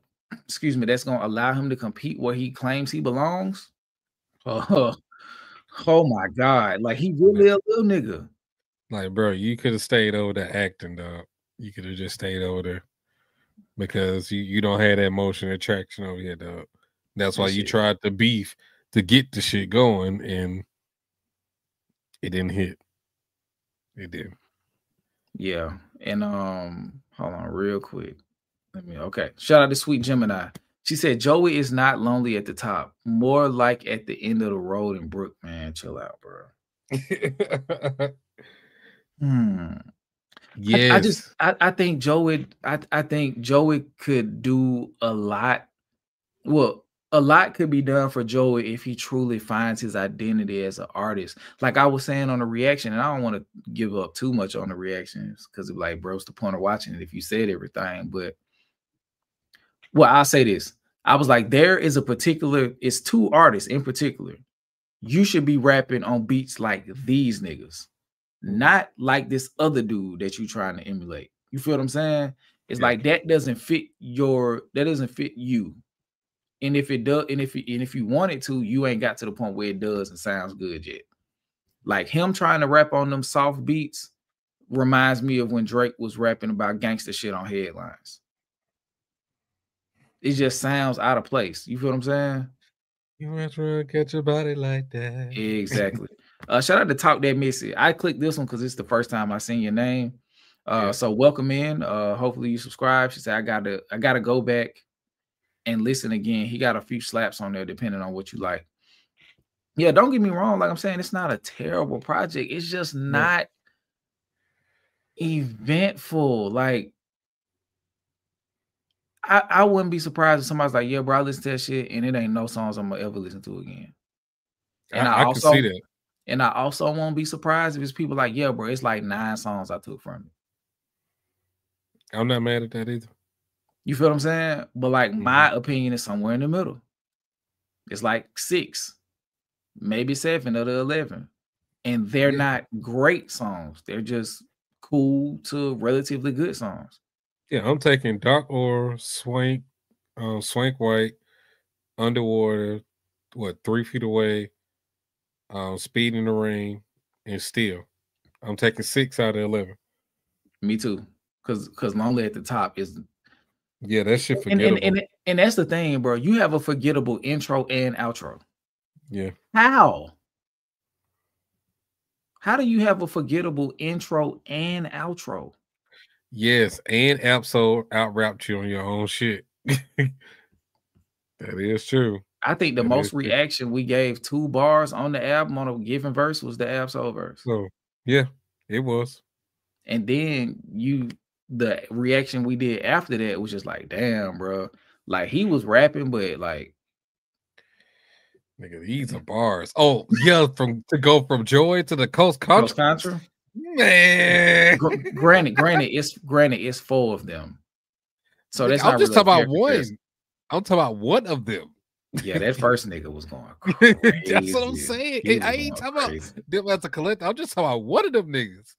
Probably out-rap Joy whole album on that one song. And we still got 4 more songs to go. But I will say they're not, from what I've heard, I haven't heard a lot of like artistic, high-level artistry from them. But as far as rapping, them niggas can rap. They'll kill a cypher or freestyle. Shout out to Cam again. He said, when it was time to capitalize on the moment after the beef, Joey choked like LeBron in the 2011 finals. Was that the finals he was talking about? The 2011 finals? No, I'm saying like, I mean, of course he wasn't, but that's like ironic. It's like you drop a song in the beef called the finals, and then when you in your finals moment for real, you under deliver. Let's see, 2011, was that the Dallas championship? Yeah. When he was letting up and having like 10 points a game and shit and not scoring in the 4th quarter. And just for New York this year to go nut up in the fucking playoffs, bro. Letting the Pacers, first of all, go back. Yeah, the Pacers was down 20 or 25 points. And in 2 minutes left in the 4th quarter, you let the niggas come back, buzzer beater, and then smoke y'all in the overtime. Like, come on, dog. The power of belief. Shout out to Keish. She said, I'm still shaking my head at the tweet you read, Skip. Not that I'm shocked, but for folks to admit the only reason they supported Joey because he was going against the West. Yeah, hating shit. Just hating shit, dog. What I learned is people don't like the West Coast, and I'm fine with it. Fine with that. You feel me? Like, it was going to eventually come out because, like I said, a lot of people had ulterior motives, so it's just time to see what the motives were. And we discussed that with some content creators as well. We won't dig up old bones, but for sure, yeah. Shout out to Rita. She said somebody once said, "Stop acting, get traction." Yeah, it's making this Joey album is making Rayvon songs hit harder. Yeah. So yeah, don't be surprised if Rayvon go viral again for rapping whole era at one of his shows. Hold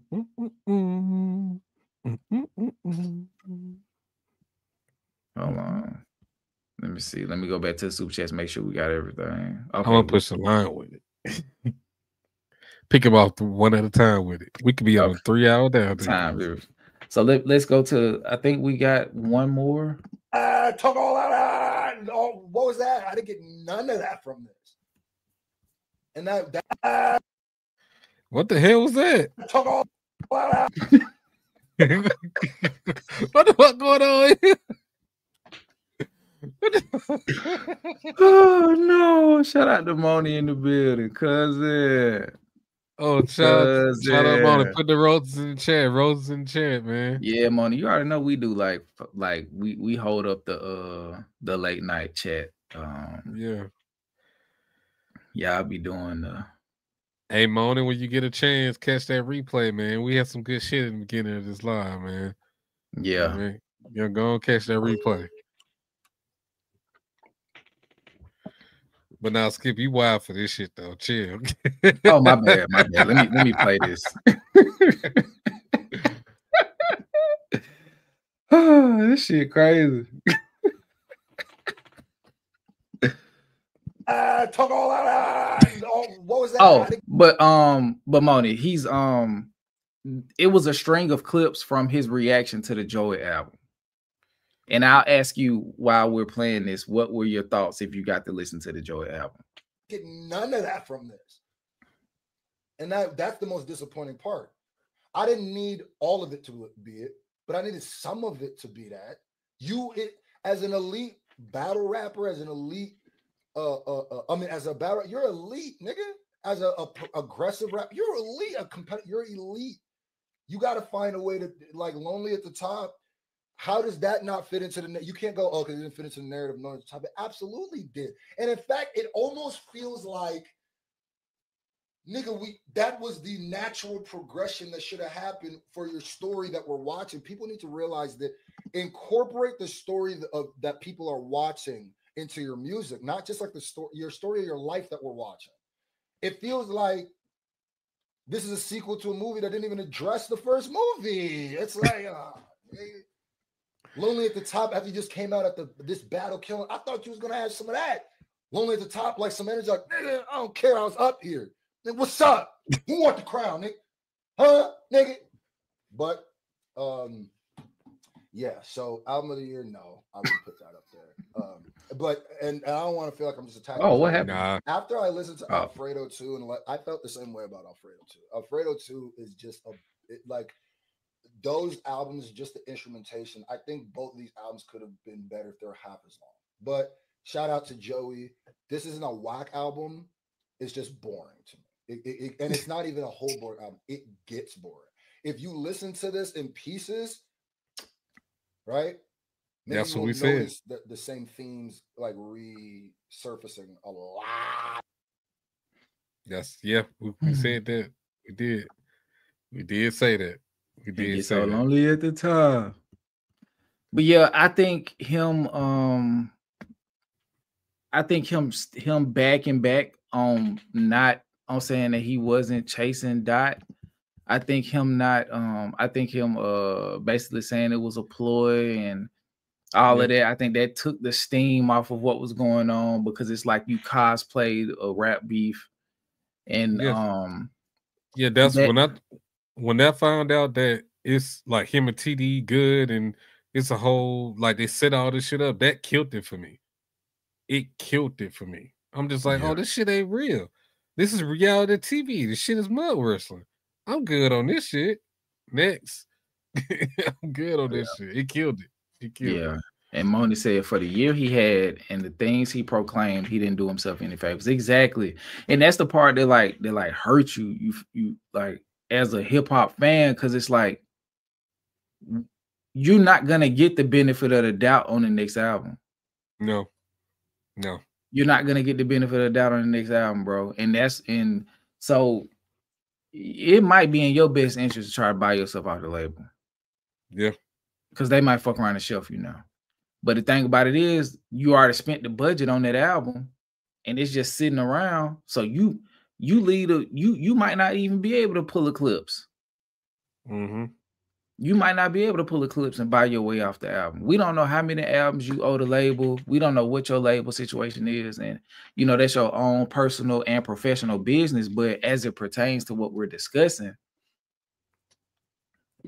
you fucked yourself, buddy. You came out talking too big, and it goes back, you know, like I was asking earlier, like would Joey have been better served just doing him? I think so. Now, in hindsight, yeah, I think he should just not do the beef shit, bro. Yeah, because I was watching his effective immediately interview, excuse me, and he was like, and he said it in multiple interviews. Yeah, I didn't really expect it to turn into that. I was just paying homage to Hove.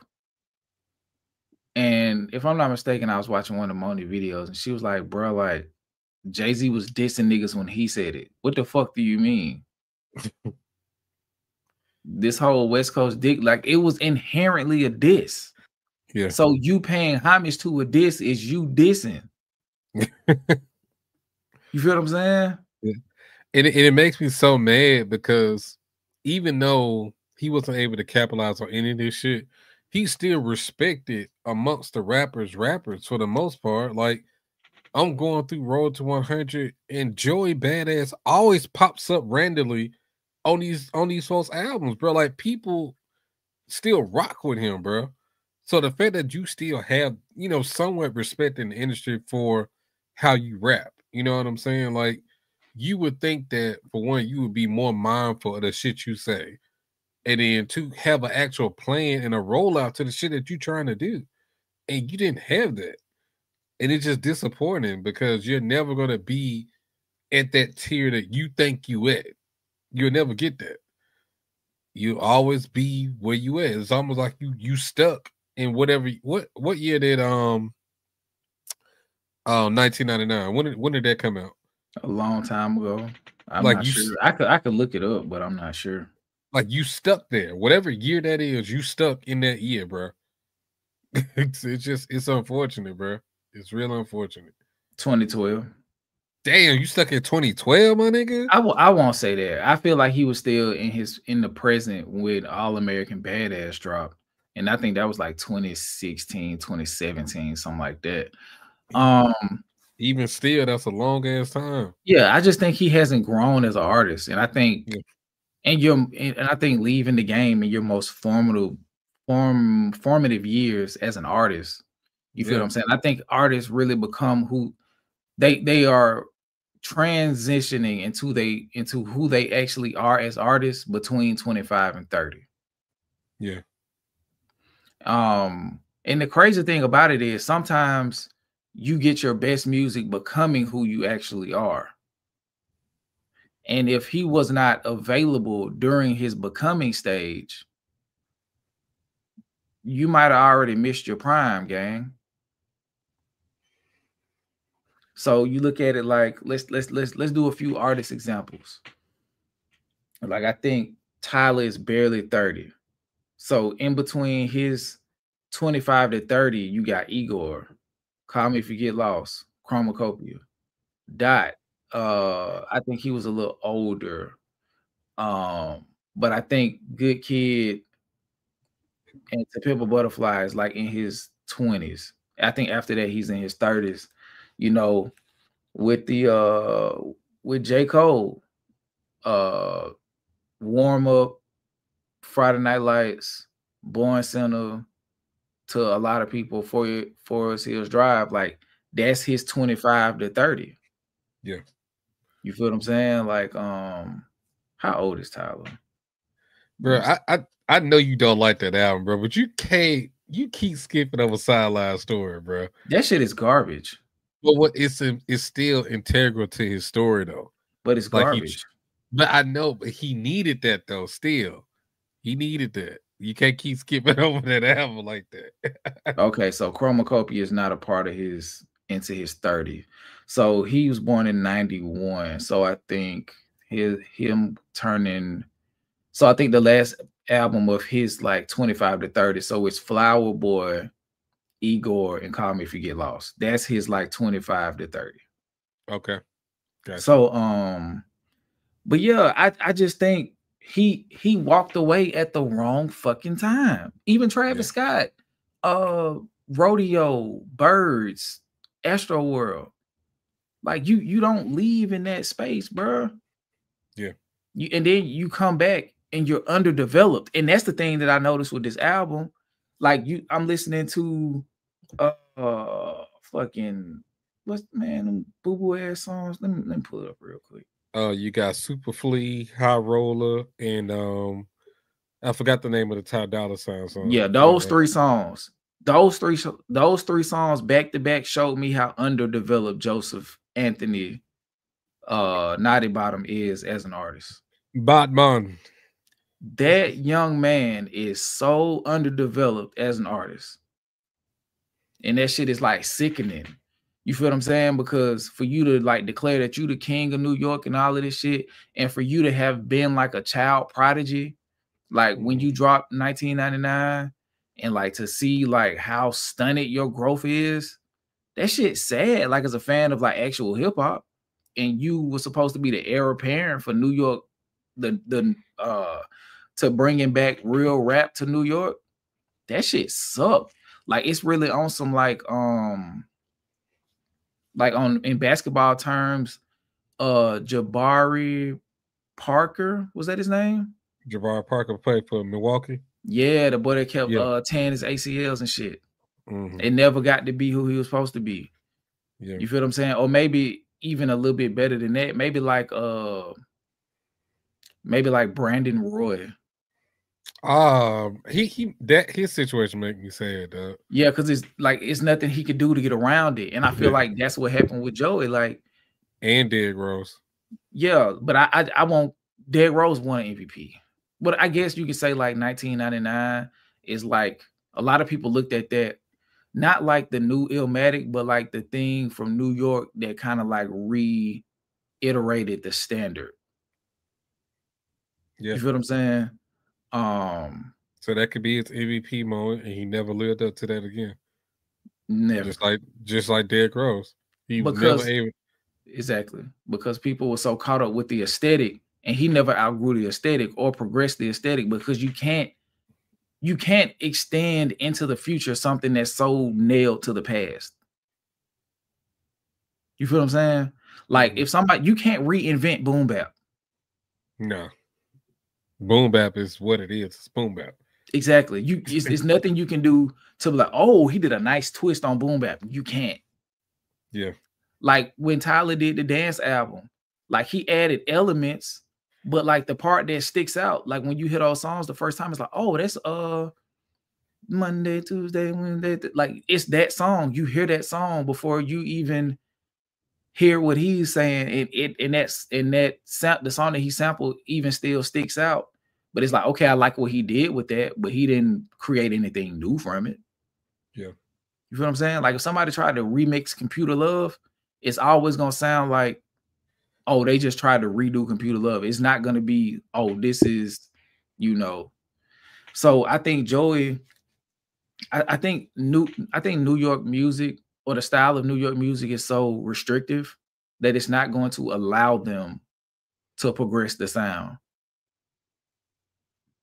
because they only really highlighting people who live in that reductive space. Like it goes back to like the Mickey Facts conversation again. Oh, you're not a real lyricist if you're not rapping this way. But the best niggas from New York did not rap this way. Hove didn't rap like that. Nas didn't rap like that. Now, don't get me wrong. Biggie rap like that. Maybe Big L rap like that. Prodigy didn't really rap like that. Big Pun did to a certain extent. But like hip hop was like Tribe them did not rap like that. Wu-Tang them did not rap like that. Maybe no. Don't get me wrong. Method Man did, and still does. But like for the most part, New York was so diverse, and now it's like just pigeonholed into, oh, you gotta rap 4 syllables every line for you to be considered a dope lyricist. It don't matter what you're saying. It's just as long as you can rap 4 to 5, 6 syllables for an entire verse. But it's like, bro, that's one particular style of rap. And then if you're not saying that, and the artistry not dope, now your music is redundant and predictable. And if anything in life is redundant and predictable, what's the next adjective? Boring. Yeah, the shit out of here. You feel what I'm saying? And to the right person, the next adjective is trash. Yeah. You feel what I'm saying? So I'm good for calling some shit trash. Yeah, I'd be like, DJ chill. Well, that's back in my OTR days, bro. That shit was trash. Shout out to Moni. She said exactly why Mickey where he at, and he was never a successful artist. Facts. Because, like I said, like, okay, it's dope that you get the rudiments, but how are you building on that? You know what I'm saying? Like, you can teach a nigga how to rap, but the person you teach how to rap, you'll probably never end up being better than that person. I don't care if you got 3 songs with Drake. Don't care. And those songs were throwaways. I heard one, and the other 2, no. But no, those songs were throwaways, bro. Them shit say nothing. When you think about Drake's catalog, you're not thinking about his song with Mickey Facts. I'm sorry, you just not thinking about that song, bro. It's called Overdose. That's the name of the song. Overdose. The one I'm talking about. I'd rather join the 10-step program as a sober person. I'm just like, you know. Oh man. Okay. No. But good point, Moni. Good point. Absolutely. Where are we going from here? Let me see. Man, hold on. Okay, I saw them talking about this shit, bro. So did Will Smith really put out a video with an AI crowd, bro? Hold on. Jay Nolan in my ear. Hold on. No Diddy. I don't know if it was real from his page, but that shit did look AI. Man. It didn't even look AI. That shit was AI. Let's see.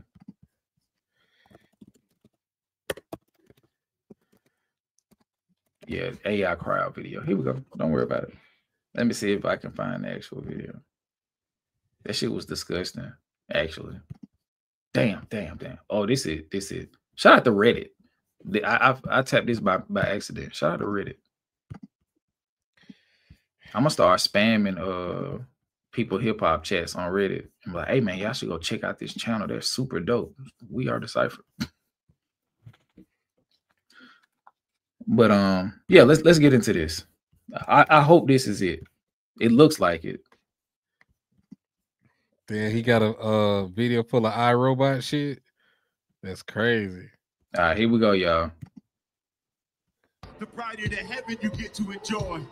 The harder you fall, the higher you soar. God opens a window when the devil closes the door. Yes, believe me, they tried to bleed Will Smith. In the rear view, I see adversity was the gift. To lift me higher, gifts require faith. So dry your eyes and then you'll find a way. Out of the madness, out of the maze, and out of the sadness into the rays. The darkest of nights will turn into day. Every storm runs out of rain. Hold on. Don't you give up on me. No. I know you can face it. I know you can make it. Yeah. You gotta believe. Bryson believe in Campbell. yourself. Bryson You Campbell. can do it. Take it home. You can do it.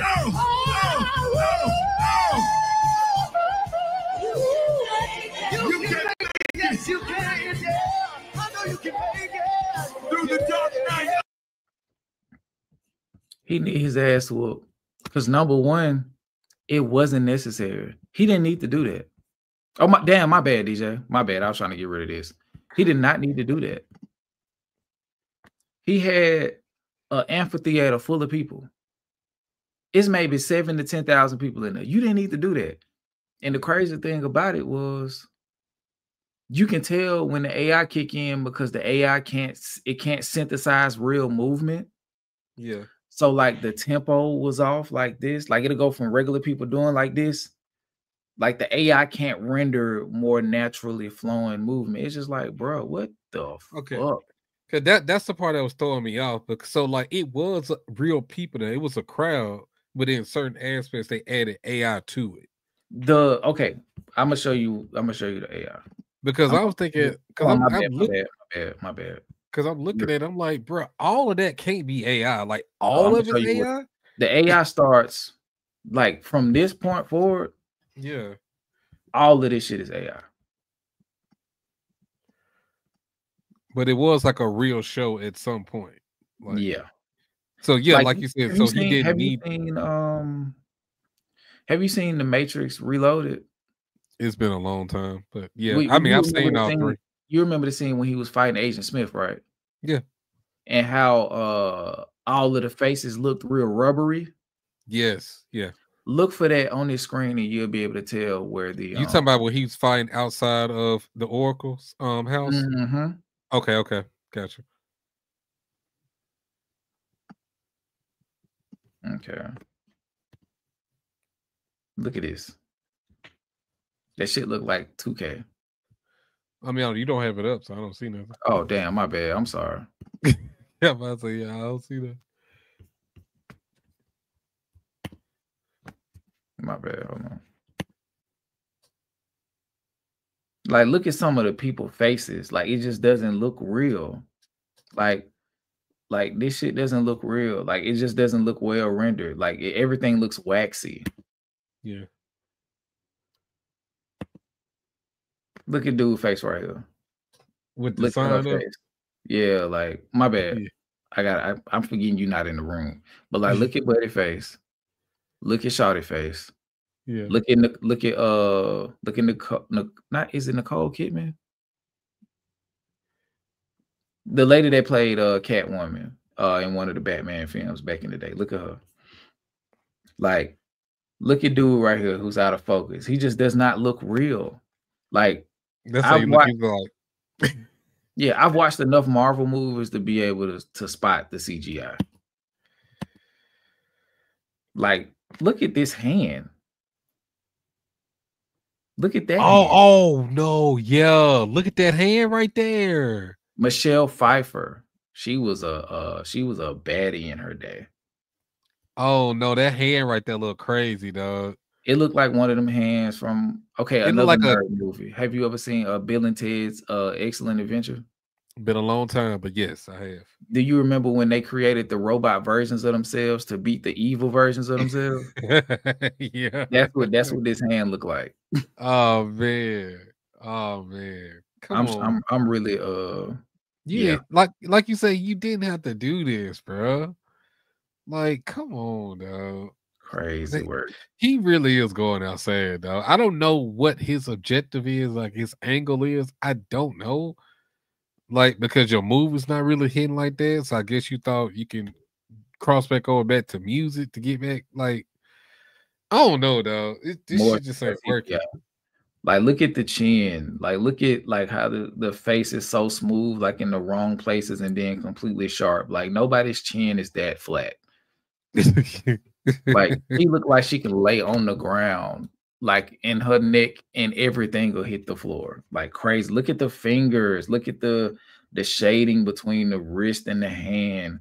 Like, look at this weird wrinkle right here. Like, I see. Does that? Like, what the fuck is going on, bro? When you say the hands, it's the hands, bro. It's always the hands. AI can never get hands right, bro. It's always the hands. He needs his head. Damn.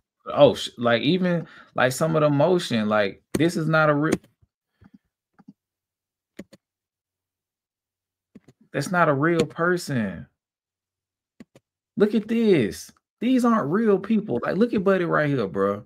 Yeah, it's not a real person, and it's like they tried to generate a bunch of different people, doing different things, and it's like they don't have a shared focus point. So you got some people like looking down. Like, it's just weird. It reminds me of like a better version of like the crowd in 2K, in NBA 2K. Like, the crowd be garbage, but it's like it looks like a slightly better version. Like, look at Buddy right here. It looks like he got a hole in his face, or like this part of his face. It doesn't look. It looks like a big ass patch, and he don't have a nose. I mean, yeah, I see it now. I definitely see it now. That's unfortunate. That's so unfortunate. Like, you didn't have to do that, Will. Come on, dog. Like, look at this person right here. It looked like they turning into an agent. You see this person right here? Oh, is that their arm? Is it kind of like it looked like fingers are growing out of the arm or fingers are attached to the arm? Yeah, that shit look weird as fuck. Yeah, yeah. Look at this person right here. It's not a full face. This person right here, not a full face. This person right here looks like Chucky from Child's Play. It really looked bad once you get up to the top. Like, this shit look like a portrait, like somebody painted this shit or something. Yeah, look at this right here. This motherfucker is not real. Look at Buddy right here. Look at his mouth. It looks like it's running from his face. This person looks like a mask. Like, yeah, this is crazy. Look at this dude. Yes. No face. Yes. It looks like a wrestling character from 02 on the N64. Well, not 02, but like 98. Yes, all their fingers be the same work. length. Yes, that's how you get it every time. Anybody fingers all the same length, bro. Fake. Look at the face. Like, what smile mark or whatever like comes all the way up to connect to the eyebrow? Yeah, that shit look weird.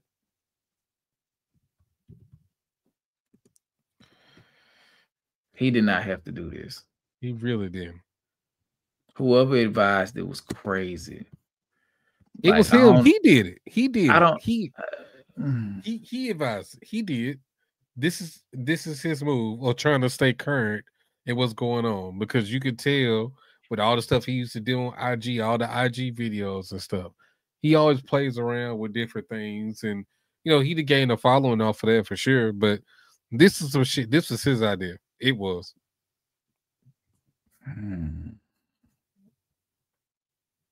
I don't understand why he did it either, Sherry. I don't know. It was not necessary, bro. It just was not necessary. I don't get it. No one is talking about with the face melting off. I saw that. Nobody was talking about this album enough to where, like, I gotta drop a video so people can see what's going on. No one was talking about your album, bro. Like, that shit literally came and went the same day it came out. Like, no, bro. Like, and I like Will, but damn, bro, you just make it so hard. Like, you make it hard for niggas to root for you sometimes, dog. And that shit don't help. That shit don't help. You already went up there and smacked the shit out of Chris Rock. Fucked up your legacy in terms of people liking you and shit. You let Jada just walk all over you and destroy your manhood. Like, bro, I don't care what nobody say. He's never recovering from Red Table Talk, bro. He's never recovered from that. That shit is done. And then he walked into that. He walked right out of that into a midlife crisis. And and speaking of people who are making it hard for his fans, shout out to Moni. This was on the docket. Already just crazy she's here. I had this already suited and booted. Let me hit the like button. I hadn't watched it yet. Damn, quit hating YouTube. But let me see if I can. I think I ran out of hypes. Yeah, I'm out of hypes. I did my 3 for the week, but I got you on the next round. The title of this video is For Sale. Rapping like you're trying to get the slaves free. Why Drake should have listened to Pimp a Butterfly, from none other than our famous cousin, Moni. Here we go. Who you chilling with? I'm chilling with Moni. Moni, you gonna realize one day that you famous, okay? She know that shit, bro. Like, bro, I get on Instagram and I just be in like a random Instagram page, or like they'll be doing a compilation of tweets or some shit. Yeah. And Moni be in a compilation of tweets. Like, she know what's up, but she understands the impact she has. She ain't even gotta. You can still be humble and acknowledge it. Yeah. But she ain't never said I'm not. Yeah. I think she just continues to go forward. But yeah, she's made too big of an impact. since I've been aware of her, and I'm not sure what she did prior, but like I said, I found her. She already was in 5-digit subscribers, so that means she had already been doing shit, and she got a verified Twitter. So yeah, she outside, bro, and she interviewed Punch. Okay, like, come on, bro. Here we go. Down Dick, I was literally about to ask y'all to react to this. Here we go. Chillin' with. I'm chillin' with Moni. Kendrick Lamar's For Sale interlude is one of the most important pieces of The Pimp a Butterfly. On the surface, it plays like a dreamy, almost hypnotic track. But what Kendrick is really doing is personifying Lucy, shorthand for Lucifer, the temptation of money, fame, and the music industry's dark side. Lucy promises him everything: mansions, riches, a way out for his family, and a power beyond measure. But Kendrick makes it clear that those promises come with strings attached. Signing with Lucy isn't just a contract, it's bondage. You get the mansion, but you give up your freedom. You get the stage, but you lose your soul in the process. Moni, are you still here? I got a question. No, she said she stepped out because she had her voice. Moni, you can't leave. Like, I got a question. Fuck. I really want to ask her this question, and I want to ask it now because it's relevant with this scene that we just had. It ain't got nothing to do with what she's talking about. So I'm gonna have to go back anyway to listen again because I just had a thought. Fuck. Okay, let me ask you this question. And then I asked it to y'all in the chat. Like, like in this part of the rollout and like the videos he was doing, he had on loafers, right? You talking to me? Yeah, I'm talking to everybody watching, you included. Oh, okay. But, okay. Yeah. Do you think that was because the album is wrapped around him trying to navigate the industry and shit? Mm-hmm. Do you think like this was his representation of soft shoeing and tap dancing? Ah, come on, Skip. That lines up perfectly. I ain't gonna hold you. It does. Like, I could, even if that wasn't intentional, I could see how you could take that from this here.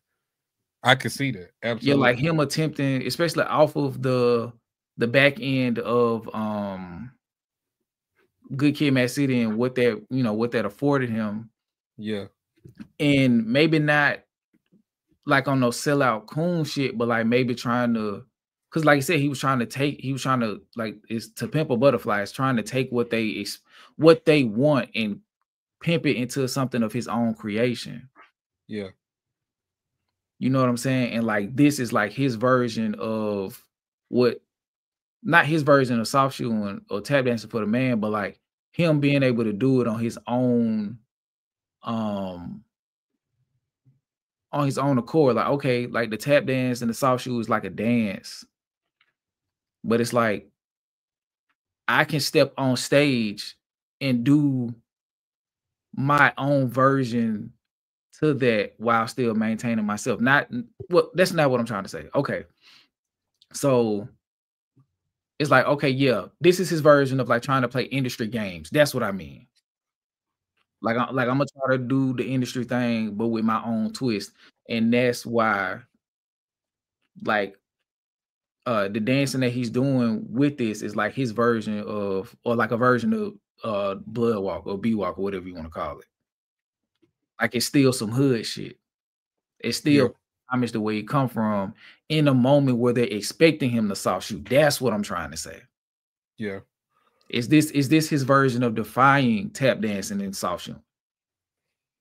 And the loafers is representative of the expectation to do so. What you think about that?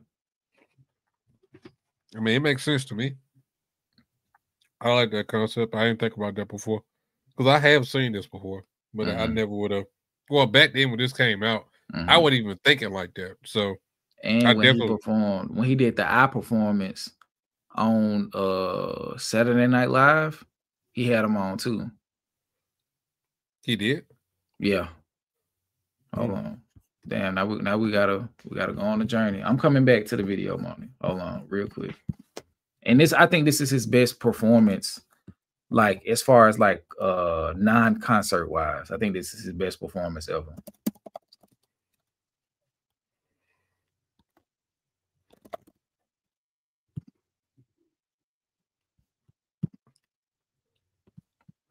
We're not gonna watch it. I just want to show you that he had them on too, and that it goes into a dance break.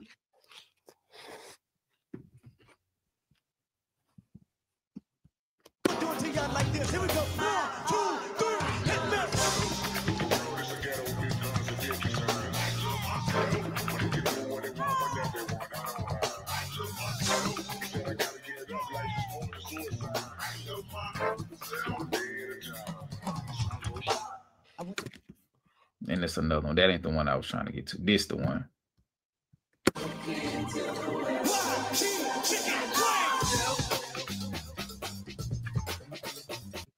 Hold on. He said something before. Okay.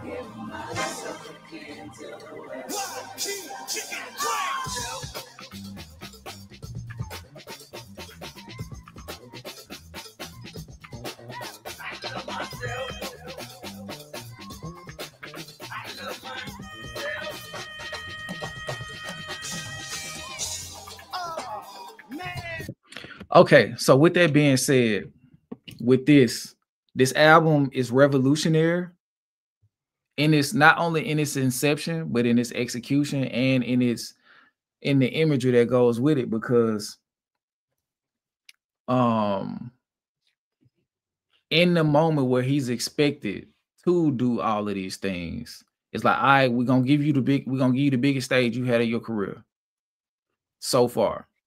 And we want you to get up there and do the dance. We want you to get up there and do what we expect you to do. You know what I'm saying? To continue to further your stardom in the way that we see fit.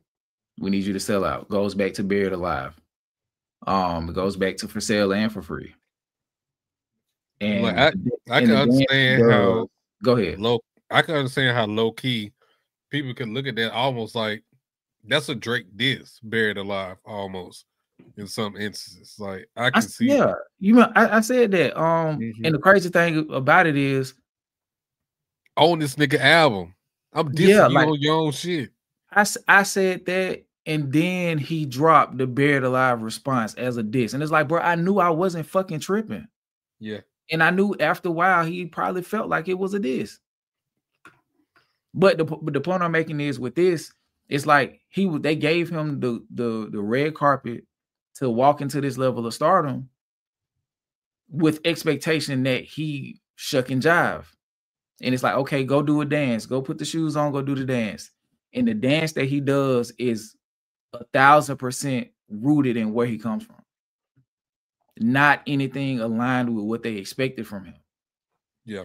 So that's why you get a song like For Sale, like Mona was talking about, or like For Free, like This Dick Ain't Free, like, you know what I'm saying? Or you go to the whole or Institutionalized, or shit, even Wesley Steer. Like now I want to go back and listen to the album again, like with that mindset, because this is a thing that a lot of people in TDE talk about. Like I think Absol mentioned it in his last album. Schoolboy Q mentioned it in Blue Lips about the I think he said soft shoe nigga keep dancing or some shit like that. And then he did imagery like is that Sambo, like with the big lips and shit? Is that what that is? Like he had that imagery in some of the videos that he was doing.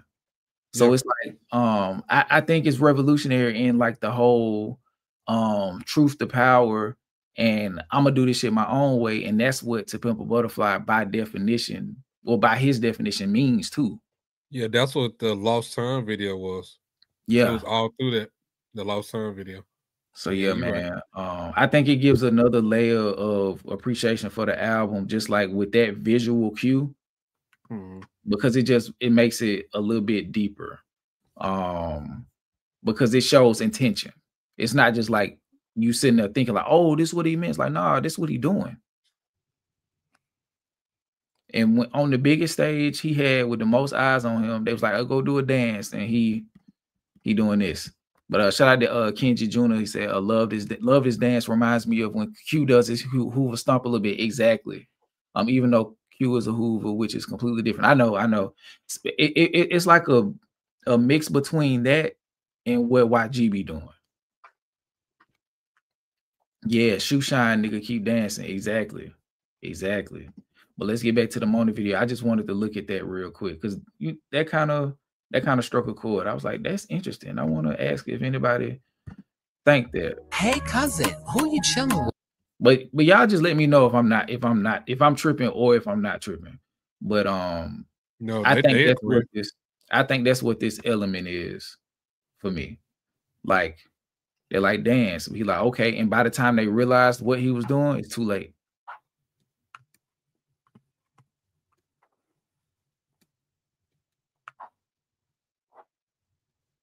Yeah, that's a Black Killer. That's a part of it. That is the most definitely a part of it.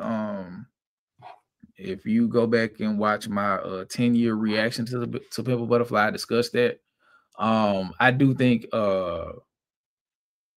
like he discusses that, but it's also like a personal story of his as well. As it relates to his maneuvering through the industry and also finding self in the process. And then trying to give that back. But yeah, systemic oppression and anti-blacks it is a part of it because it's a part of this American dream. And I think it's the inception of the album and the overt odes to Black music and Black culture throughout the album is a response to that. And a song like Black of the Berry, speaks to it. But also calls to the carpet Black mindsets and thought patterns that, whether conditioned or not, have put us in a position where we can eliminate our own kind due to some stuff that's due to misinterpreting tribal alliances and tropes that have been passed down from generation to generation. But yeah, let's finish this this video real quick. Beyond measure. But Kendrick makes it clear that those promises come with strings attached. Signing with Lucy isn't just a contract, it's bondage. You get the mansion, but you give up your freedom. You get the stage, but you lose your soul in the process. The outro drives it home. Kendrick admits he's conflicted, misusing his influence, spiraling into deep depression, screaming in hotel rooms. Why? Because Lucy's bargain is a trap. But Kendrick didn't just rap about Lucy's trap. He avoided it in real life. According to his OG Glasses Malone, Kendrick played chess with his publishing. Instead of signing his rights away for quick money, he bet on himself and secured an administration deal. That move meant he kept ownership of his publishing. The admin company only handles the business side, collecting royalties, licensing, managing paperwork, but the rights remain his. And the benefits are huge. Creative freedom. Kendrick can release what he wants when he wants. We saw that firsthand with GNX. Generational wealth. His family and estate keep control of his catalog forever. And real leverage. Owning your publishing makes you a partner, not just a product. That's the opposite of Lucy's trap. Kendrick turned down easy shortcuts and kept his pen, his art, and his business in his own hands. That's why he can move through ventures like PG Lane, Project 3, and even film without being chained down. Now let's talk Drake. He allegedly signed a deal with Universal Music Group worth around $400 million.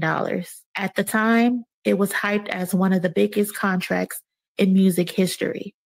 But like Kendrick warned in For Sale, those contracts come with consequences. Drake is now in court, claiming UMG intentionally harmed him by pushing Kendrick Lamar's Not Like Us, a cultural juggernaut, in order to weaken his leverage before his next negotiation. He's basically saying, they made me look small so they wouldn't have to pay me big again. But here's where it gets cold. UMG's head, Lucian Grange, made it very clear they don't need to devalue Drake. Why?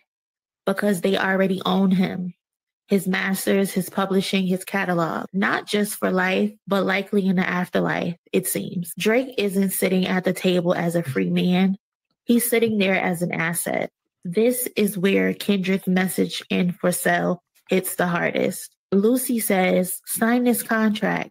I'll fill your pockets. I'll move your mama out of Compton. I'll give you the world. Drake took that deal. He got the riches, the influence, the global platform, but the cost was his independence. Drake had the clout and fan base to go independent and own his masters outright likely. He could have written his own rules, but instead he chose Lucy's path. The comfort of the mansion over the risk of true freedom. Meanwhile, Kendrick chose differently. With an admin deal, he ensured that every move, every check, every opportunity would be on his terms. That's why today he's freer to pivot and expand his empire, while Drake is bogged down in lawsuits trying to wrestle with the same system that made him rich. Kendrick's For Sale isn't just an interlude. It's a warning about how the industry locks artists into deals that look sweet at first, but end in bondage. Kendrick resisted and bet on himself. Drake took the bargain and now he's paying the price. And the irony is almost poetic. In Family Matters, Drake mocked Kendrick, saying he rapped like he's trying to get the slaves free. But what Drake didn't realize is he's one of those slaves, the most lucrative slave. The very chains Kendrick warned about in For Sale are the ones Drake is now dragging into a courtroom, pleading with UMG to loosen. Kendrick is walking in freedom with PG Lane, Project 3, and ownership of his art. Drake, on the other hand, is learning that $400 million doesn't buy freedom when Lucy already owns your soul. It's the clearest case study in hip-hop today. Fight for your freedom like Kendrick, or sign with Lucy and watch the bill come due.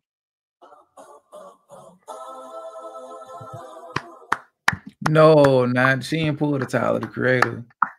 Written, voiced, and edited by Moni. Hey, somebody add Moni and tell her she can come back. Bravo. Yeah. That was, and she kept it sweet too. That was magnificent. I mean, kept it short. She kept it short and sweet. That's what I was trying to say. She hit that perfectly, dog. Like, she didn't have to over-explain the shit. She got directly to the point, said what was most important, and had emotional conveyance with it. Like, bro, that was perfect, bro. And it explained everything like the way it needed to be explained, dog.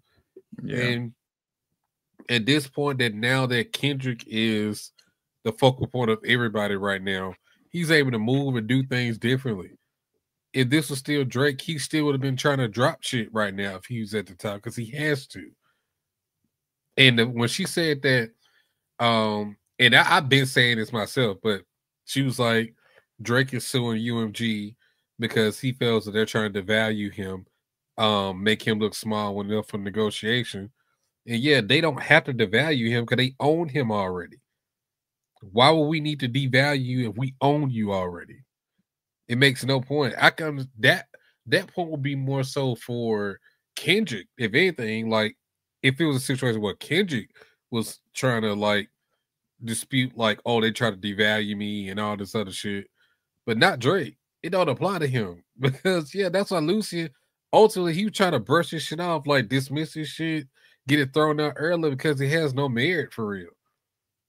It's really baseless. Not only that, they like UMG is like, it's beside the point. Yeah. It don't even, my nigga, if you leave, we own all of your back catalog. We own your publishing. Like we own everything. You'd only walk away with what you can create after the fact. Mm-hmm. And if you don't have us to push you, who's to say you're going to succeed like you did? So exactly. the devaluing would be in them divesting in you. Or divesting, however you say it.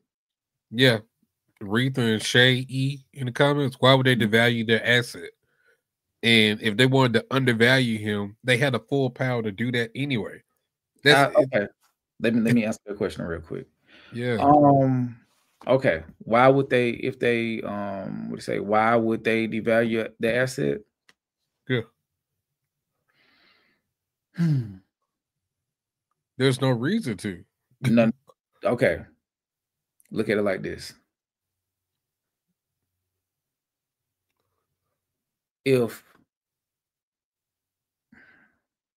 it's really simple, I'm just trying to make it complex. So I just keep it short. Drake is doing all the streams with his old shit. Yeah. All of the streams are his old shit.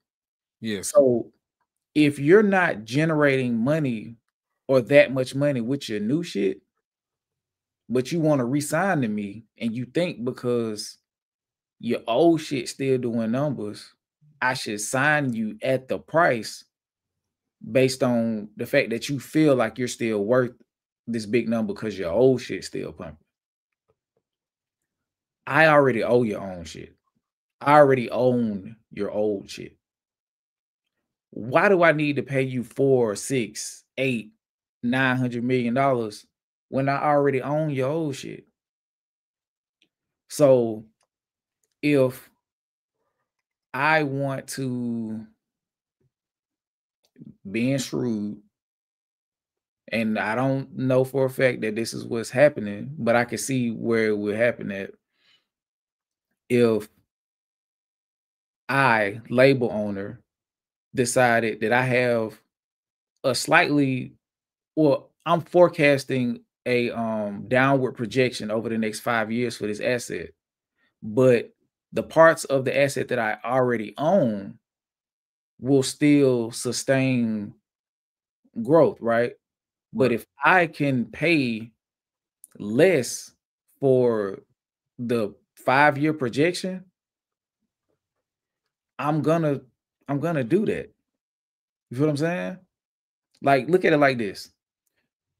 I've seen, especially like the more I learn about like basketball contracts and shit, and like how the GMs and the owners like have influence over the coaches in reference to them giving playing time. Oh yeah, I knew that. Yeah. It's the same thing. It's like, oh, okay, I need 30 points tonight to hit my yearly to get my bonus. And then that'll make me all NBA. And I get a bonus for scoring 2,000 points this season. Right? Yeah. I got 19,970 points. And not only will that get me my 20,000 point bonus, it'll put me in a spot to make third team all NBA, which makes me eligible for the Supermax. Yeah. The coach played me 12 minutes tonight. How I'm gonna get 30?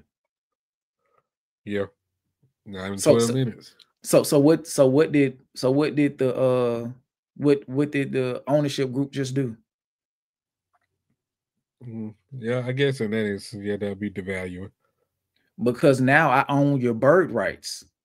You're gonna get paid the most here. Yeah. Because I own your bird rights. I'm the only team that can pay you for 5 years. So my goal as the buying entity is to get this asset for as long as possible. So I can't say that they're doing it, but I can say that I've seen on multiple occasions that corporations do depress their assets and buy them for low. But I guess to their point as well, like they can do that without a Kendrick diss, though. And I think that's the point. I'm like, you think they're using the Kendrick diss to devalue you, and they can do that anyway. They don't need this Kendrick song to do that. That way it looks natural. Now, I'm not saying that they did that to devalue him, because I think Kendrick is way smarter than that.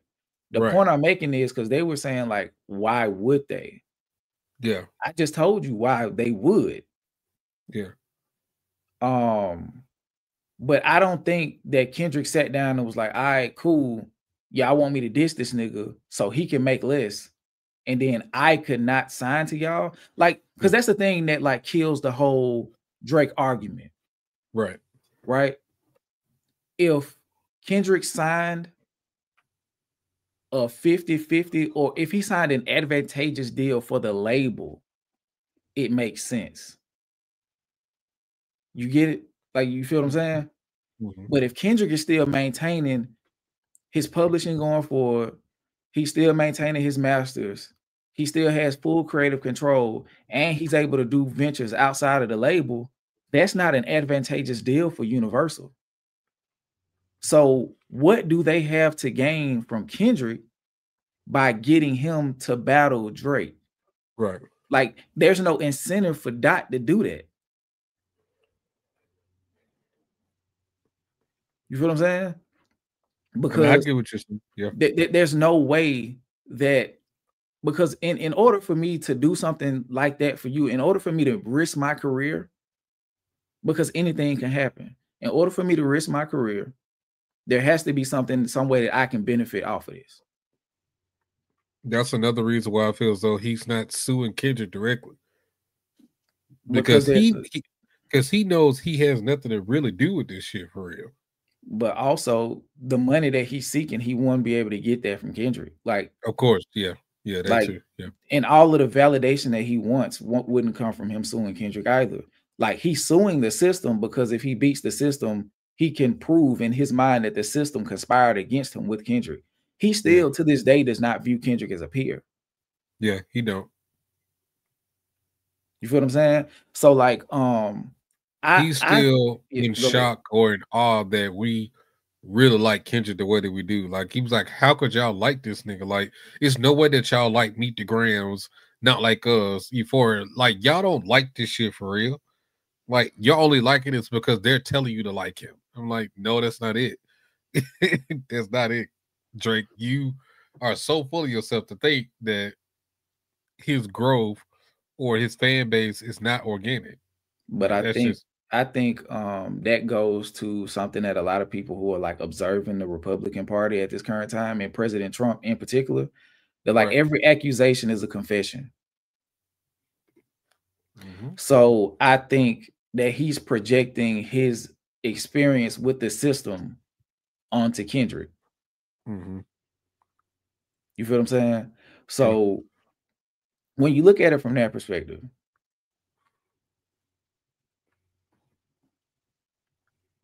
UMG does have motive to depress the asset because they already own the most valuable part of the asset. Yeah. And to tie the asset up further, because the asset is still profitable, you effectively depress it, buy it back for low, and make money off of it. Like, and I'll tell you another example. Like, have you ever noticed, like, when like it's in a lot of Black and brown neighborhoods, it's a lot of abandoned buildings? Yes. Oh, yes. I think I know where you're going with this. Let's talk about it. Yeah, I know where you're going with this, but go ahead. Go ahead. Those buildings are not unowned. Right.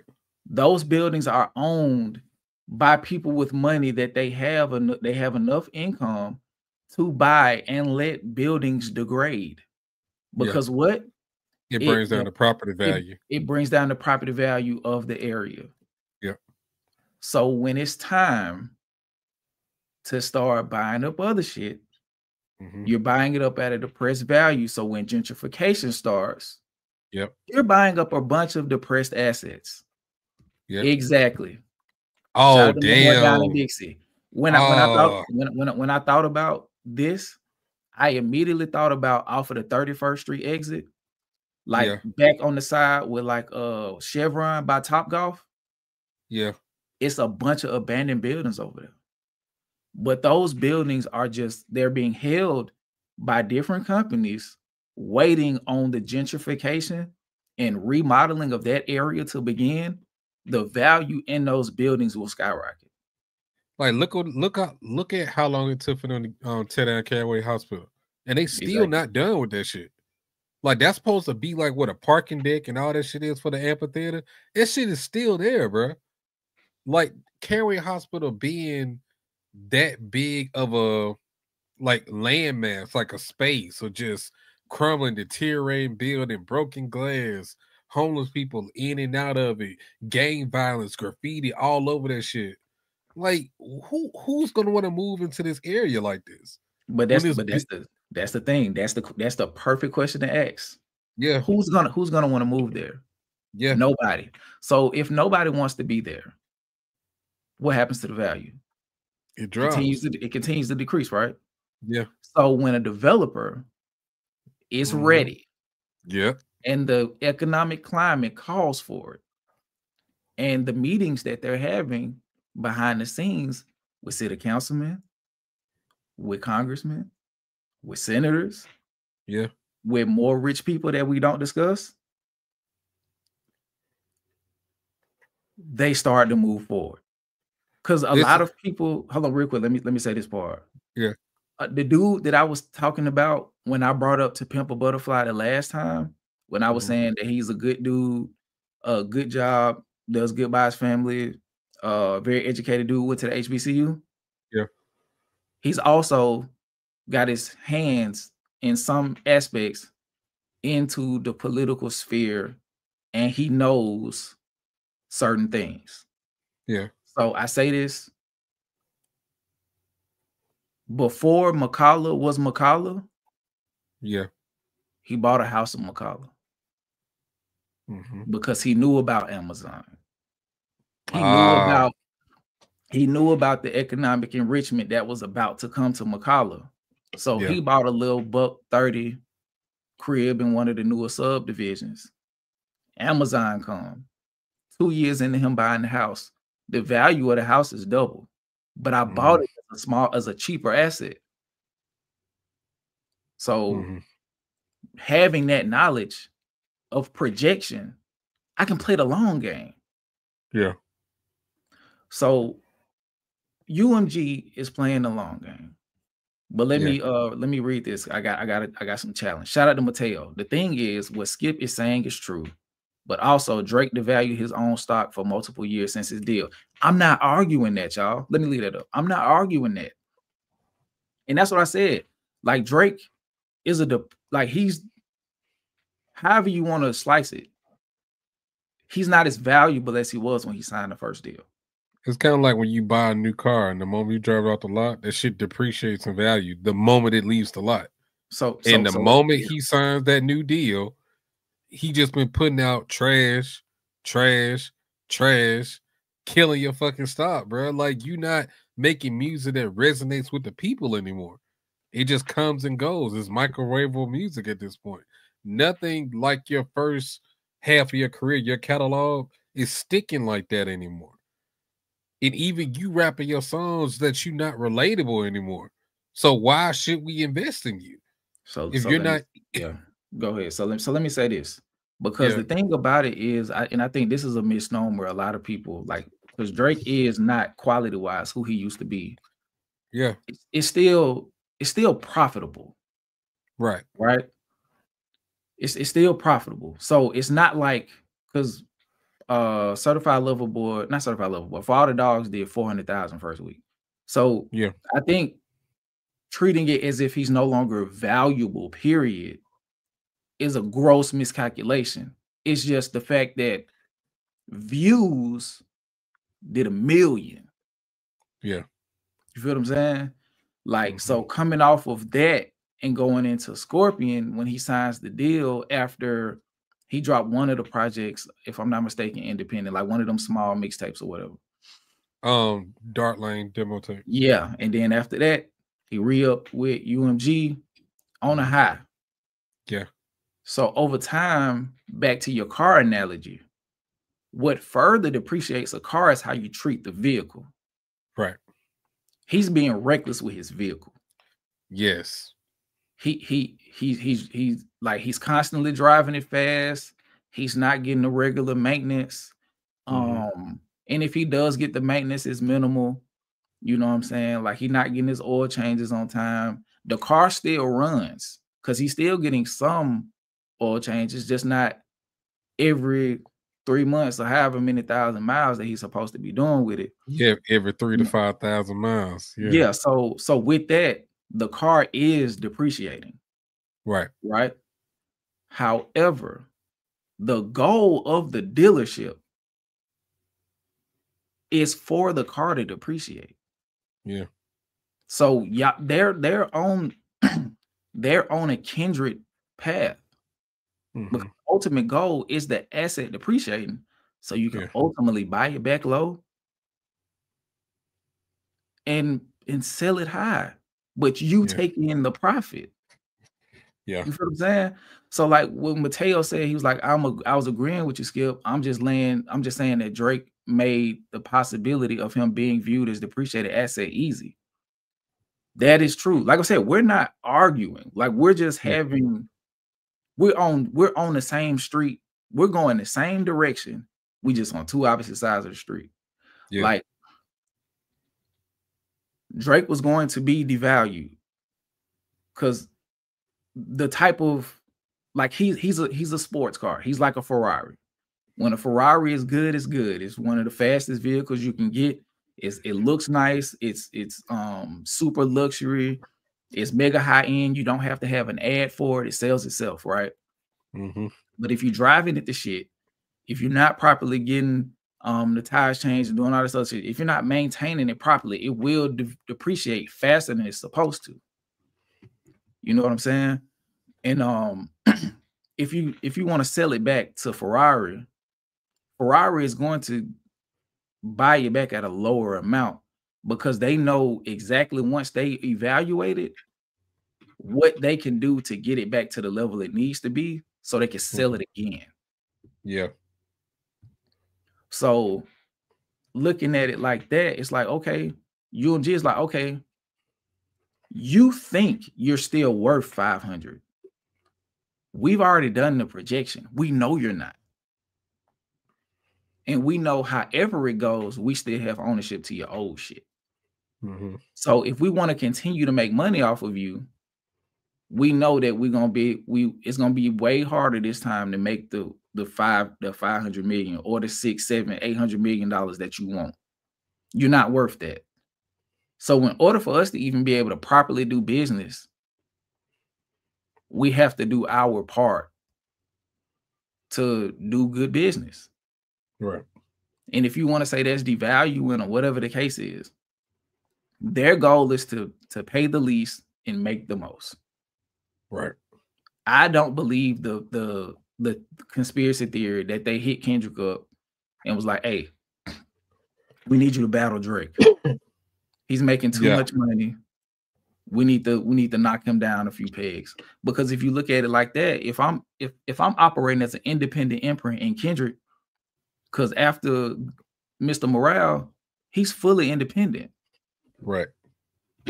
Like he fulfilled his album contract with TDE. He off his old deal, he's shopping a new deal.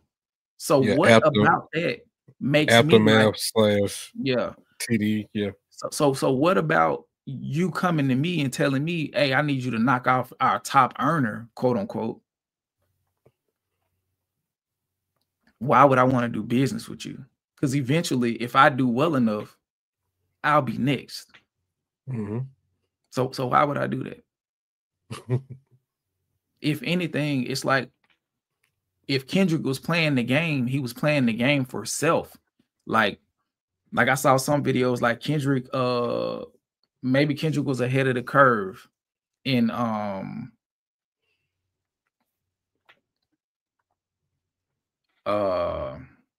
Kendrick was ahead of the curve, and he played the long game so he could put himself in a proper position as he moves forward a majority independent artist. So it was the perfect time to finally beat Drake ass. Like, but that was something he decided. Mm-hmm. And that's what the theory is. Like he was like, all right, cool. Like I'm independent. I ain't got TDE. Kind of ordering my steps a little bit. It's beneficial. Not only did they jump out, so I got probable cause to do it, but if I beat his ass right now, I can recreate the J Nas and go on about my way, continue to do what I was doing because I'm doing it authentically anyway. Mm-hmm. You feel what I'm saying? So I think the stars just aligned for him to beat the shit out of Drake.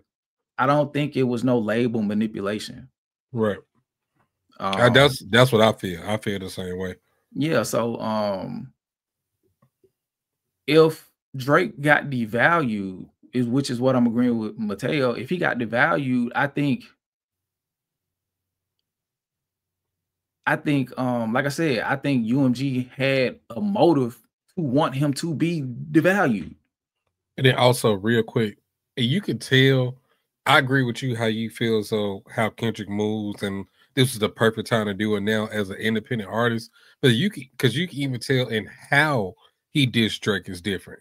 Normally beforehand, when they were throwing their subs and their shots or whatever, they're thinly veiled, like if you know type shit. Like the other Drake know I'm talking about him. He know that. This time there's no, you know what I'm saying, like double entendre. Like I'm talking directly to you. I'm saying you by name outside of the control verse. Like the like that verse or whatever, we know he's talking about Drake. It's no way around it. Like it's fully direct. I'm challenging you right now. Not no sub and shit. None of that. This is fully direct. I'm coming at you. So I think that just kind of really strengthens your argument about him playing the long game. And now that I'm independent, I can move and do things slightly different. And this was just the right time to do what he did for the most part. So yeah, I agree with you, bro. Yeah. Alignment. That's the title of this live is Alignment. Ain't nobody gonna watch that shit with that title, but I know, but that is a slogan. Okay, so Mateo said, okay, so you take this depreciated asset status as a fact. Absolutely. He's not generating the same income. And the majority, and anybody that does the streaming data, it always comes back as the majority of his streams are coming from his older catalog that UMG already owns. So if we own the part of your intellectual property that's generating the most money, why would I pay you big money for the shit you're going to do afterwards when I already own the previous? So I think the difference is Drake feels like they were telling him he's not as valuable because he lost. Yeah. Because he lost. It's like, no. UMG is like, that made it worse for you. We weren't going to pay you 400 before the battle. Anyway. and that's the point I'm making. We weren't going to pay you 400 before the battle. You were already depressed. Like you're not putting up, you're not scoring 30 a game like you were doing when we signed the last one. When we signed the $400 million deal, you were scoring 30 points a game. You at like 23 and a half now. Yeah, I'm about to say about 22, 23. And then after the Kendrick beef, it ain't that far. It's like 20.8. We'll see what it really looks like after the release of Iceman. Because his quality is quantifiable because it's so based on numbers. Like, but that's wait, hold on. I don't think that necessarily be a good indicator because I feel as though since Iceman is so anticipated, people are gonna go to a list to it regardless. So they go stream the fuck out of it. But as far as the impact musically that it's gonna have, that's to be the telltale sign. Because after the first week numbers go, let's see how it goes after that. Because if it just comes and goes like everything else he done, then it just further solidifies everything you saying. But those first week numbers, what if it do $1 million first week? It's Hold on. $1 million first week. I mean, it ain't gonna do $1 million first week. No. I said, what if it does $1 million first week? Because your premise is based on it don't matter what it do first week if it dies the next week. But what if it do $1 million the first week?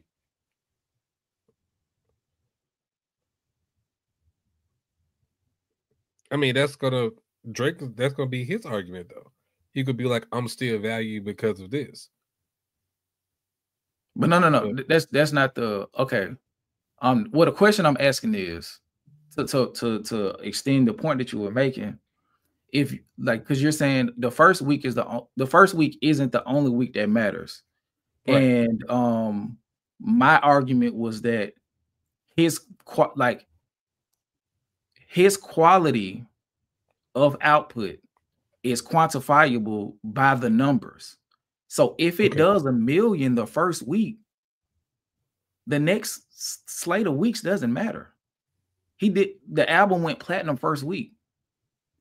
That means we can't look at him as a 15-point per game scorer or a 21-point per game scorer. He might be back at 27, 28 points a game. But what does that do for the lawsuit, though? Wouldn't that defeat their whole point? Who's to say? Because the effect doesn't negate intent.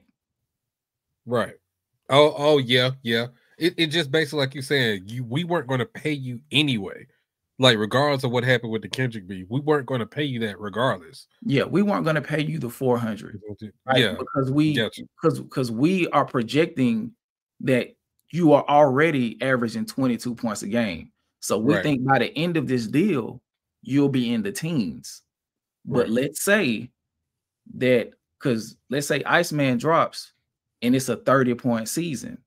It goes in between 600,000 and $1 million the first week. You feel what I'm saying? So like if it does that means that Drake's standing isn't as low as they're projecting. So that then means that at the negotiation table, he has more wiggle room than previously thought. That's what I'm saying. So it may not be the 400, but it's like, hey, you saying that y'all was gonna give me 250. I just did 600,000 under the guise that y'all are suppressing me. We gotta have a different conversation. We can't speak again until y'all saying 325 at minimum. Because I just did 600, and that means I can comfortably go on a worldwide arena tour and do 80 shows and make $200 million on tour. You feel what I'm saying? Mm-hmm. So the conversation about quality for Drake isn't about the quality of the project. It's about the profitability of the product. Like, he's never going to be on the side of a Kendrick where it's like, okay, we quantify Kendrick's quality based on the quality of the product, and the people galvanize to celebrate the product, the quality of it. People are going to celebrate Drake by how much quantifiable success he has. You feel what I'm saying? I mean, I get that part. I guess I'm just trying to tie it back to the lawsuit because that's going to be a part of the documents going forward. Just the mere fact that this, I got you. Like this hasn't gone to trial yet. Yeah, but they're still in the beginning. I got the answer. Drake is going to argue that the success of Iceman happened in spite of what they're trying to do to him. Mm-hmm. That's the answer to your question. So I'm saying, like, does that strengthen his lawsuit? Yes, because he can argue what would have. I don't know if it'll strengthen it, but it's another point that he can argue. It's like, what would it have been if they weren't holding me back? Okay, because he feels though they're holding them back. Yeah, so he could lean on, okay, in the midst of what they're doing to me, the fans galvanized and pushed me to this spot. In the midst of the label doing whatever they're trying to do. Yeah. So that's what I'm saying. To answer your question, he's too far gone. He has to die with the lie. Yeah. Whether or not we feel like it's a lie or it's fabricated or it's the pot calling the kettle black, whatever the case, whatever happens going forward, good or bad, Drake will be able to twist it in his favor because all he has to do is continue to lean in there suppressing me. Just like Trump. He was like, I'm going to say these numbers. It's like, Trump, that's not the real numbers. He like, oh, that's fake news. Yeah. Or if the number is right, it's like, yeah, I made the number that. So he has an argument for both sides. And even though both sides are bullshit, he's dying with the lie. And the people that want him to win prop up the lie. Yeah. You feel what I'm saying? So it's not about whether or not there's actual truth in what he's saying at this point. It's about what they can argue and what truths they have to stick to allow them to keep navigating the bullshit. So I think as far as the lawsuit goes, like I said, because they're not trying to argue fact. Like if anybody's been watching Absa's videos and shit, when UMG's lawyers try to provide context, Drake's lawyers is like, nah, that shouldn't be admissible. We ain't talking about that.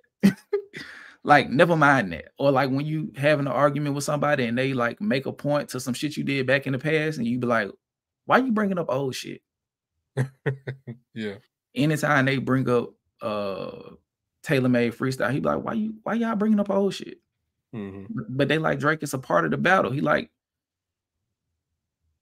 but does it matter? Does it matter? It does matter. It 100% matters. But let's just focus on Not Like Us, okay? He called me a pedophile in this song. Do you not hear this? But it's like Drake. Yeah, exactly. But it's like, Drake, you tell him to? But I'm saying, no, we're not talking about that song. Why y'all keep bringing that shit up? Just like Trump with the Epstein files. Why do y'all keep bringing it up? Let's pretend like it doesn't exist and move forward. Like he has no proof to call me a pedophile. That's defamation.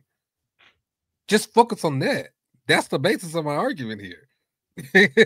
Exactly. So like I say, like he's going to die with the lie. He's going to die with the lie, and whatever happens, positive or negative, it's about it's about their ability to spin it. That's it. Yeah. Because like the way I don't want this nigga to win this lawsuit. I don't. I'm just gonna say it. I don't want this nigga to win. I don't want this lie to be proven true in court. I just don't want that shit. It's a fucking lie. But I truly feel, I'm just being real about it, I think people are gonna run those numbers up the first week for Iceman out of spite, dog. I really do. I think they're gonna run them shits up and they're gonna make it seem like because it did so well that shit is amazing. And that shit is trash. That shit most likely is gonna be trash, bro. They equate numbers with quality, and that's not the same, dog. It's not the same. But it's like I'm listening. It's like, yeah, go ahead. My bad. Go ahead. It's like when people watch a train wreck happening. They just want to see the disaster. They want to see the destruction. That's all they're doing for Drake at this point. They're just seeing the destruction happen. That's why we're going to listen to it. We're trying to see how bad is it going to be. I'm not going to listen to that shit. I'm sorry. But go ahead. But the shit, I forgot what I was gonna say. But the point I was gonna make is we're in the era now where Deontay Kyle was talking about it. He was like, we're in an era now where it's all cult. Like it's all cultish. Like they don't the quality, it doesn't matter. It's all about, we want Drake to win at all costs, which goes back to the Trump parallel. We want Trump to win at all costs, and he can't be wrong because we want him to win. Just like when they was like asking people at the Trump rally, hey, you vote for Trump? Like, yeah. Are you gonna vote for Trump? I absolutely am gonna vote for Trump. He's gonna make America great again. Like, all right, cool. Are you a Christian? Absolutely. I'm a Christian. I have strong Christian values, and I believe Jesus is Lord. Okay, cool. So check this out. If Jesus was an immigrant, would you let him in to America? And then they like, I mean, he is the Lord and Savior. He's the Son of God. But we have rules and laws. Nah, they was like, but does he have papers? And it's just like, you want him, like you want that nigga to be right so bad that you will deny Jesus. You'll deny Jesus. That's how far you're willing to go. Exactly, while claiming to be a Christian. You don't want to lose that bad that you'll deny Jesus Christ admission into a country that his daddy made. As my boy Jackie Chan say, we been. This nigga created the heavens and the earth, and you not gonna let his son walk across an imaginary line because you consider him an alien or an illegal? And you want to in the name of Donald Trump? And you want to kick out or deny black, brown, and I don't know, it's yellow, I guess. I don't know if that's the correct. That might be we ain't gonna say that. Yeah, okay, yeah. But basically, the people that built this country, Asians, Mexicans, black people, you're gonna deny them entry into this country that their ancestors built. Yeah, but it's because of the cult shit.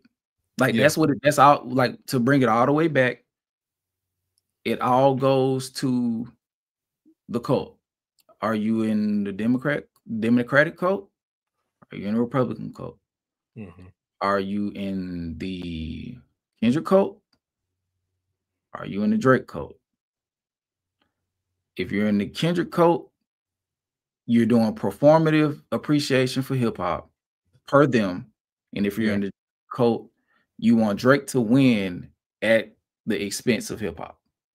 Yeah. Because you don't actually care about hip hop.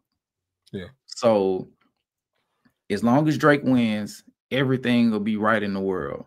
And then you'll find a way to blame the Kendrick cult for what happened to hip hop. Just like anything that happens to Trump, when somebody asks him a question, he always bring up Biden. Yep. You feel what I'm saying? So that's what's gonna happen.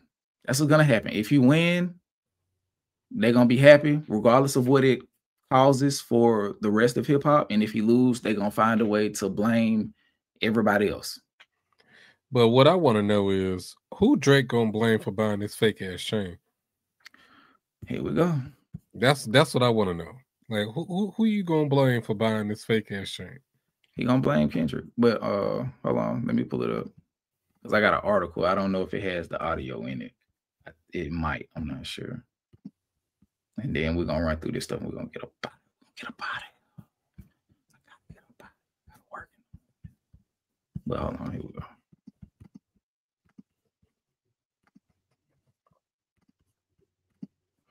Good segue, DJ. But yeah, shout out to Habitual Line Stepper. We are living in an era of mass tribalism. Facts. It's everywhere.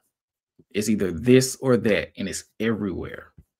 Yes, Retha. He just continues to prove every single point Kendrick made. Exactly. Like, he's on a mission to say, you know what? He right. I just don't like that he right. Shout out to Lance Crafters with the weak ass ad. Get the fuck off my screen. The highest. But yeah, shout out to Helenet, member for 9 months. Shout out to you. My bet Ops has a track like Peanuts and Elephant. I wouldn't be surprised. I would not be surprised. But here we go. And this is per Billboard.com. Suge Knight claims Drake's Tupac Death Row Records chain is fake. It's not a Death Row chain. Whoever sold you that chain, Drake, you need to go beat his motherfucking ass. That Death Row boss there. Bro, this nigga is so fuck. Just look at him. Scroll back up, bro. You can't tell me this not an evil motherfucker, bro. This nigga is evil, bro.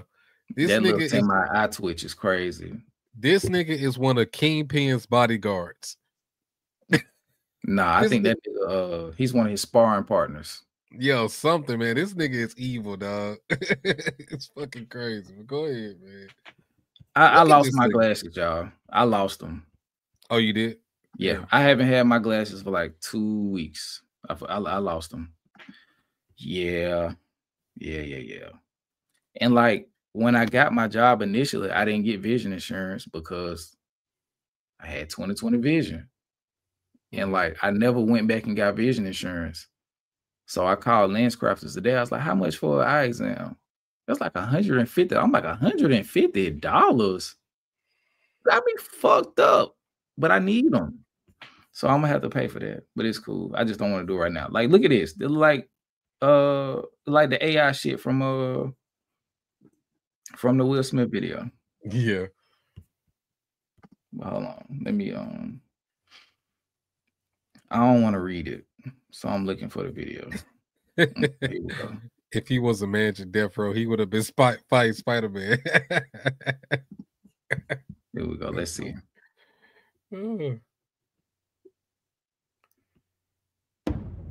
Oh. Is that good? Is that too loud for y'all? Is it good? Because I know the Screwface was quiet. Oh, Miss Mia just popped back in the chat. I saw. She said, "Y'all still live?" Hell yeah. Yeah.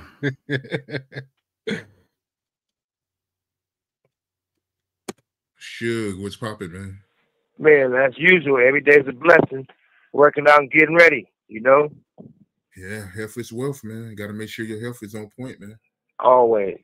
Hey, some people is 2 night sleeps and then wake up and they probably gone, you know? Either natural causes or somebody probably knock them down. So we pray for them ahead of time. Yes, indeed. So, Suge, I got to ask you, since you was the one passing out the Death Row chains back then, how you feel about Drake buying Pac Death Row chain? Well, I'm quite sure it's not true. But the only person to ask, you know, when I came up with the idea to make the Death Row chains, 1, it never been done before. 2, it was like wearing it was like having your flag, your rag. You can't tuck it. It means something.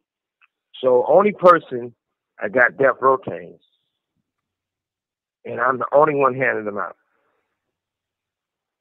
I gave one to Snoop at first, and Snoop felt that Death Row chain is gonna cause too much controversy. He said he ain't trying to be squabbling up or running. So I made him a dog paw chain. And if you notice on that picture when we all had on black, you'll see Snoop wearing a dog paw. Andre had a Death Row chain. Buntry had a Death Row chain. Heron, Hen Dog, Neckbone, Trey. You know, I can go on. There was a few of the homies. None of the bitches on Death Row had Death Row chains. The Dog Pound didn't even have Death Row chains. I made them dog paws for them.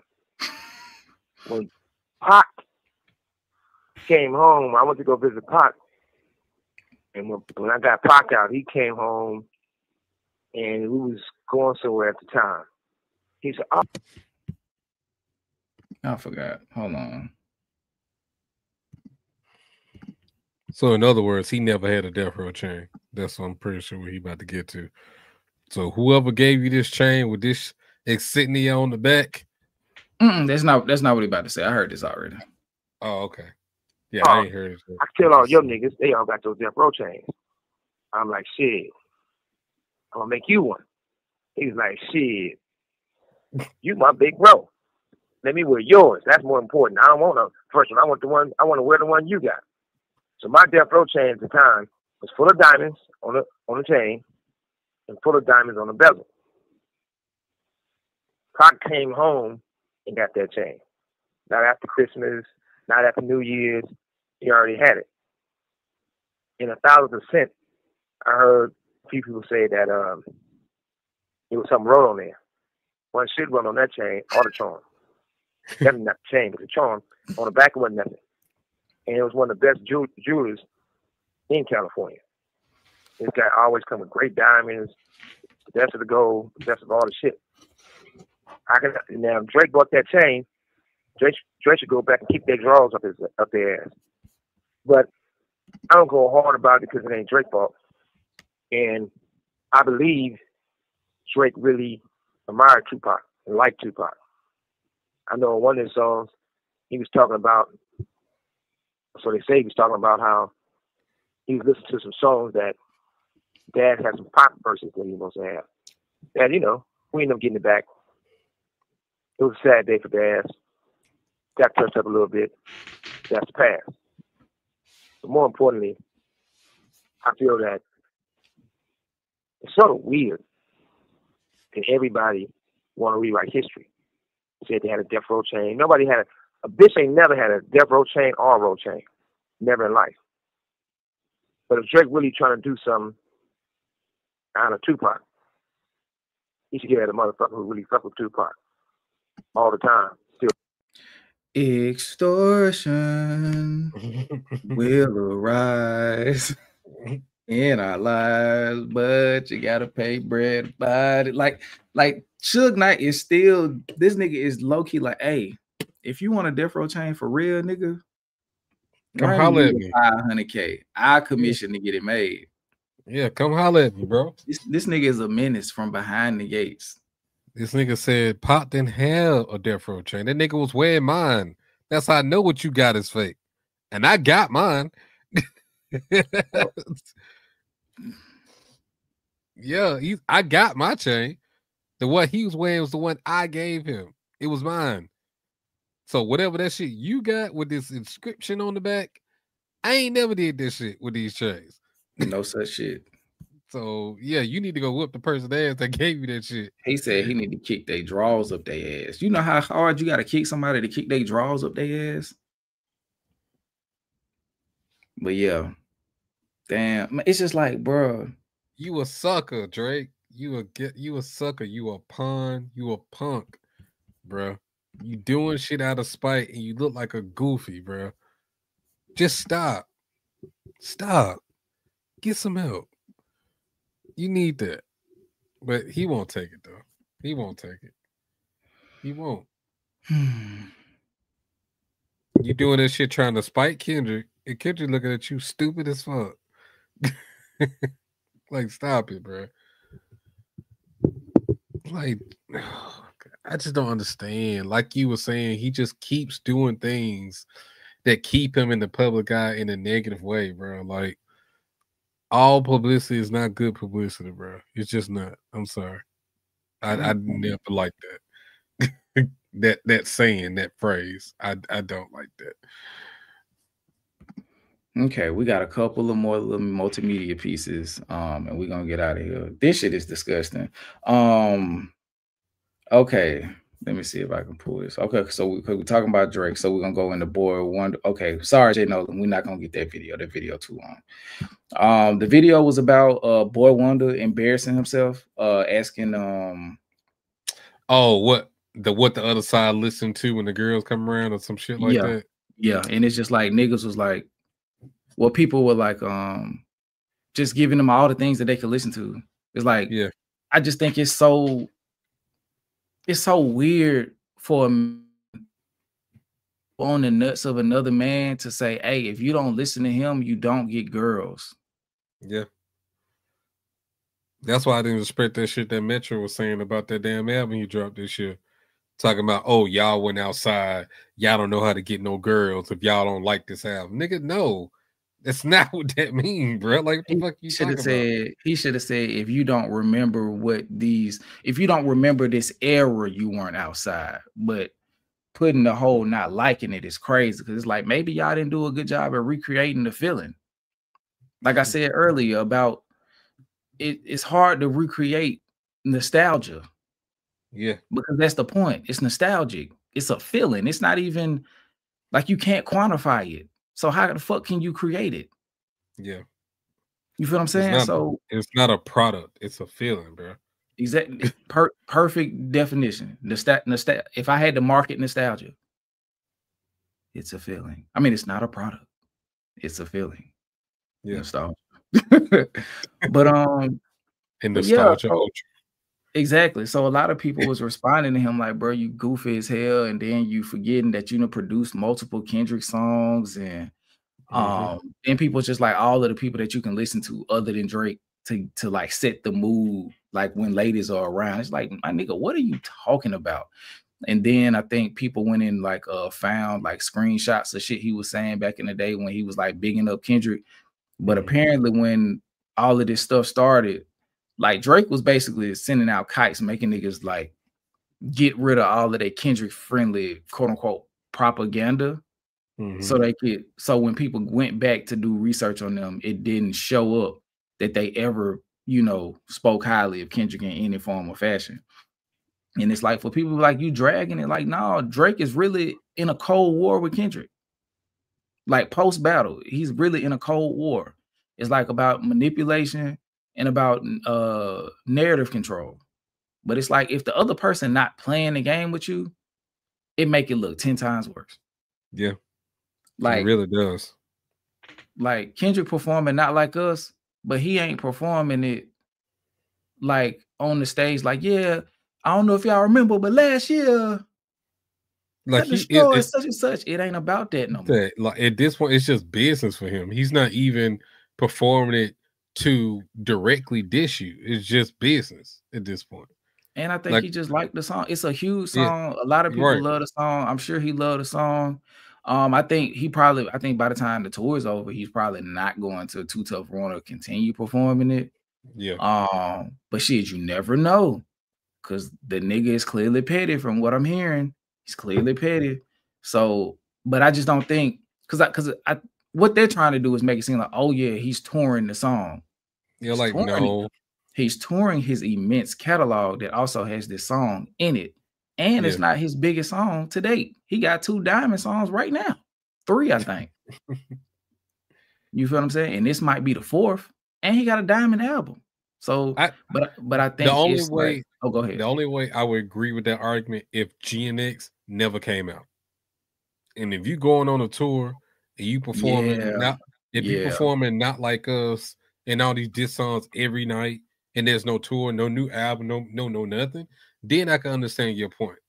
This nigga literally dropped a whole ass album with huge ass singles off of it, and it just so happened that, like you said, that Not Like Us came out right before GNX came out. I mean, not right before, but same year. Why wouldn't he perform it? It's the same shit. Yeah. So I don't listen to those people when they say that shit. I'm like, you just being weak. You being weird. Yeah. I'm probably gonna take is it a Young Thug video? Like of Yeah, I mean, it's multiple clips of him in that interrogation saying shit. I forgot the main one that everybody's looking at because as far as like yeah, he's snitching. And personally, I don't give a damn about none of this shit. I don't play about all them street rules and snitching and all shit. I'm a civilian, okay? I don't play about none of this shit. However, it's only of importance because he was attacking Gunna so much. That's literally all I'm about to say. Like, only reason why I'm even looking at this and considering it is because of how you campaigned this shit. In terms of the no snitching and Gunna being a snitch and all this, you got people attacking his character and this and that. That's the only reason why I'm even talking about it, because you look like a hypocrite. Yeah. Well, not look like, you are a hypocrite in this case. like if anything, you're worse than him because you was dropping names, times, locations, crimes that this nigga that did. Crimes that he already served time for. Like, nigga, you just singing. You singing. So none of that shit you come out now, because we don't have proof or documents of Gunna snitching. There's no videos of him saying names and shit. Well, I've never heard it. There's a video of when he was in the courtroom. He was acknowledging the assertions being made by the court. But he ain't saying nobody's name, saying they did this and they did that. They're asking the names. So they was like, were you a part of illegal activities as a part of YSL? Yes, ma'am. Were you this, that, and the third? Yes, ma'am. And like I said, I don't subscribe to the street politics either. I think all of this shit is goofy. I think the niggas who tell you to loyalty is all we got, them the niggas who be backdooring people. Yeah. You feel what I'm saying? Like I've experienced it in real life. Like I remember like the whole quote unquote bros before. I just didn't want to say that because you know, but I like giving our like viewership, I try not to say like the B word and the H word, like but them will be the dudes that the girl you talking to will be like, hey, them ain't your friends for you. You be like, man, whatever, man. You want some bullshit. Then y'all stop talking to what she feel like she can really tell you what the fuck was going on because she don't really fuck with you like that no more. Mm-hmm. And she'll be like, yeah, your boy was trying to talk to me the whole time. Yeah. And then you be like, man, you motherfucking lying. She's like, what I gotta lie for? Boom. Girls they don't delete shit.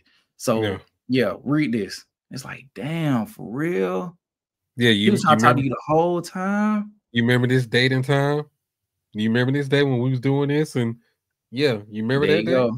Now, conveniently, all of the messages from the other side are deleted. But of course. But you know, yeah. Or at least the most important ones were her entertaining him. Yeah. It might be a boy shut up in there, but boy, you crazy, boy. You better not let him find out. Exactly. And it's like we ain't together no more, so I can't really even get mad because we broke up probably because you won shit. You just told on me. I mean, you just told on yourself because clearly you entertaining the nigga. Like, why wasn't he blocked? Yeah. Like, why was he able to get all of these messages off? And why the hell you no snitch? So don't tell me who telling. Yeah. Like, well, why you got his number, first of all? Why you didn't tell me about this shit back then? Why is it saved? Why this nigga number saved in your phone, babe? That's that. Why this nigga number saved in your phone, babe? Bro, why this nigga got a profile pic? All right, if I see a profile pic, I gotta leave. Come on. I gotta leave. I'm finna take off running like Forrest Gump. No, it just propagated from Facebook. Why you friends with him on Facebook? Now that's the part where the woman starts winning the argument. It's like, oh, so you having sex with every girl you friends with? All right, you got it. Nah. That was my nigga though. That was my guy. That was my ace, bro. Friends on Facebook don't really mean nothing unless y'all sharing what's name. But like if the nigga name saved and if it's like an organic picture saved in there, because back then, like, because I've been married and in a relationship for a long time. So clearly I'm talking about some shit that's at least a decade old.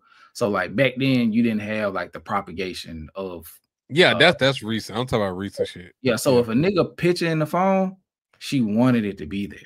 Yeah. She wanted it to be there. So it's like, hey, once I realized that, it don't even matter what you saying. Because whatever he tried to do, y'all did the shit.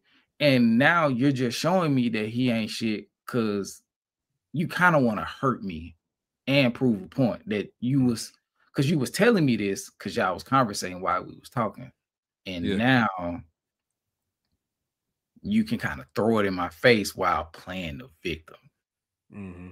Very, very cunning. Very sneaky while being demure. Very sneaky, very cunning. But what were we talking about before? How did we get there? Because Thug ended up telling he's snitching. Okay, so let's play this. Hold on, let me pull this up. I'm sorry, the clip I heard, this nigga really said, Rollo, that nigga commit crimes every day. He shot up way tour bus. Like, nigga, what? No, not Rollo, Roscoe. Yeah, Roscoe. That's a different person. But let's listen to this though. I don't know what this is. We just finna play it. Oh no, I don't know what this is. Type shit. I ain't finna say nothing about you on the internet. I ain't finna let the world know I ain't fucking with you until just say so. But you know, that's what they supposed to did. Like, but ain't nobody niggas trying to go at him to get clout. Yes, they have. Dirt said something to him, but that's it. Like, Wham, them ain't doing all this shit. Like, Wham unfollowed him. Yeah, but I mean, that's just that little boy shit. That ain't really saying that to no. Yeah, That's but just like, damn, I'm disappointed. Yeah, but that's still But guess what, though? That what makes your you. position is, man. Bro, where are these clips coming from, bro? Who dropping these clips, dog? This from a jail call, so you know that shit. Oh, I won't well, no. And again, why is the jail calls being just dropped like this, bro? They been getting dropped because it was a conversation like when he was talking to what's her name, the light-skinned girl, the pretty light-skinned girl, Mariah Size. And she was like, what she said, Daddy, am I your baby or something? But I'm just saying, like, who's giving the green light to drop these? Or that's what I'm trying to see. Like, I think security people who had access to this shit is leaking it. Damn. All of this shit is for sale, bro. Like, this probably a $30,000 leak. You feel what I'm saying? Like, you call TMZ, like, hey, I got something for you. Like, all right, cool. Oh, for real? Yeah. Nigga, yeah, like, bro, I buy that off you right now. Because the blog that released it is gonna make the money back. Yep. You feel what I'm saying? Because all the traffic and the clicks and shit. Exactly. And then you sell ad placement on that. Like, look at this is hot new hip hop. They don't make their money by the content. They make their money by the ads. It's an ad right here. It's an ad right here. It's an ad right here. It's an ad right here. This is a floating ad, so they definitely paid a lot of money for that. You feel what I'm saying? Like, yeah.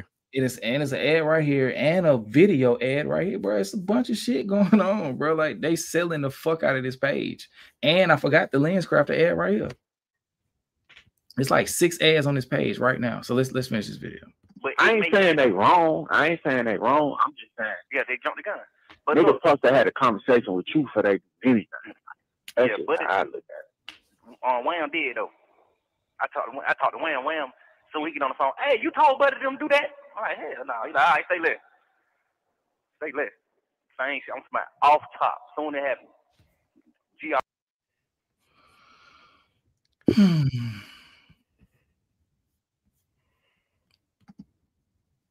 Thug look like a stud right here.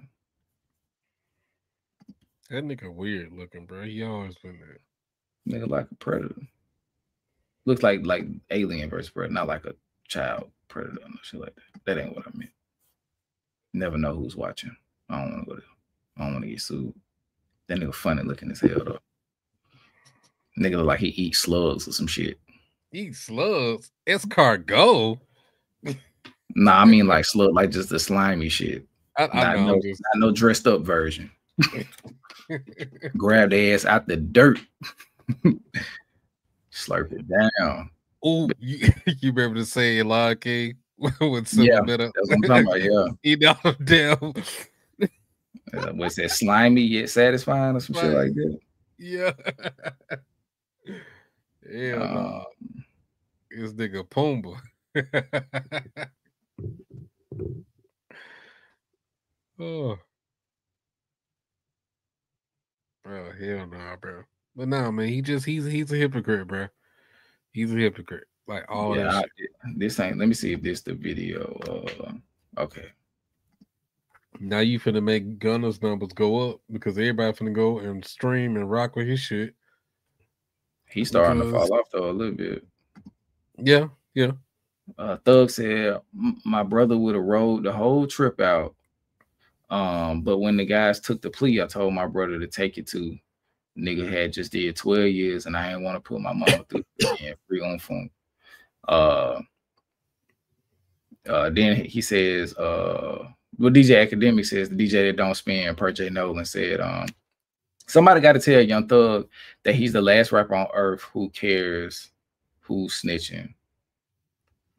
Low key, half these niggas telling, and the ones telling make the best music. Fans don't give a F. And Young Thug say that's actually crazy but true, except making the best music part. So again, why the hell would you come in at Gunna again? Exactly. Because you never think the stuff that you do is going to get out. I'm trying to see if I can find a video where he was doing all that talking in the interrogation room. Yeah, I seen a lot of that shit on Twitter. So it's okay. That's an ad. Shout out to the ads. They going crazy. Okay, is this just the ad before the video? Okay. Nah.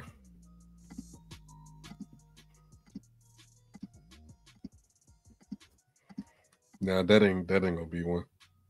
Y'all lame as hell for that hot new hip hop. I thought y'all had some fucking audio pissing me off. Okay. We out of there. Bro, you know what you sounded like just then. With the Unforgivable. Yes. Yeah. Who told you could have a brother? Pissing me off. Unforgivable. We're gonna have to watch that shit to start one of the streams. That shit was hilarious. Okay. Let me turn this down just a tad. And this is, I think, that the last piece of audio, the last piece of media that we're gonna consume this evening. And then we're gonna start. Bitch, you better not have no brother. That nigga was really tripping. Give me a chicken sandwich, just waffle fries for free. Here we go. Hold on. We might have to watch that shit on the way out. Here we go. And this is this is supposed to be coming out next week from the Lil Baby. What he said. This two-pack of ass. The quote said, "Make a rapper take his clothes off. That boy a male stripper. Push up on him at the gym. I hope a nigga do they push-ups." What does that even mean?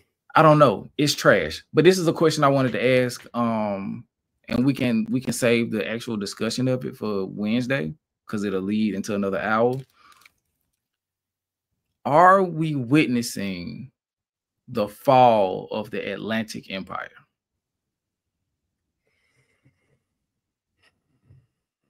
You gonna give a short answer? Yeah. Yes. I do. I do. I do as well. I do.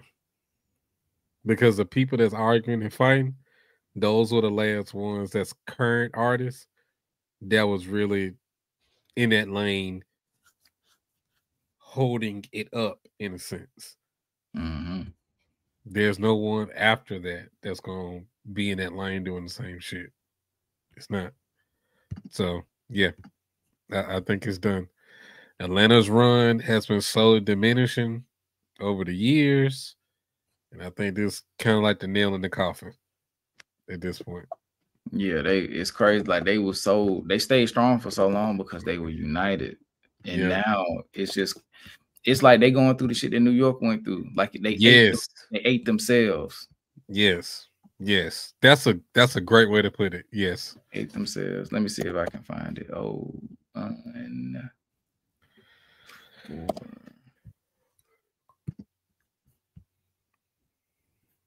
Yeah, I'm not even counting Future no more. That nigga wash. Even though he did put out 3 albums last year, but still. Yeah. But he can't hold it up by himself. So like the empire is gonna fall. Like Jid, Kenny Mason, shit, even Playboy Cardi to a certain extent, Gunna, they're not gonna be able to hold it up. Mm-hmm. They're not gonna be able to stop it from falling. They can be a part of it trying to rebuild itself. Sure. Yeah. But yeah, I think it's over. As far as the mainstay, I think the West came back. While Atlanta was falling apart, New York can't seem to get it together. Joey said he the king of New York and put out a bunch of bap. And holding him to the standard of being the king of New York, yes. Yeah. But just being a regular mid-tier artist, it was an okay project. But like holding him up to where he said he was at. But you know, with the Atlanta shit, the shit that's really pissing me off is Drake stands are like, now that Drake don't rock with Atlanta, or he don't, you know what I'm saying, he not giving Atlanta hits no more. So that's why they crumbling, they falling. They need Drake and not the other way around. That's how they're trying to spin it for what I've seen on Twitter. Like all these different threads and shit talking about Drake gave this person they hit and Drake gave this person they hit. So they're only falling because Drake not featuring on nobody's stuff no more. And I'm like, y'all are delusional. Y'all are delusional as fuck. But anyway, we'll say that for another time. Yeah, that ain't got shit to do with shit. I think you can only make that. Hold on, let me see if this the one I want to watch anyway. It's your boy. Nah, go to number one. I want to. I was at Levan's getting some pants for my niggas. Yeah, now go to number one. Number one. It was up there on the videos on the side. Go back. Because I think you gonna be scrolling forever for this shit. Oh, so he like really went farther with Unforgivable. Yeah, I did he not did. know that.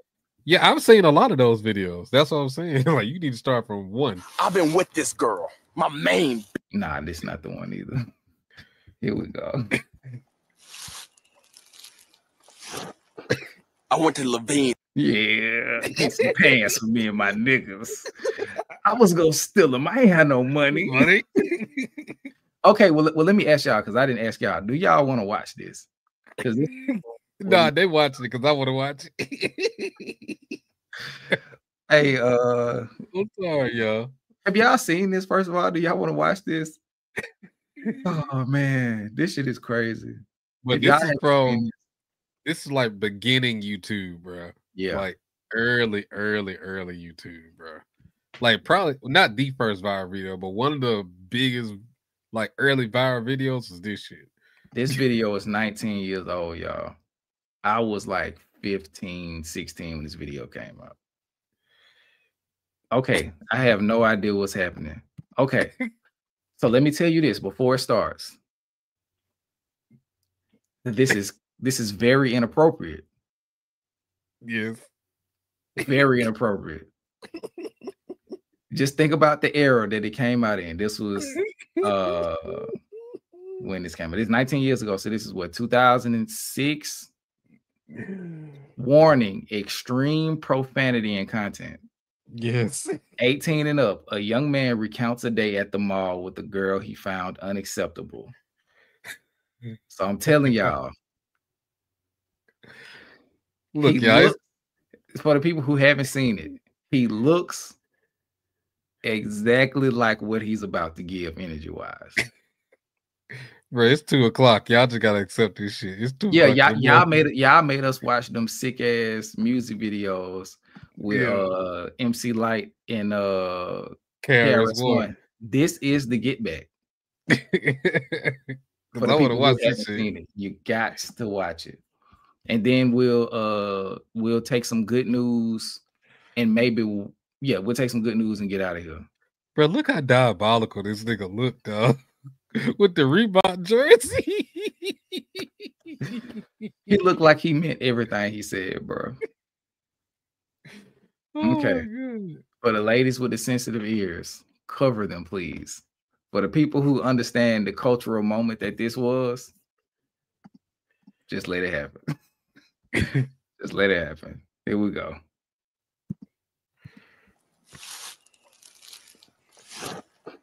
I went to Levine's yesterday, get some pants for me and my niggas. I was gonna steal them. I ain't had no money. Met a girl there trying on some skirts. I was like, what that smell like? She was like, she didn't know what to say. I was like, bitch, don't make me ask you again. Anyway, got her number. The next day we went to Chick-fil-A, some place in the mall. When I got there, I was like, bitch, where all these people out here? She said, well, it's the mall. I was like, whatever, bitch. Give me a chicken sandwich and some waffle fries. I was like, bitch. She said, what you gonna have to eat? I was like, go up there and just give me a chicken sandwich with some waffle fries. Maybe a Coke to drink or something. She seems like kind of nice about that at least. She said, what you gonna get? I was like, bitch, go up to the counter. Tell that nigga I want a chicken sandwich and some waffle fries for free. She said, okay. Then she looked back and asked me what I want to drink. I'm like, give me a Dr. Pepper, bitch. We got the food. She brought it to me. snatched it from her real fast. She sat down like, bitch, who told you to sit down? You better wait for my request. I said, go ahead and sit down, cunt. She sat down and we ate. Later on in the evening, took her to Silver Ball. Play some video games or something. She'd act like she wasn't having a good time. I said, bitch, you ain't no nerd. I could have sworn you were. She said, I like to go shopping. I was like, bitch, not on this date, because I ain't got no money. And you gonna give me the money you got. She gave me her purse. Took the wallet out. Saw some credit cards and some pictures of some other niggas. I was like, who are these niggas? She said, that's my brother. I said, hold on, bitch. You better not have no brother. If you do, I said, bitch, who is this nigga in this picture? She said, that's Tommy. That's my little brother. I said, bitch, you better not have no little brother. I ain't trying to deal with no other niggas. She said, well, I have two. I was like, bitch, that's a mistake. Took her to the bathroom with a Silver Ball. Got through playing. I said, listen, cunt, today ain't your day. She said, what did I do? I said, bitch, you got some siblings, and I don't like it. She tried to make up for it, sucking my dick a little bit. I was like, bitch, that feel good. But it ain't enough. It ain't enough. She took it to a new level, started jacking me off while she was sucking my thing. I got a nut. Yeah, I got a nut. So, got done with getting my dick wet. Told her that I wanted some pussy now. She was like, I just sucked your dick and you just nutted. I was like, if you sass me one more time, bitch, I'll kill you and your little brothers. He said, okay. I got the pussy from her. And I know I nutted because I didn't use a condom. Nutted in her pussy and got her pregnant.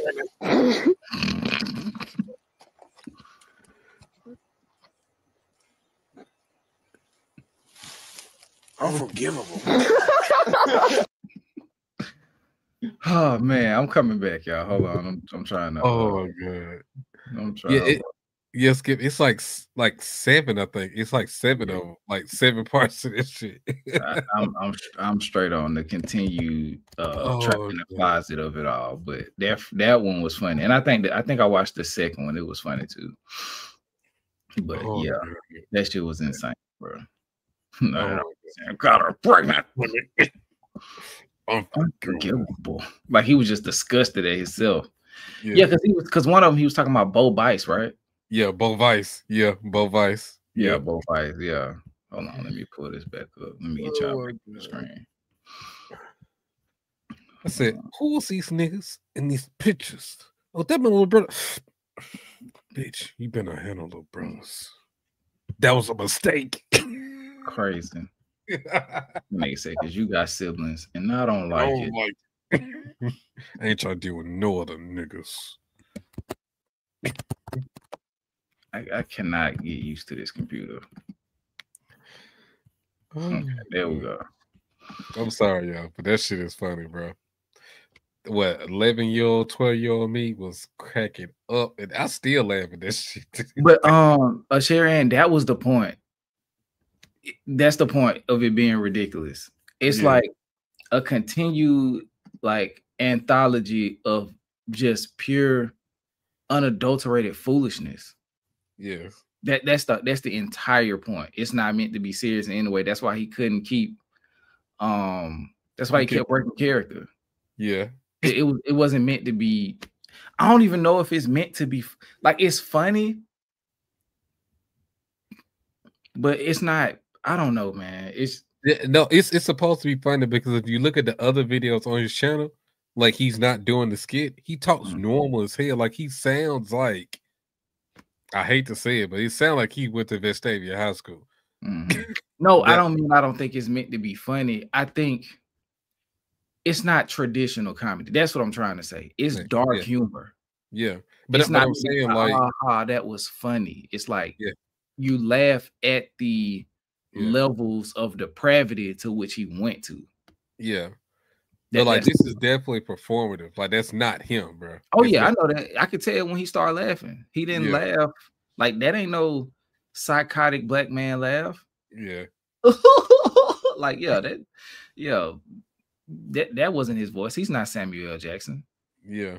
If you see his other videos outside of the Unforgivable skits, nah, bro. He's not even. If anything, he wanted to be like an actor, if I remember right. So yeah, that's not him. That was purely performative. Okay, we are approaching our descent, ladies and gentlemen. Gave y'all another 6 hours. I ain't gonna hold y'all. When we get done with these 6-hour lives, I sleep good as hell, dog. It take me a while to go to sleep. I ain't gonna hold you. Nah, my adrenaline be pumping for another hour. Nah, I'll take a bath. I go to sleep. Okay. Thank y'all for tuning in to another the Cypher Soul session. It's your I am Skip with my co-pilot DJ. We're going to go through the last line of super chats. Shout out to Miss Simba. She said, and I think this was back a little further. Too much enamel covers your necklace. Shout out for the super chat. Shout out to Helenette, Boy Wonder, another crunchy hot pocket for Aubrey. Facts. And shout out to Simbi again with the $8 super chat. I know some shit about ninjas that'll make Gunna wanna look like the Saint. Yeah. It's a Kendrick line for everything. Facts. Okay, let me turn it down a little bit because it might just be louder in my headphones. Whatever. I know some shit about niggas that'll make Gunna wanna look like a saint. That's crazy. But I do want to say this on the way out. Let me cut this off. I can't think. That's how I know it's time to go to bed. But thank y'all for rocking with us, man. I ain't gonna give y'all no long diatribe, but I'm glad we were able to bring the interviews to the platform. I'm glad that was a success. I didn't anticipate it going that long. I had told everybody we was gonna have a hard out with 45 minutes per person. And the first guest, I think they probably went maybe an hour and some change. The first four. So I hope a kid don't feel no way. I mean, but it's just one of you. So for every question, like it had to be answered by 4 people, so it took a little bit longer. But yeah, man. All I can say is thank you. The Joey reaction will be up tomorrow. I'm gonna appeal the song that they're blocking so they can let the video be back up. And the Coast Contra Rulers reaction is up. I'll be shooting the first Tiny Desk Tuesday. The next Tiny Desk Tuesday, because I did Dochi on the member side, and we'll keep that on the member side. So I think I can't remember who down in DC said, but anyway, so I do that. I edit the last 4 videos of Road to 100. Or I might just be lazy and just drop them hoes like 7, 17, 18, 19, 20 instead of trying to edit them together. Because I think that was an issue too, like the video quality of some of them, because they be pre-recorded and it don't always go across well. But yeah, so we're gonna finish that. I'm gonna probably just drop the video for 11 through 25 because us trying to watch it together and it's 3 hours and we gonna be stopping. That'll be the whole live stream, unless that's something y'all want to do. But if not, I'll just drop the video and then we'll do the live top 10 and then we'll get started with the next one, and then we'll do the Decoder's cut for the series that we have. Once I officially have a name for it, merch is coming. and all that good stuff. Drop some good news in the chat on the way out. Make sure y'all hit the like button if you've yet to do so. If you're new, be sure to subscribe. Go check out some of the videos we have. If you want to become a member, that is available as well. Yeah, Joseph Anthony Naughty Bottom. Crazy. Appreciate everybody congratulating us for 30,000 too, man. Big accomplishment. The next accomplishment will be 50. And we'll do something large for 50,000. Stell just said, when are you gonna pick up? Did you go get the stuff? I went today. They was closed. Oh, okay. Gotcha.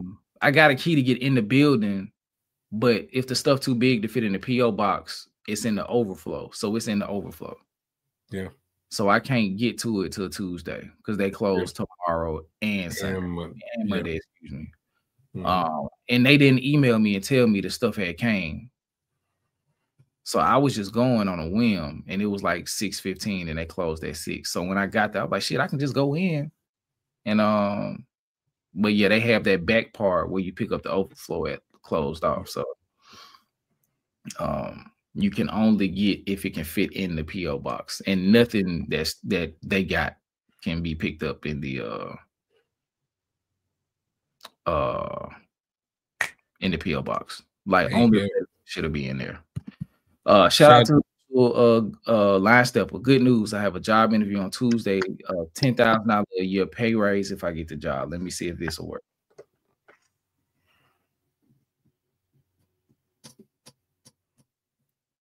I don't hear nothing. That way.